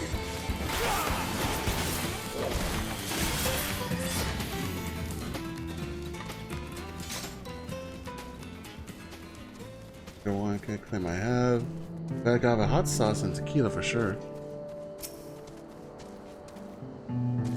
That's right. They make tequila from it. I forgot about that. Yellow bird hot sauce with agave is excellent. I haven't had yellow bird. I've seen it on my store on the shelves of my store, but I never really had the chance to like buy it. I should buy that the next time I'm at work. If it's a creature hunted Papa, this was no challenge at all. Well, let's head back to the distillery. All that's left is to give Mablu the sack of leaves so she can seal the deal.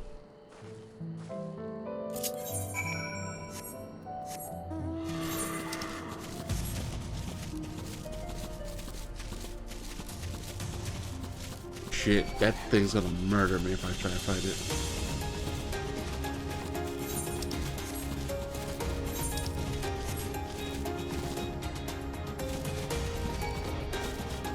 We don't want this.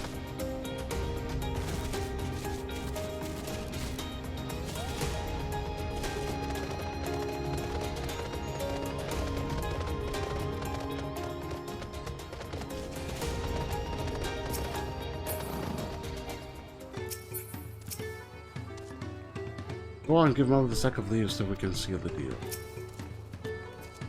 Finished already? Even harder mercenaries would have taken longer. These monsters were no trouble for you, it seems. Now, if I could just have the sack of leaves. There you go.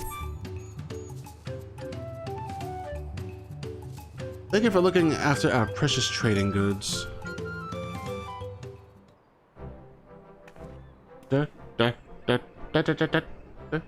Your monster problem has been resolved, Master Gobbly. Here are the mate leaves? I'm not sure it's mate or mata leaves. I'm calling them mate leaves. And a written introduction to Bull Knock as requested. As agreed. Man, I don't know how to English. How do word? Then the deal is done. Here, your jug of premium mezcal, aged 3 years. Please accept it with my compliments.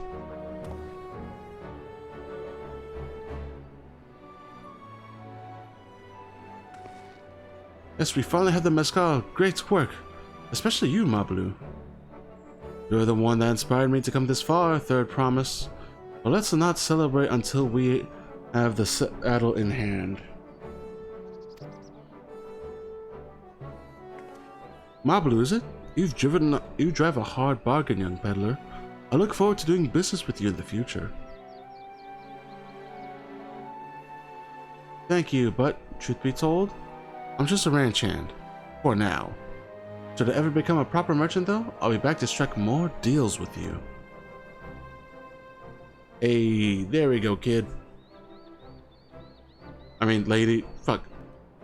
I keep forgetting, because of the way they look, they're not children, they're adults. They have like her boss, like although looks like a kid, had a super fucking deep voice.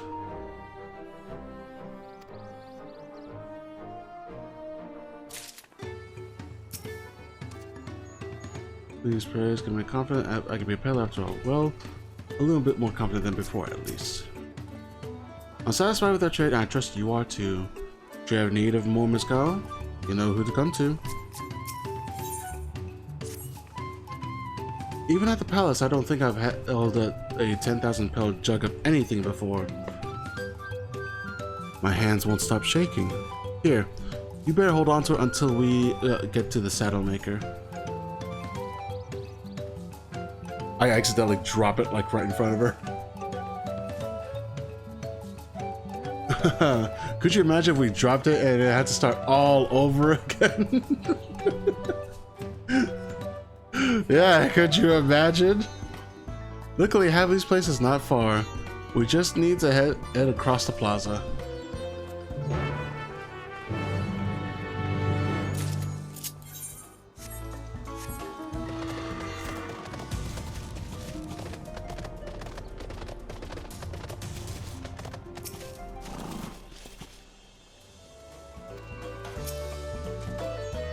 Press is found. Bring me a jug of premium mezcal or go bargain with another saddle maker. This is it, the trade we've been working towards.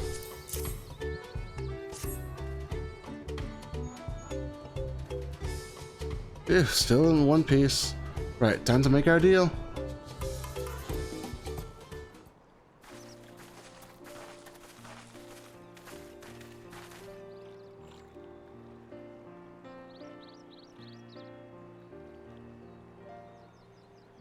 Get your tools ready, saddler. We've brought your precious mezcal.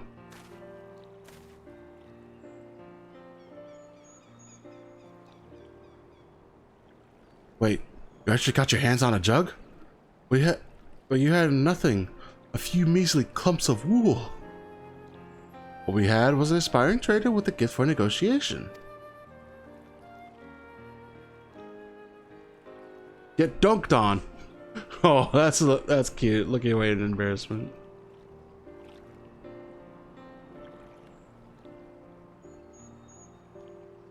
Although I'd sooner aid no claimant but Zoral Ja, I cannot go against the guiding principles of the Pelu.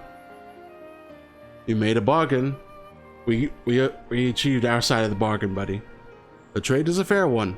I will craft your saddle, third promise. Great! Stay and wait if you like. I have all the requisite materials, so it won't take long.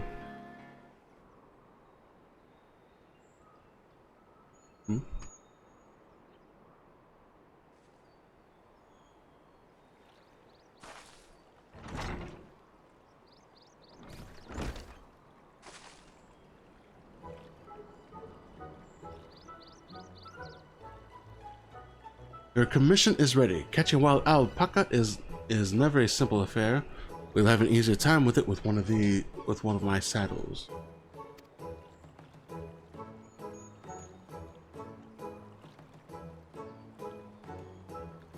Now, if you don't mind, I have other work that needs finishing. Ah, I could taste a smooth mezcal already.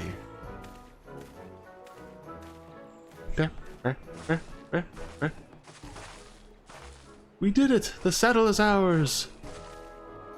I could just bought it. And you think and to think we started out with only 100 pel basket of alpaca wool. Mablu, you're going to be an incredible merchant. Thank you. It makes me glad to hear you say that, third promise. We got what we came for, so let's return to the ranch. The others will be waiting.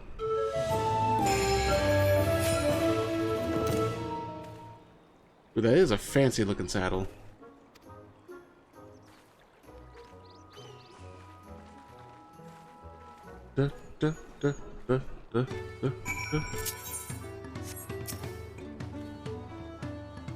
So that was the third promise. She's not spoiled, and she's not the spoiled Antizza daughter I was expecting.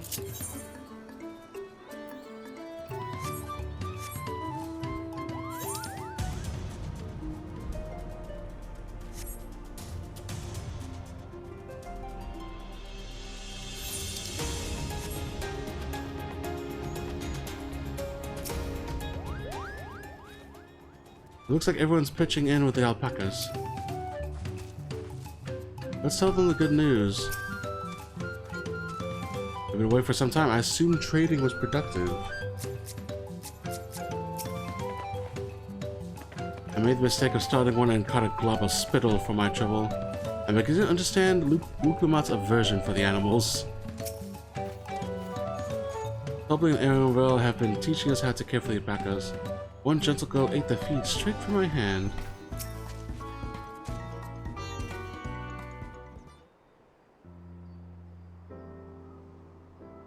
You've acquired the saddle then? Yes. And thanks in no smart to that. Yes, and thanks in no small part to Mablu. Before you rush off to catch an alpaca though, let me teach you how to saddle one. I'll bring out one of our wild-born friends so you can practice.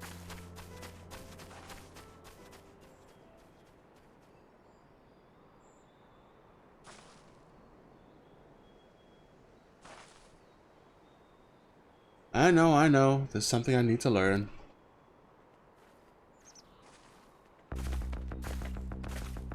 Oh god, the music got serious.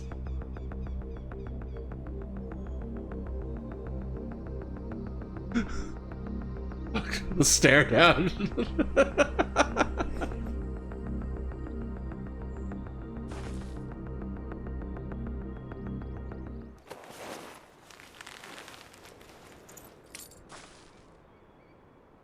Great sunken gods, I did it!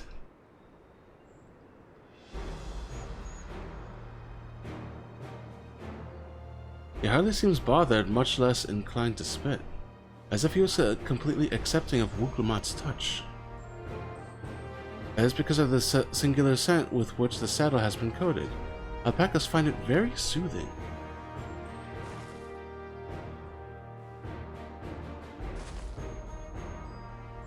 You know, I've never taken a good look at one of you before. But you're actually kind of cute. Spit! You're only now noticing that? Oh shit! Zorolja, he's back! He caught a fucking golden one? The fuck? I did exactly what he set out to do. How the fuck? Alpaca's bot. He's brought. Is it just me or is it glowing? I heard tales of such a beast. They say the golden alpaca lives a solitary existence deep in the valley, where it shuns the company of both man and its own kind.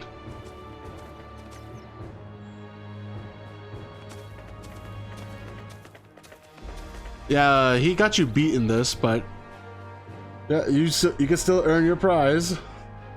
How did you manage to stay a prize like that? A beast knows its betters. Faced with overwhelming strength, it will yield rather than risk death. An apt illustration of how greatly the power of the first promise exceed yours, Wuklumat.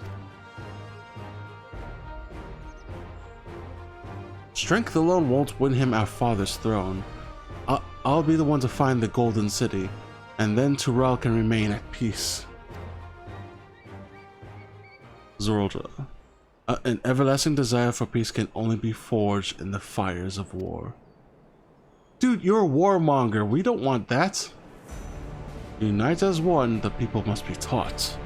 They must suffer the horror and hopelessness firsthand. Dude, what the fuck? What the fuck? Exhaustion from prolonged conflict, the wages of war's merciless nature, these are what moved the clans to join in the founding of Tuliolal all those years ago. So you want to Mortal Kombat this shit? Consider the younger generations of this village. Since birth they have basked in unbroken harmony, and behold, they regard war not as tragedy, but opportunity. Thus does the resilient sun seek to provide education. He offers much needed lessons in the realities of conquest and renewed appreciation for peacetime. Peace through war? What kind of logic is that shit? 'Tis true that war's misery breeds a longing for peace. But I have seen with my own eyes what becomes of an empire forged through the violence you propose, the rebellions it spawned, and the ruins it left behind. The Guardian Empire was a congregation of simpletons. You know then. The oppressed fought back against their oppressors, as well they should. Men are not beasts.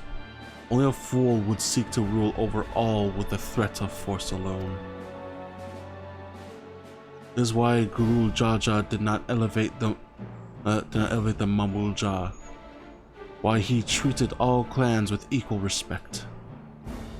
However, the first promise, as his gaze fixed upon more distant horizons, unites not only Tuliolal, but the star in its entirety. Dude, you're just doing what the Guardians are gonna do. What? Why? I need not explain myself to you.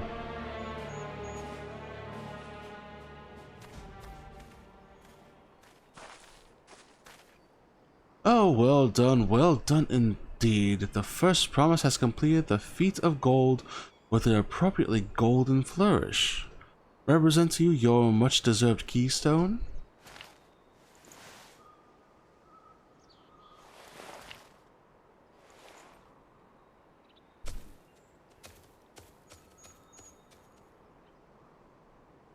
He's always been like that, never sharing his innermost thoughts with me or even with Koana. It's like we're not even family.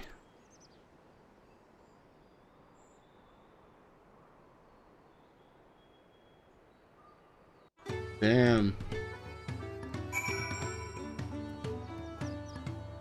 You okay, Wuklumat? I can never agree with Zorlja. I want Tuliolal to be a land of peace, now and always. A golden alpaca in the flesh, like the Golden City. I thought them a children's tale. What kind of idiot thinks the world can be united with war? Even most Guardians have since realized that their conquests were a mistake. Zorlja is willing to go to war for his twisted vision of peace. But she achieves this peace, then what? So much of our star has begun to embrace the reconciliation and rebuild. And this would-be warlord would thrust it all back into turmoil. We cannot allow it to happen. That's for sure. I'll ponder Zorlja and his mysteries later. Right now, I need to think about finishing the feat of gold. I have my saddle. I've practiced how to use it. So lead on to where the wild alpacas roam. The valley of Urunkanka is northwest of here. Come on, everyone. Even if we can't enter ourselves, we can see Wuklamat off on her hunt.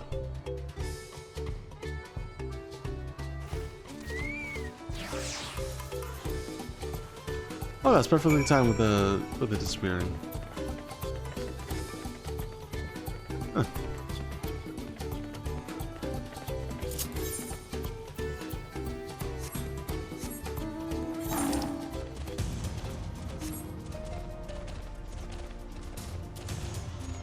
Da da da da da da da.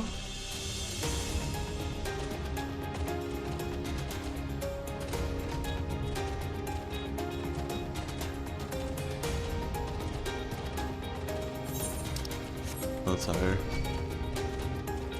You don't want this mole.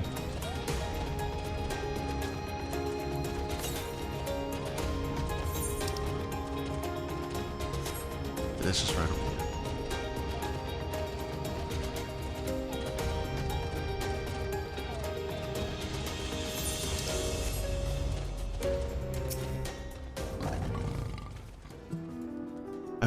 I've never set foot beyond this point. The valley is said to be a home of fiends far more ferocious than spitting alpacas. How deep do you think the valley is? I glanced over the edge on the way here, but the mist was too thick to even speculate. Bublu's right, the reason we knew is that we were cheering for her. Dorjan may have caught his first alpaca first, but that doesn't mean Wuklamat is out of the ring. She can do this. What is a steep and treacherous place? Only those of the head, ledges, or blizzard permits to go there. What's this with about the valley?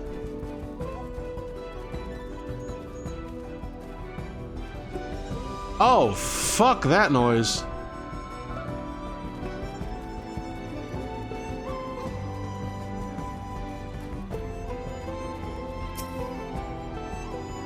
I can do this. I know I can. Let's see here. Cheer, cheer, cheer.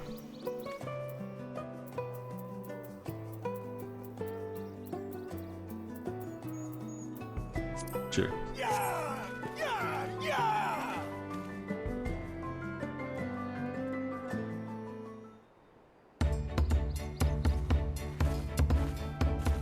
Good luck there, Promise! Thanks. I'll need it.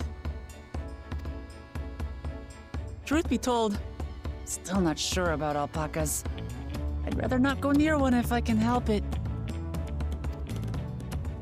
But if I'm to rule this nation, then I'll need to learn how to live with them. Tural is their home too. Hey, you're learning. Right. I'm off.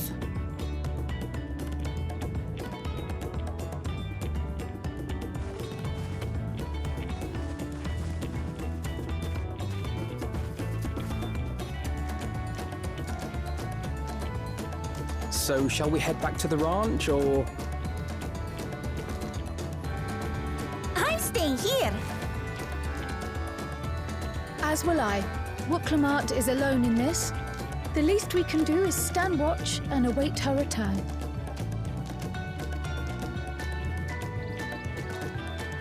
Fair enough. Aaronville? It may be a while yet. Help me pitch the tent. Okay.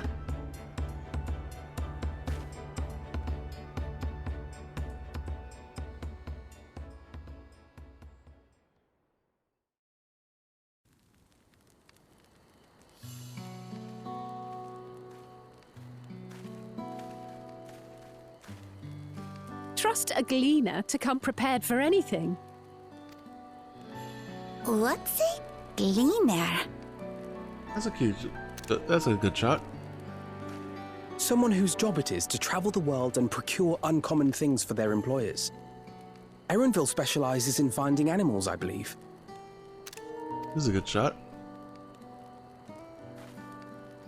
But aren't you a Shaitana from Shak Tural? Why did you cross the salt?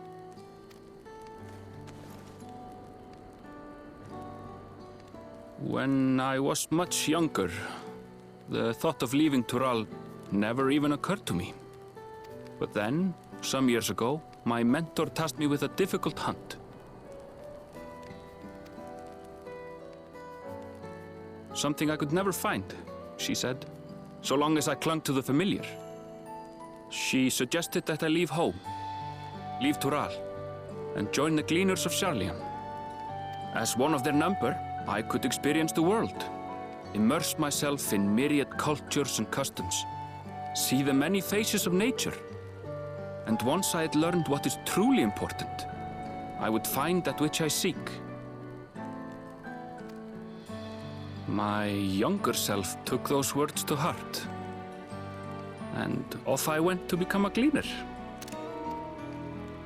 Her words alone moved you to leave behind everything you'd ever known? You must have great respect for your mentor. As it happens, gleaner work was much to my liking, and I all but forgot why I had pursued it in the first place. Oh? Yet, events conspired to put me back on the trail I'd abandoned. Wait, are you saying you were tasked with finding the City of Gold? I was. And though my hunt is now entangled with the right of succession, I mean to see it through. Wait, my brain didn't process that for a second. You were sent to find what? You were sent to find this a long ass time ago? Well then, I understand completely. We all have our reasons for seeking the Golden City. Which is all the more reason for us to work together. Just so.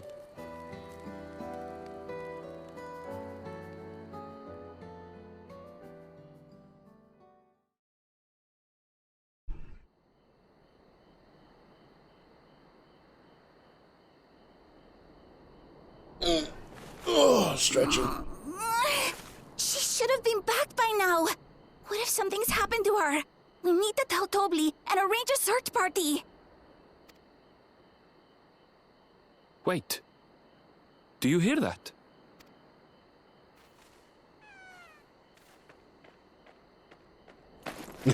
She's writing it.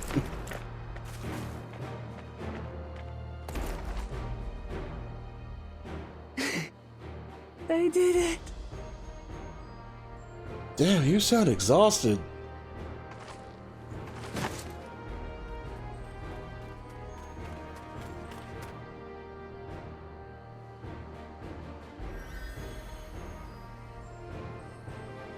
You're utterly spent, and small wonder.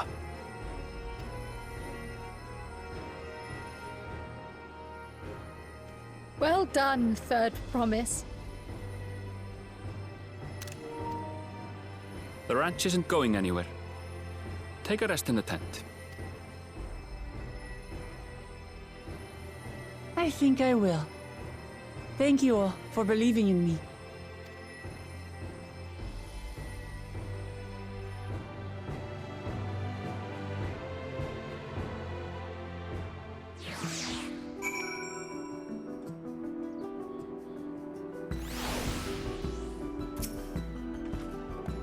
Afano was quick to lend a hand with dismantling the tent.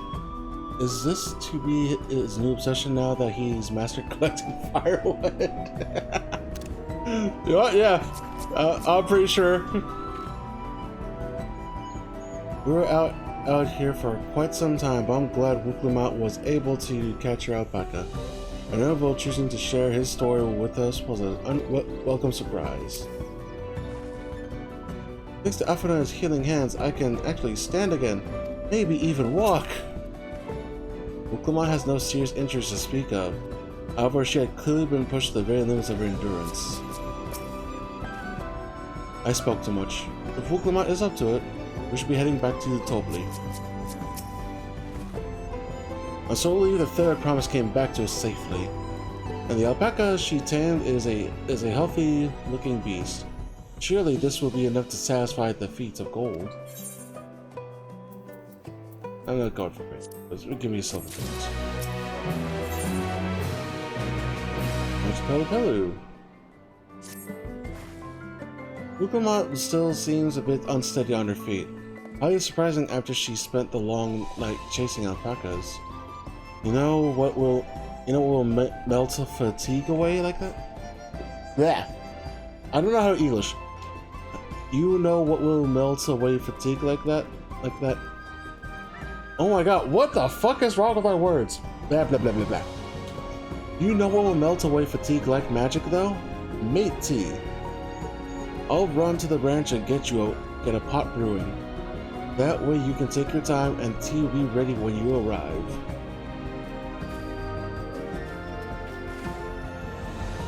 As Mablue so wisely suggested, we shall set a slower pace for our exhausted third promise.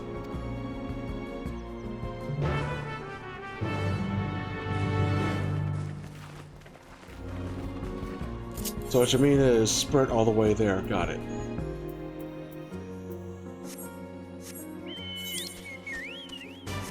Oh, I have a quest right in front of me, let's do that too.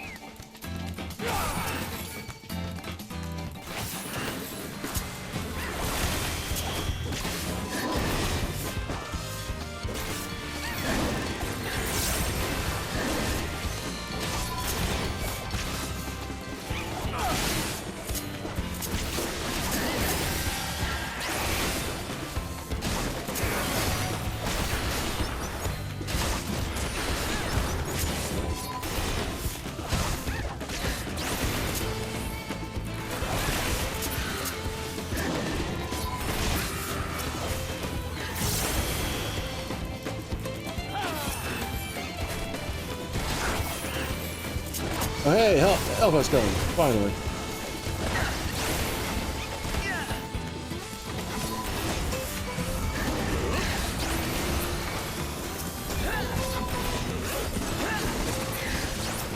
Oh dang, did I interrupt a fate train?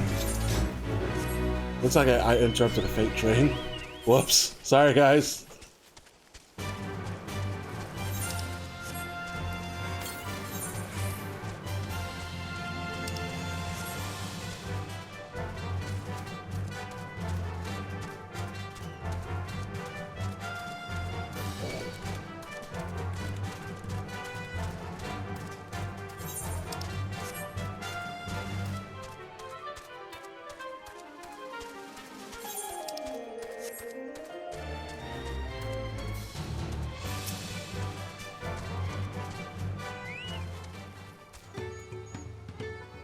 Came back ahead of the others, did you? I sure along with the tea then. Ukuma can't be that far behind. Nope, she cannot.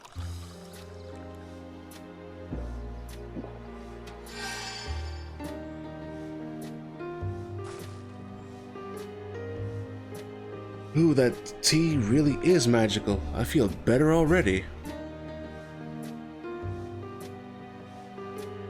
I see you've become more comfortable around our fuzzy friends. Watching this one taught me a lot about alpacas. What grasses and fruits they eat, what sounds they react to, their adorable little quirks. I guess I've grown kind of fond of them. Welcome back, Third Promise. Accomplished the feat of gold, have you?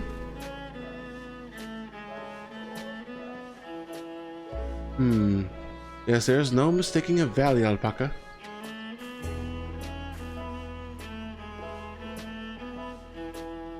commend you on your success. Well done.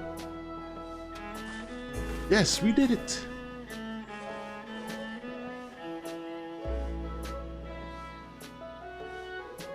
Although, I couldn't find any shiny ones like Zoral Jaw did. I'd be surprised if you had. Golden alpacas are born once every few decades. They're elusive, solitary creatures that are rarely seen, much less captured, thanks to their innate physical and magical gifts. I'm willing to bet that's a golden mount. Probably costs like 50 million gil or something. I'm guessing compared to the other golden mounts I have. Only a single other person is known to have caught one before, that being Gulul Jaja himself. Oh, you bet that's gonna be a golden mount.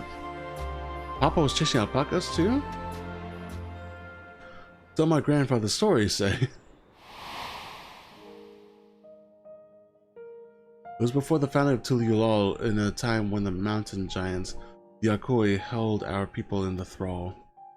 Compelled by their overlords, our forebears would ride their alpaca mounts to the hot islands to deliver gifts of food and other tributes.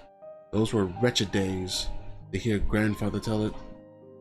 Then along came the young Gulul Jaja, yet unburdened by the mantle of Dawn's servant.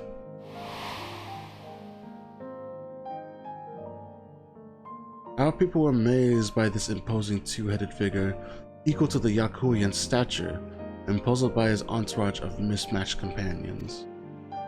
Some, troubled in fear, believed a new conqueror had come. Yet Gulul Jaja showed no such inclinations. He sat and spoke with us, sipping from the cups of tea we offered him, and grew somber when he learned of our plight.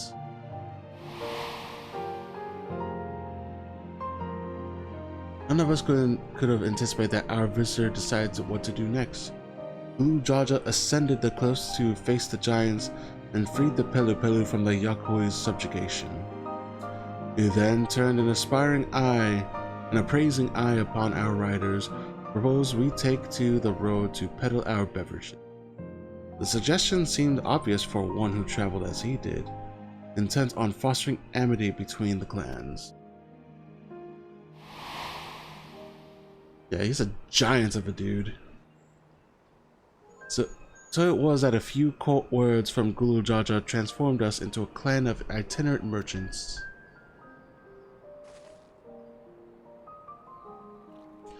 I've never heard the bond Papa forged with the Pelu spoken of in that way before. The saga's not so detailed.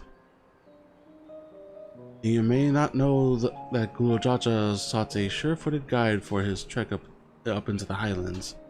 Thus did he capture a golden alpaca. So both my brother and father caught the rarest of creatures. An ordinary one was the best I could manage. The feat required no more than that, third promise, and you brought back a perfectly wonderful beast. That's right, you're a perfectly wonderful beast. If anyone's ordinary, it's me.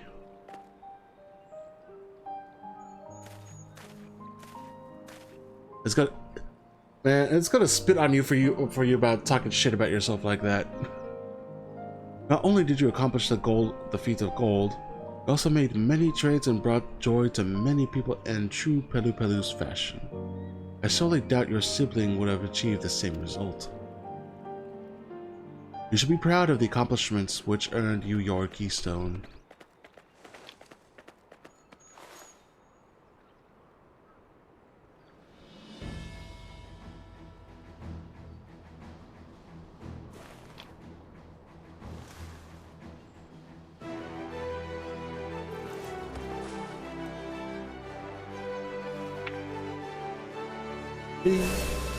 Hey. 5 more to go. You're well on your way, third promise. We'd have been lost without you, Mablu. Thanks to you, I learned so much about the Pelu people and your customs. It might seem obvious, I've come to realize the importance of properly knowing something. It was because I didn't understand alpacas that I was uncomfortable around them. I'm thankful to you as well, Wuklumat. You've given me the courage to say that I wasn't sure I could ever say.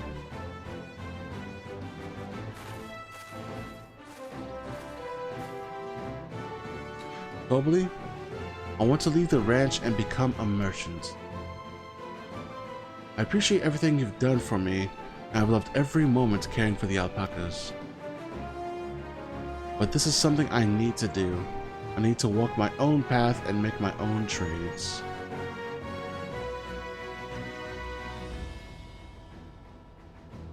As your parent, allow me to say one thing.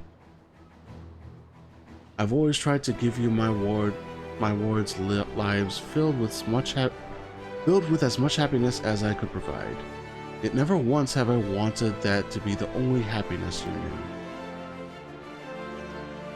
You have my blessing to walk any path you choose, Mablu. It gladdens me to hear you found a calling you wish to pursue with such passion. You would make an exceptional peddler, I'm sure of it.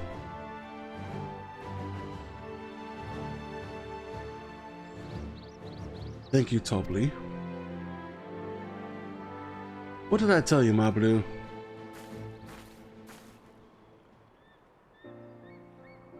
There's one last thing I can help you with, Third Promise. You need to find the Golden City, right? That's the end goal. I suggest you talk with a Yakui. The Giants?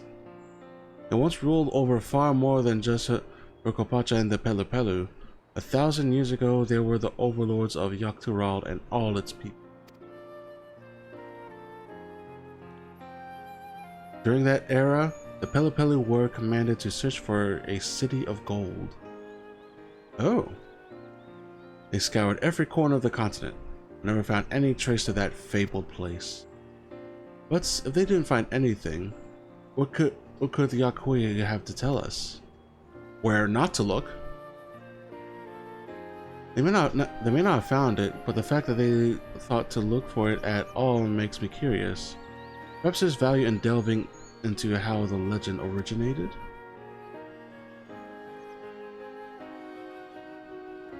We lose nothing from asking the question. Besides, if we're determined to follow the path of the saga, we'll be visiting the giants eventually. I wonder how the giants look.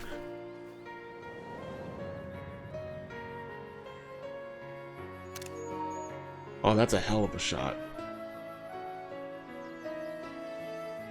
Oh, Crow, I have a question I've been meaning to ask, and since we finished with the feats, where did you acquire that earring? My earring? Do you recognize it? Yes. Pieces just like it first became fashionable in Yaktural around 20 years ago. Since then, it's become common to wear one as a charm for safe travel. 20 years ago, right about the time my grandfather made his journey. Yet the Dawntrail implied the earring was connected to the Golden City in some way. Surely there was more to its significance than simple fashion. If you want to know how it came to be crafted, I could try to find out. Seeing as it's a regular seller for many merchants, I'm curious to learn about it myself. I would appreciate that very much. Thank you. Jumping feet first into the peddler business, eh, Mablu?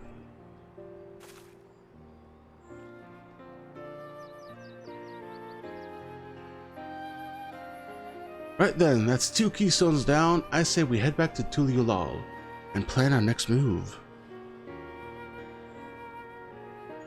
I'll be ending the stream soon. I just got way too into the story. Farewell for now, and thanks for all your help. I will become Dawn Servant, so make sure you set aside your best missed call for the occasion. In like 10-ish minutes, 12-ish minutes.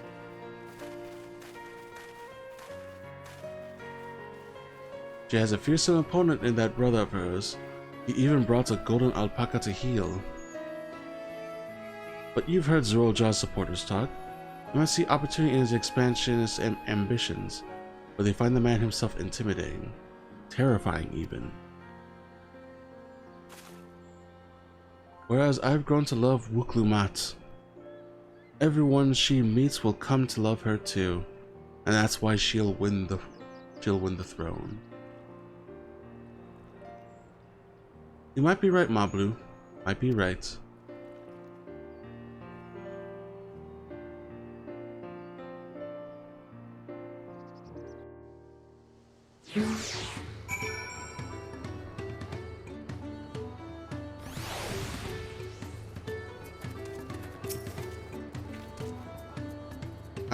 I never dared hope we would find a lead for this eating mystery so quickly. That makes 2 of 7 keystones so far, so good. The Yakoi once ruled the entirety of Yaktural. I'm curious to see what has become of them. I expected much less from the moment I saw them, but winning the contest against Zorolja will not be. It feels good to have the feat of gold safely under our belt, even if my victory pales beside Zorolja and his shiny golden alpaca.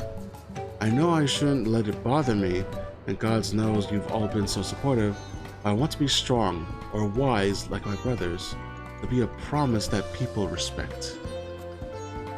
Which is not likely if I stand here carrying on and on about things. Let's move on. Back to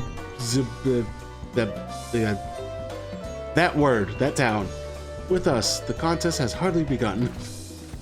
See, I have no idea how to fucking say that. Okay, now to unlock some quests for ether currents. I'll get to those eventually.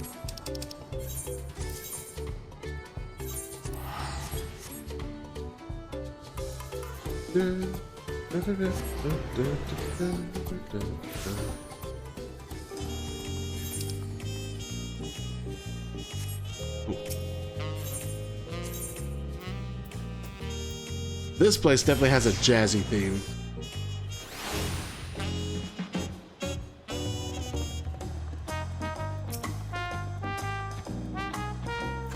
A golden alpaca.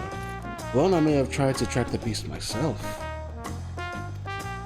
Traveling with so large and diverse a group is unfamiliar to me. If she could see me now. I've heard there are hot springs in Urkopacha. Mayhap, time permitting. I have not forgotten our obligations to Wuklumat, of course. Having immersed ourselves in the cultures of others, though, my anticipation for the new experiences this adventure will bring us has only grown. Either Koana or Bakul Jaja appears to be in Pelu. I imagine they're around somewhere, making progress even as we are. Yet in a contest like this one, it's only a matter of time until the claimants are pitted against each other in direct competition.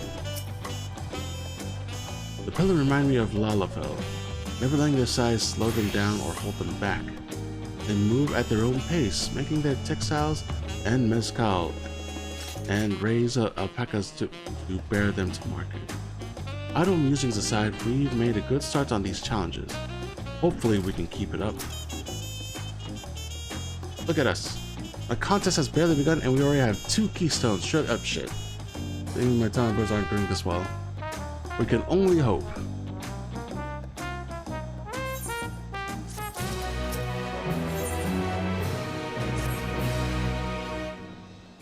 Let's at least get the next set of quests started.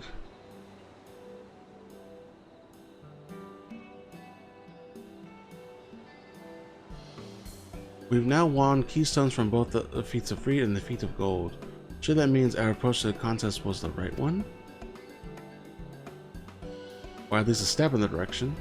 So it would seem, by continuing to retrace Gulu Jaja's journey as presented in the saga, we should find the remaining electors in turn. Let us visit the Giants next. Like Cryo said, the fact that they were searching for the Golden City might mean they know something useful. The Yakoi is in the upper reaches of Urkopacha. Unless you're keen on scaling the cliffs, we'll have to take the long way around, Ukozama Uka.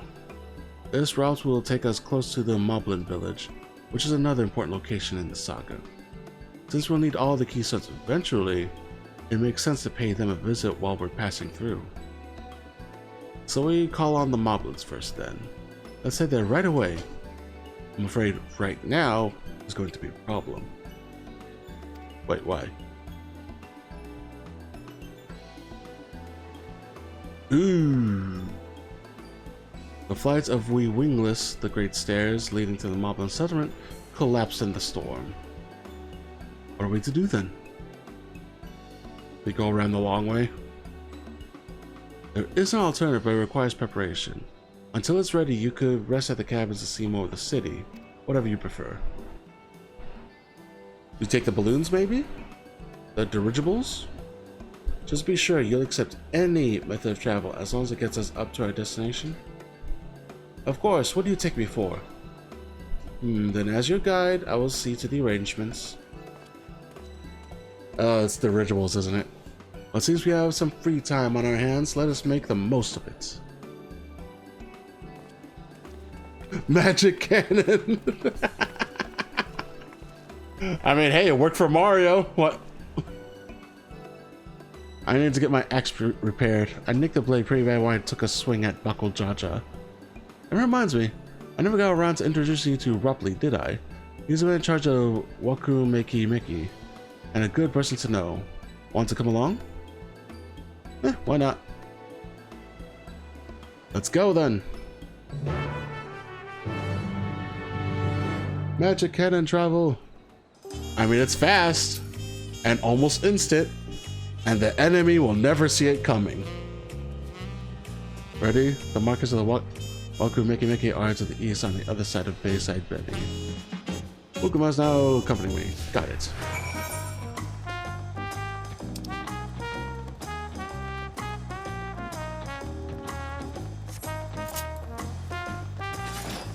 What do you say? Is everything else was built to be?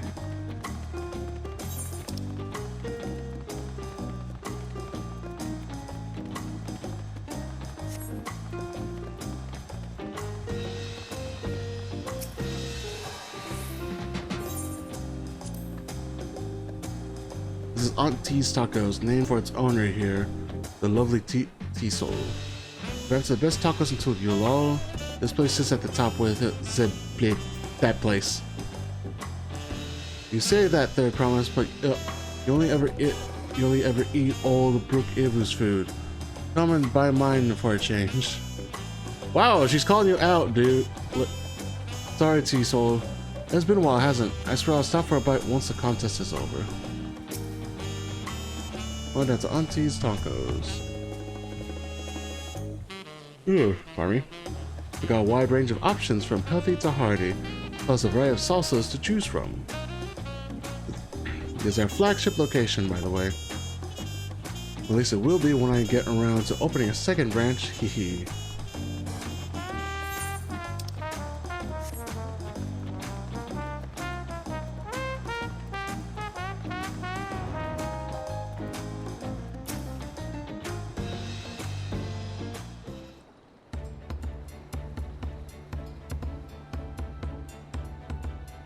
My, the third promise. How might I assist you this fine evening? Well met, Rupley. I need to buff a nasty nick out of my axe blade. Yes, it's been chipped quite terribly. Trying to cleave rocks again, were we? Something like that. Think you can fix it? You stand among Tural's most prestigious gathering of artisans and ask this question? This child's play. I was prepared for you in 2 shakes of an alpaca's tail. Good to hear. I'll leave it in your capable hands. Who's your companion, if I may ask? This is Zach, a great adventurer I recruited from across the salt. I brought him here to meet you, actually, though he might have reason to visit Waku Meki Meki sooner or later. And allow me to introduce myself. I am Rupley, humble representative of this grand center of trade. A pleasure to meet you, Zach. Yo. You there, stop dithering in the shadows and announce your business already.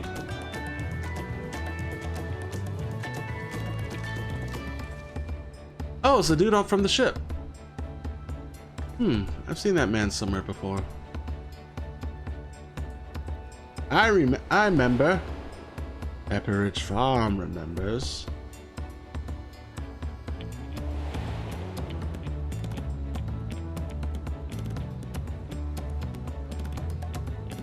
He from the boat. The jewelry maker you met on the voyage over? Oh, I remember. I spoke with him too. Fonjintane? Yes, that was his name. You've been loitering like a flighty admirer who can't pluck up the courage to confess his feelings. Out with it then. Why are you here? That's a hell of a description. That is to say... Why are you running away? We're no closer to solving that enigma. I wonder if we could use someone to talk to. I said we go and ask. Let me know by link bro if you find him first.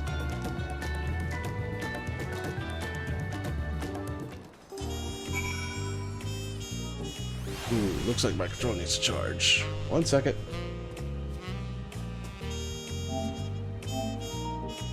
Switching controllers.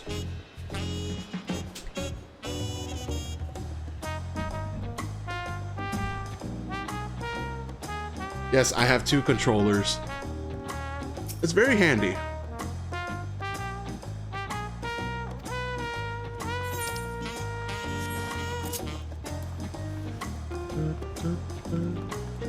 I have a black and white PS5 controller.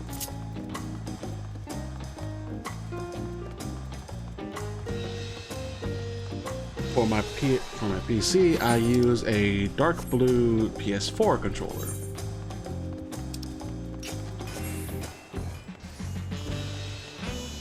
Sacred W.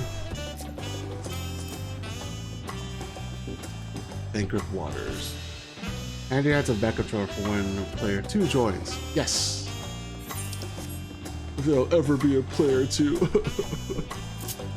I'm joking. It'll happen when it happens. Here. Here's most likely down here. Come on, you motherfucker, where are you? Where are you? I know you're here somewhere.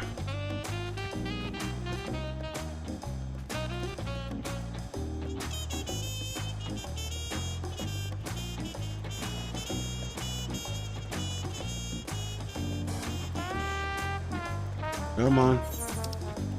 Where are you? You're making this harder for yourself.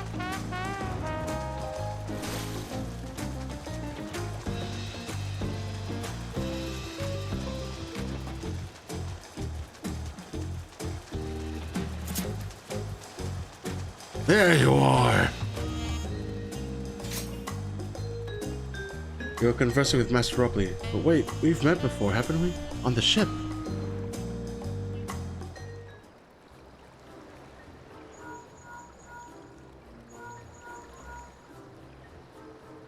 You found him? Good, I'll be right there. Why'd you run off like that? Did you have business with Ropley or not? Please, you need to concern yourself with my affairs. I'm undeserving of such attention. Huh? What are you going on about? I beg of you, do not ask me to explain. Do not! Sorry, but the more you tell me not to, the more curious I become. Besides, you look like you need a friend. You are too kind. So be it. I suppose I could share with you a morsel of my misery. Before I came to Tululal, I worked as a goldsmith as the most prestigious jeweler maker in all of Ul'dah, Assyrian's aesthetics. Oh, it all started off well enough, but as the days passed, everything began to go wrong. Compared to the masterpieces of my talented colleagues, my products were lacking. Mediocre. I lost all confidence. Crippling doubt had possessed me, and any veneer of bravado I tried to put forth soon cracked beneath its weight. Thus did I take a ship, hoping to find a fresh beginning on new shores. Yet as you witness, I lack the courage to even approach a potential employer. You stand before a man wallowing in the wreckage of his ill-spent existence.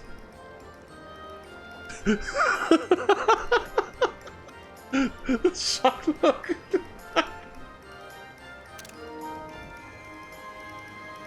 All right then.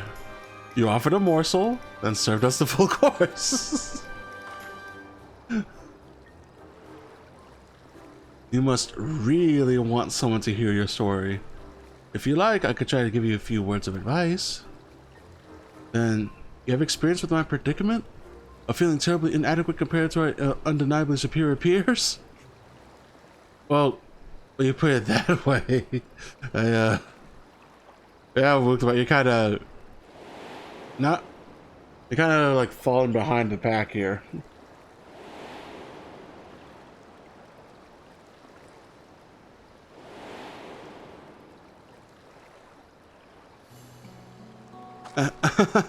Not me. I'm Wuklamat, third promise to Tulyulal, daughter of the Dawn Servant. Oh, of course you remember the royal family. Please forgive my presumptuousness. But what of you? Have you ever measured your work against that of your colleagues and found yourself wanting?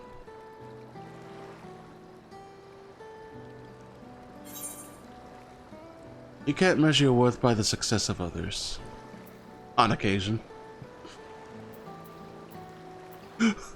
Just so abrupt. Kind of, sort of, meh. But you know what, let's be... How to be...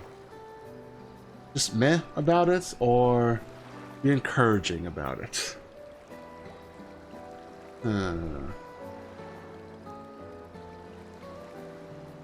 Not sure which one.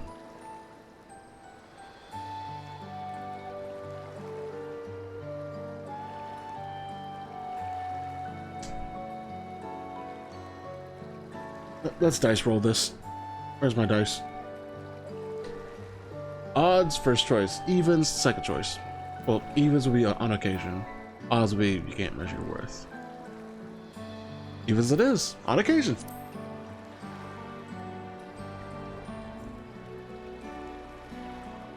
If even an ally handpicked by the third promise can feel such doubt, then what hope is there for me? I must question why I bothered to become a goldsmith in the first place.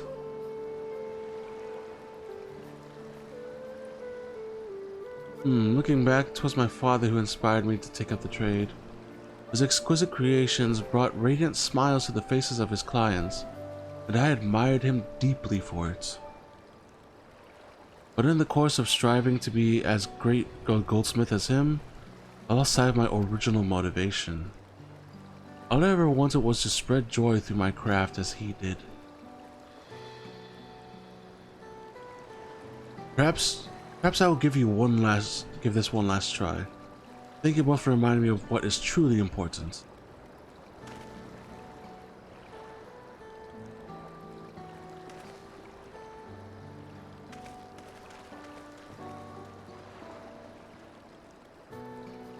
What is truly important? You okay?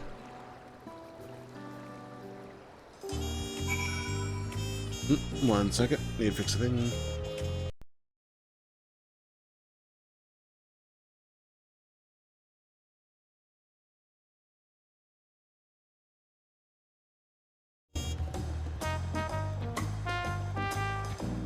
There we go. Had to refresh the thing.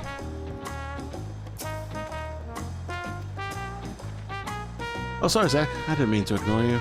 But yes, I'm glad to see Fontaine is giving himself another chance.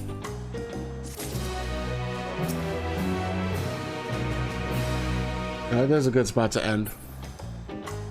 Anyways, if you're still watching, thanks for watching. I'm going to primarily be streaming on Tuesdays and Fridays now. Look at my schedule, and I maybe late evenings after work with some mild dailies from some of my gacha games. I'm still working on that shit. Okay, thanks for the stream. If you like the stream, be sure to like, share, subscribe to this shit on YouTube when I upload the VODs. I am working on editing videos for the main channel. There's a Twitter page. and be sure to like the Twitch page too. Working on the Discord channel. Hopefully I can launch that by Friday. If there is, I will put it in the socials below. Probably need to remove one of them. I'll remove the Facebook one because I don't use Facebook anymore. Maybe the DeviantArt. No, the Facebook. I browse with DeviantArt more. Anyways, thanks for watching. I hope to see you guys next time. Later.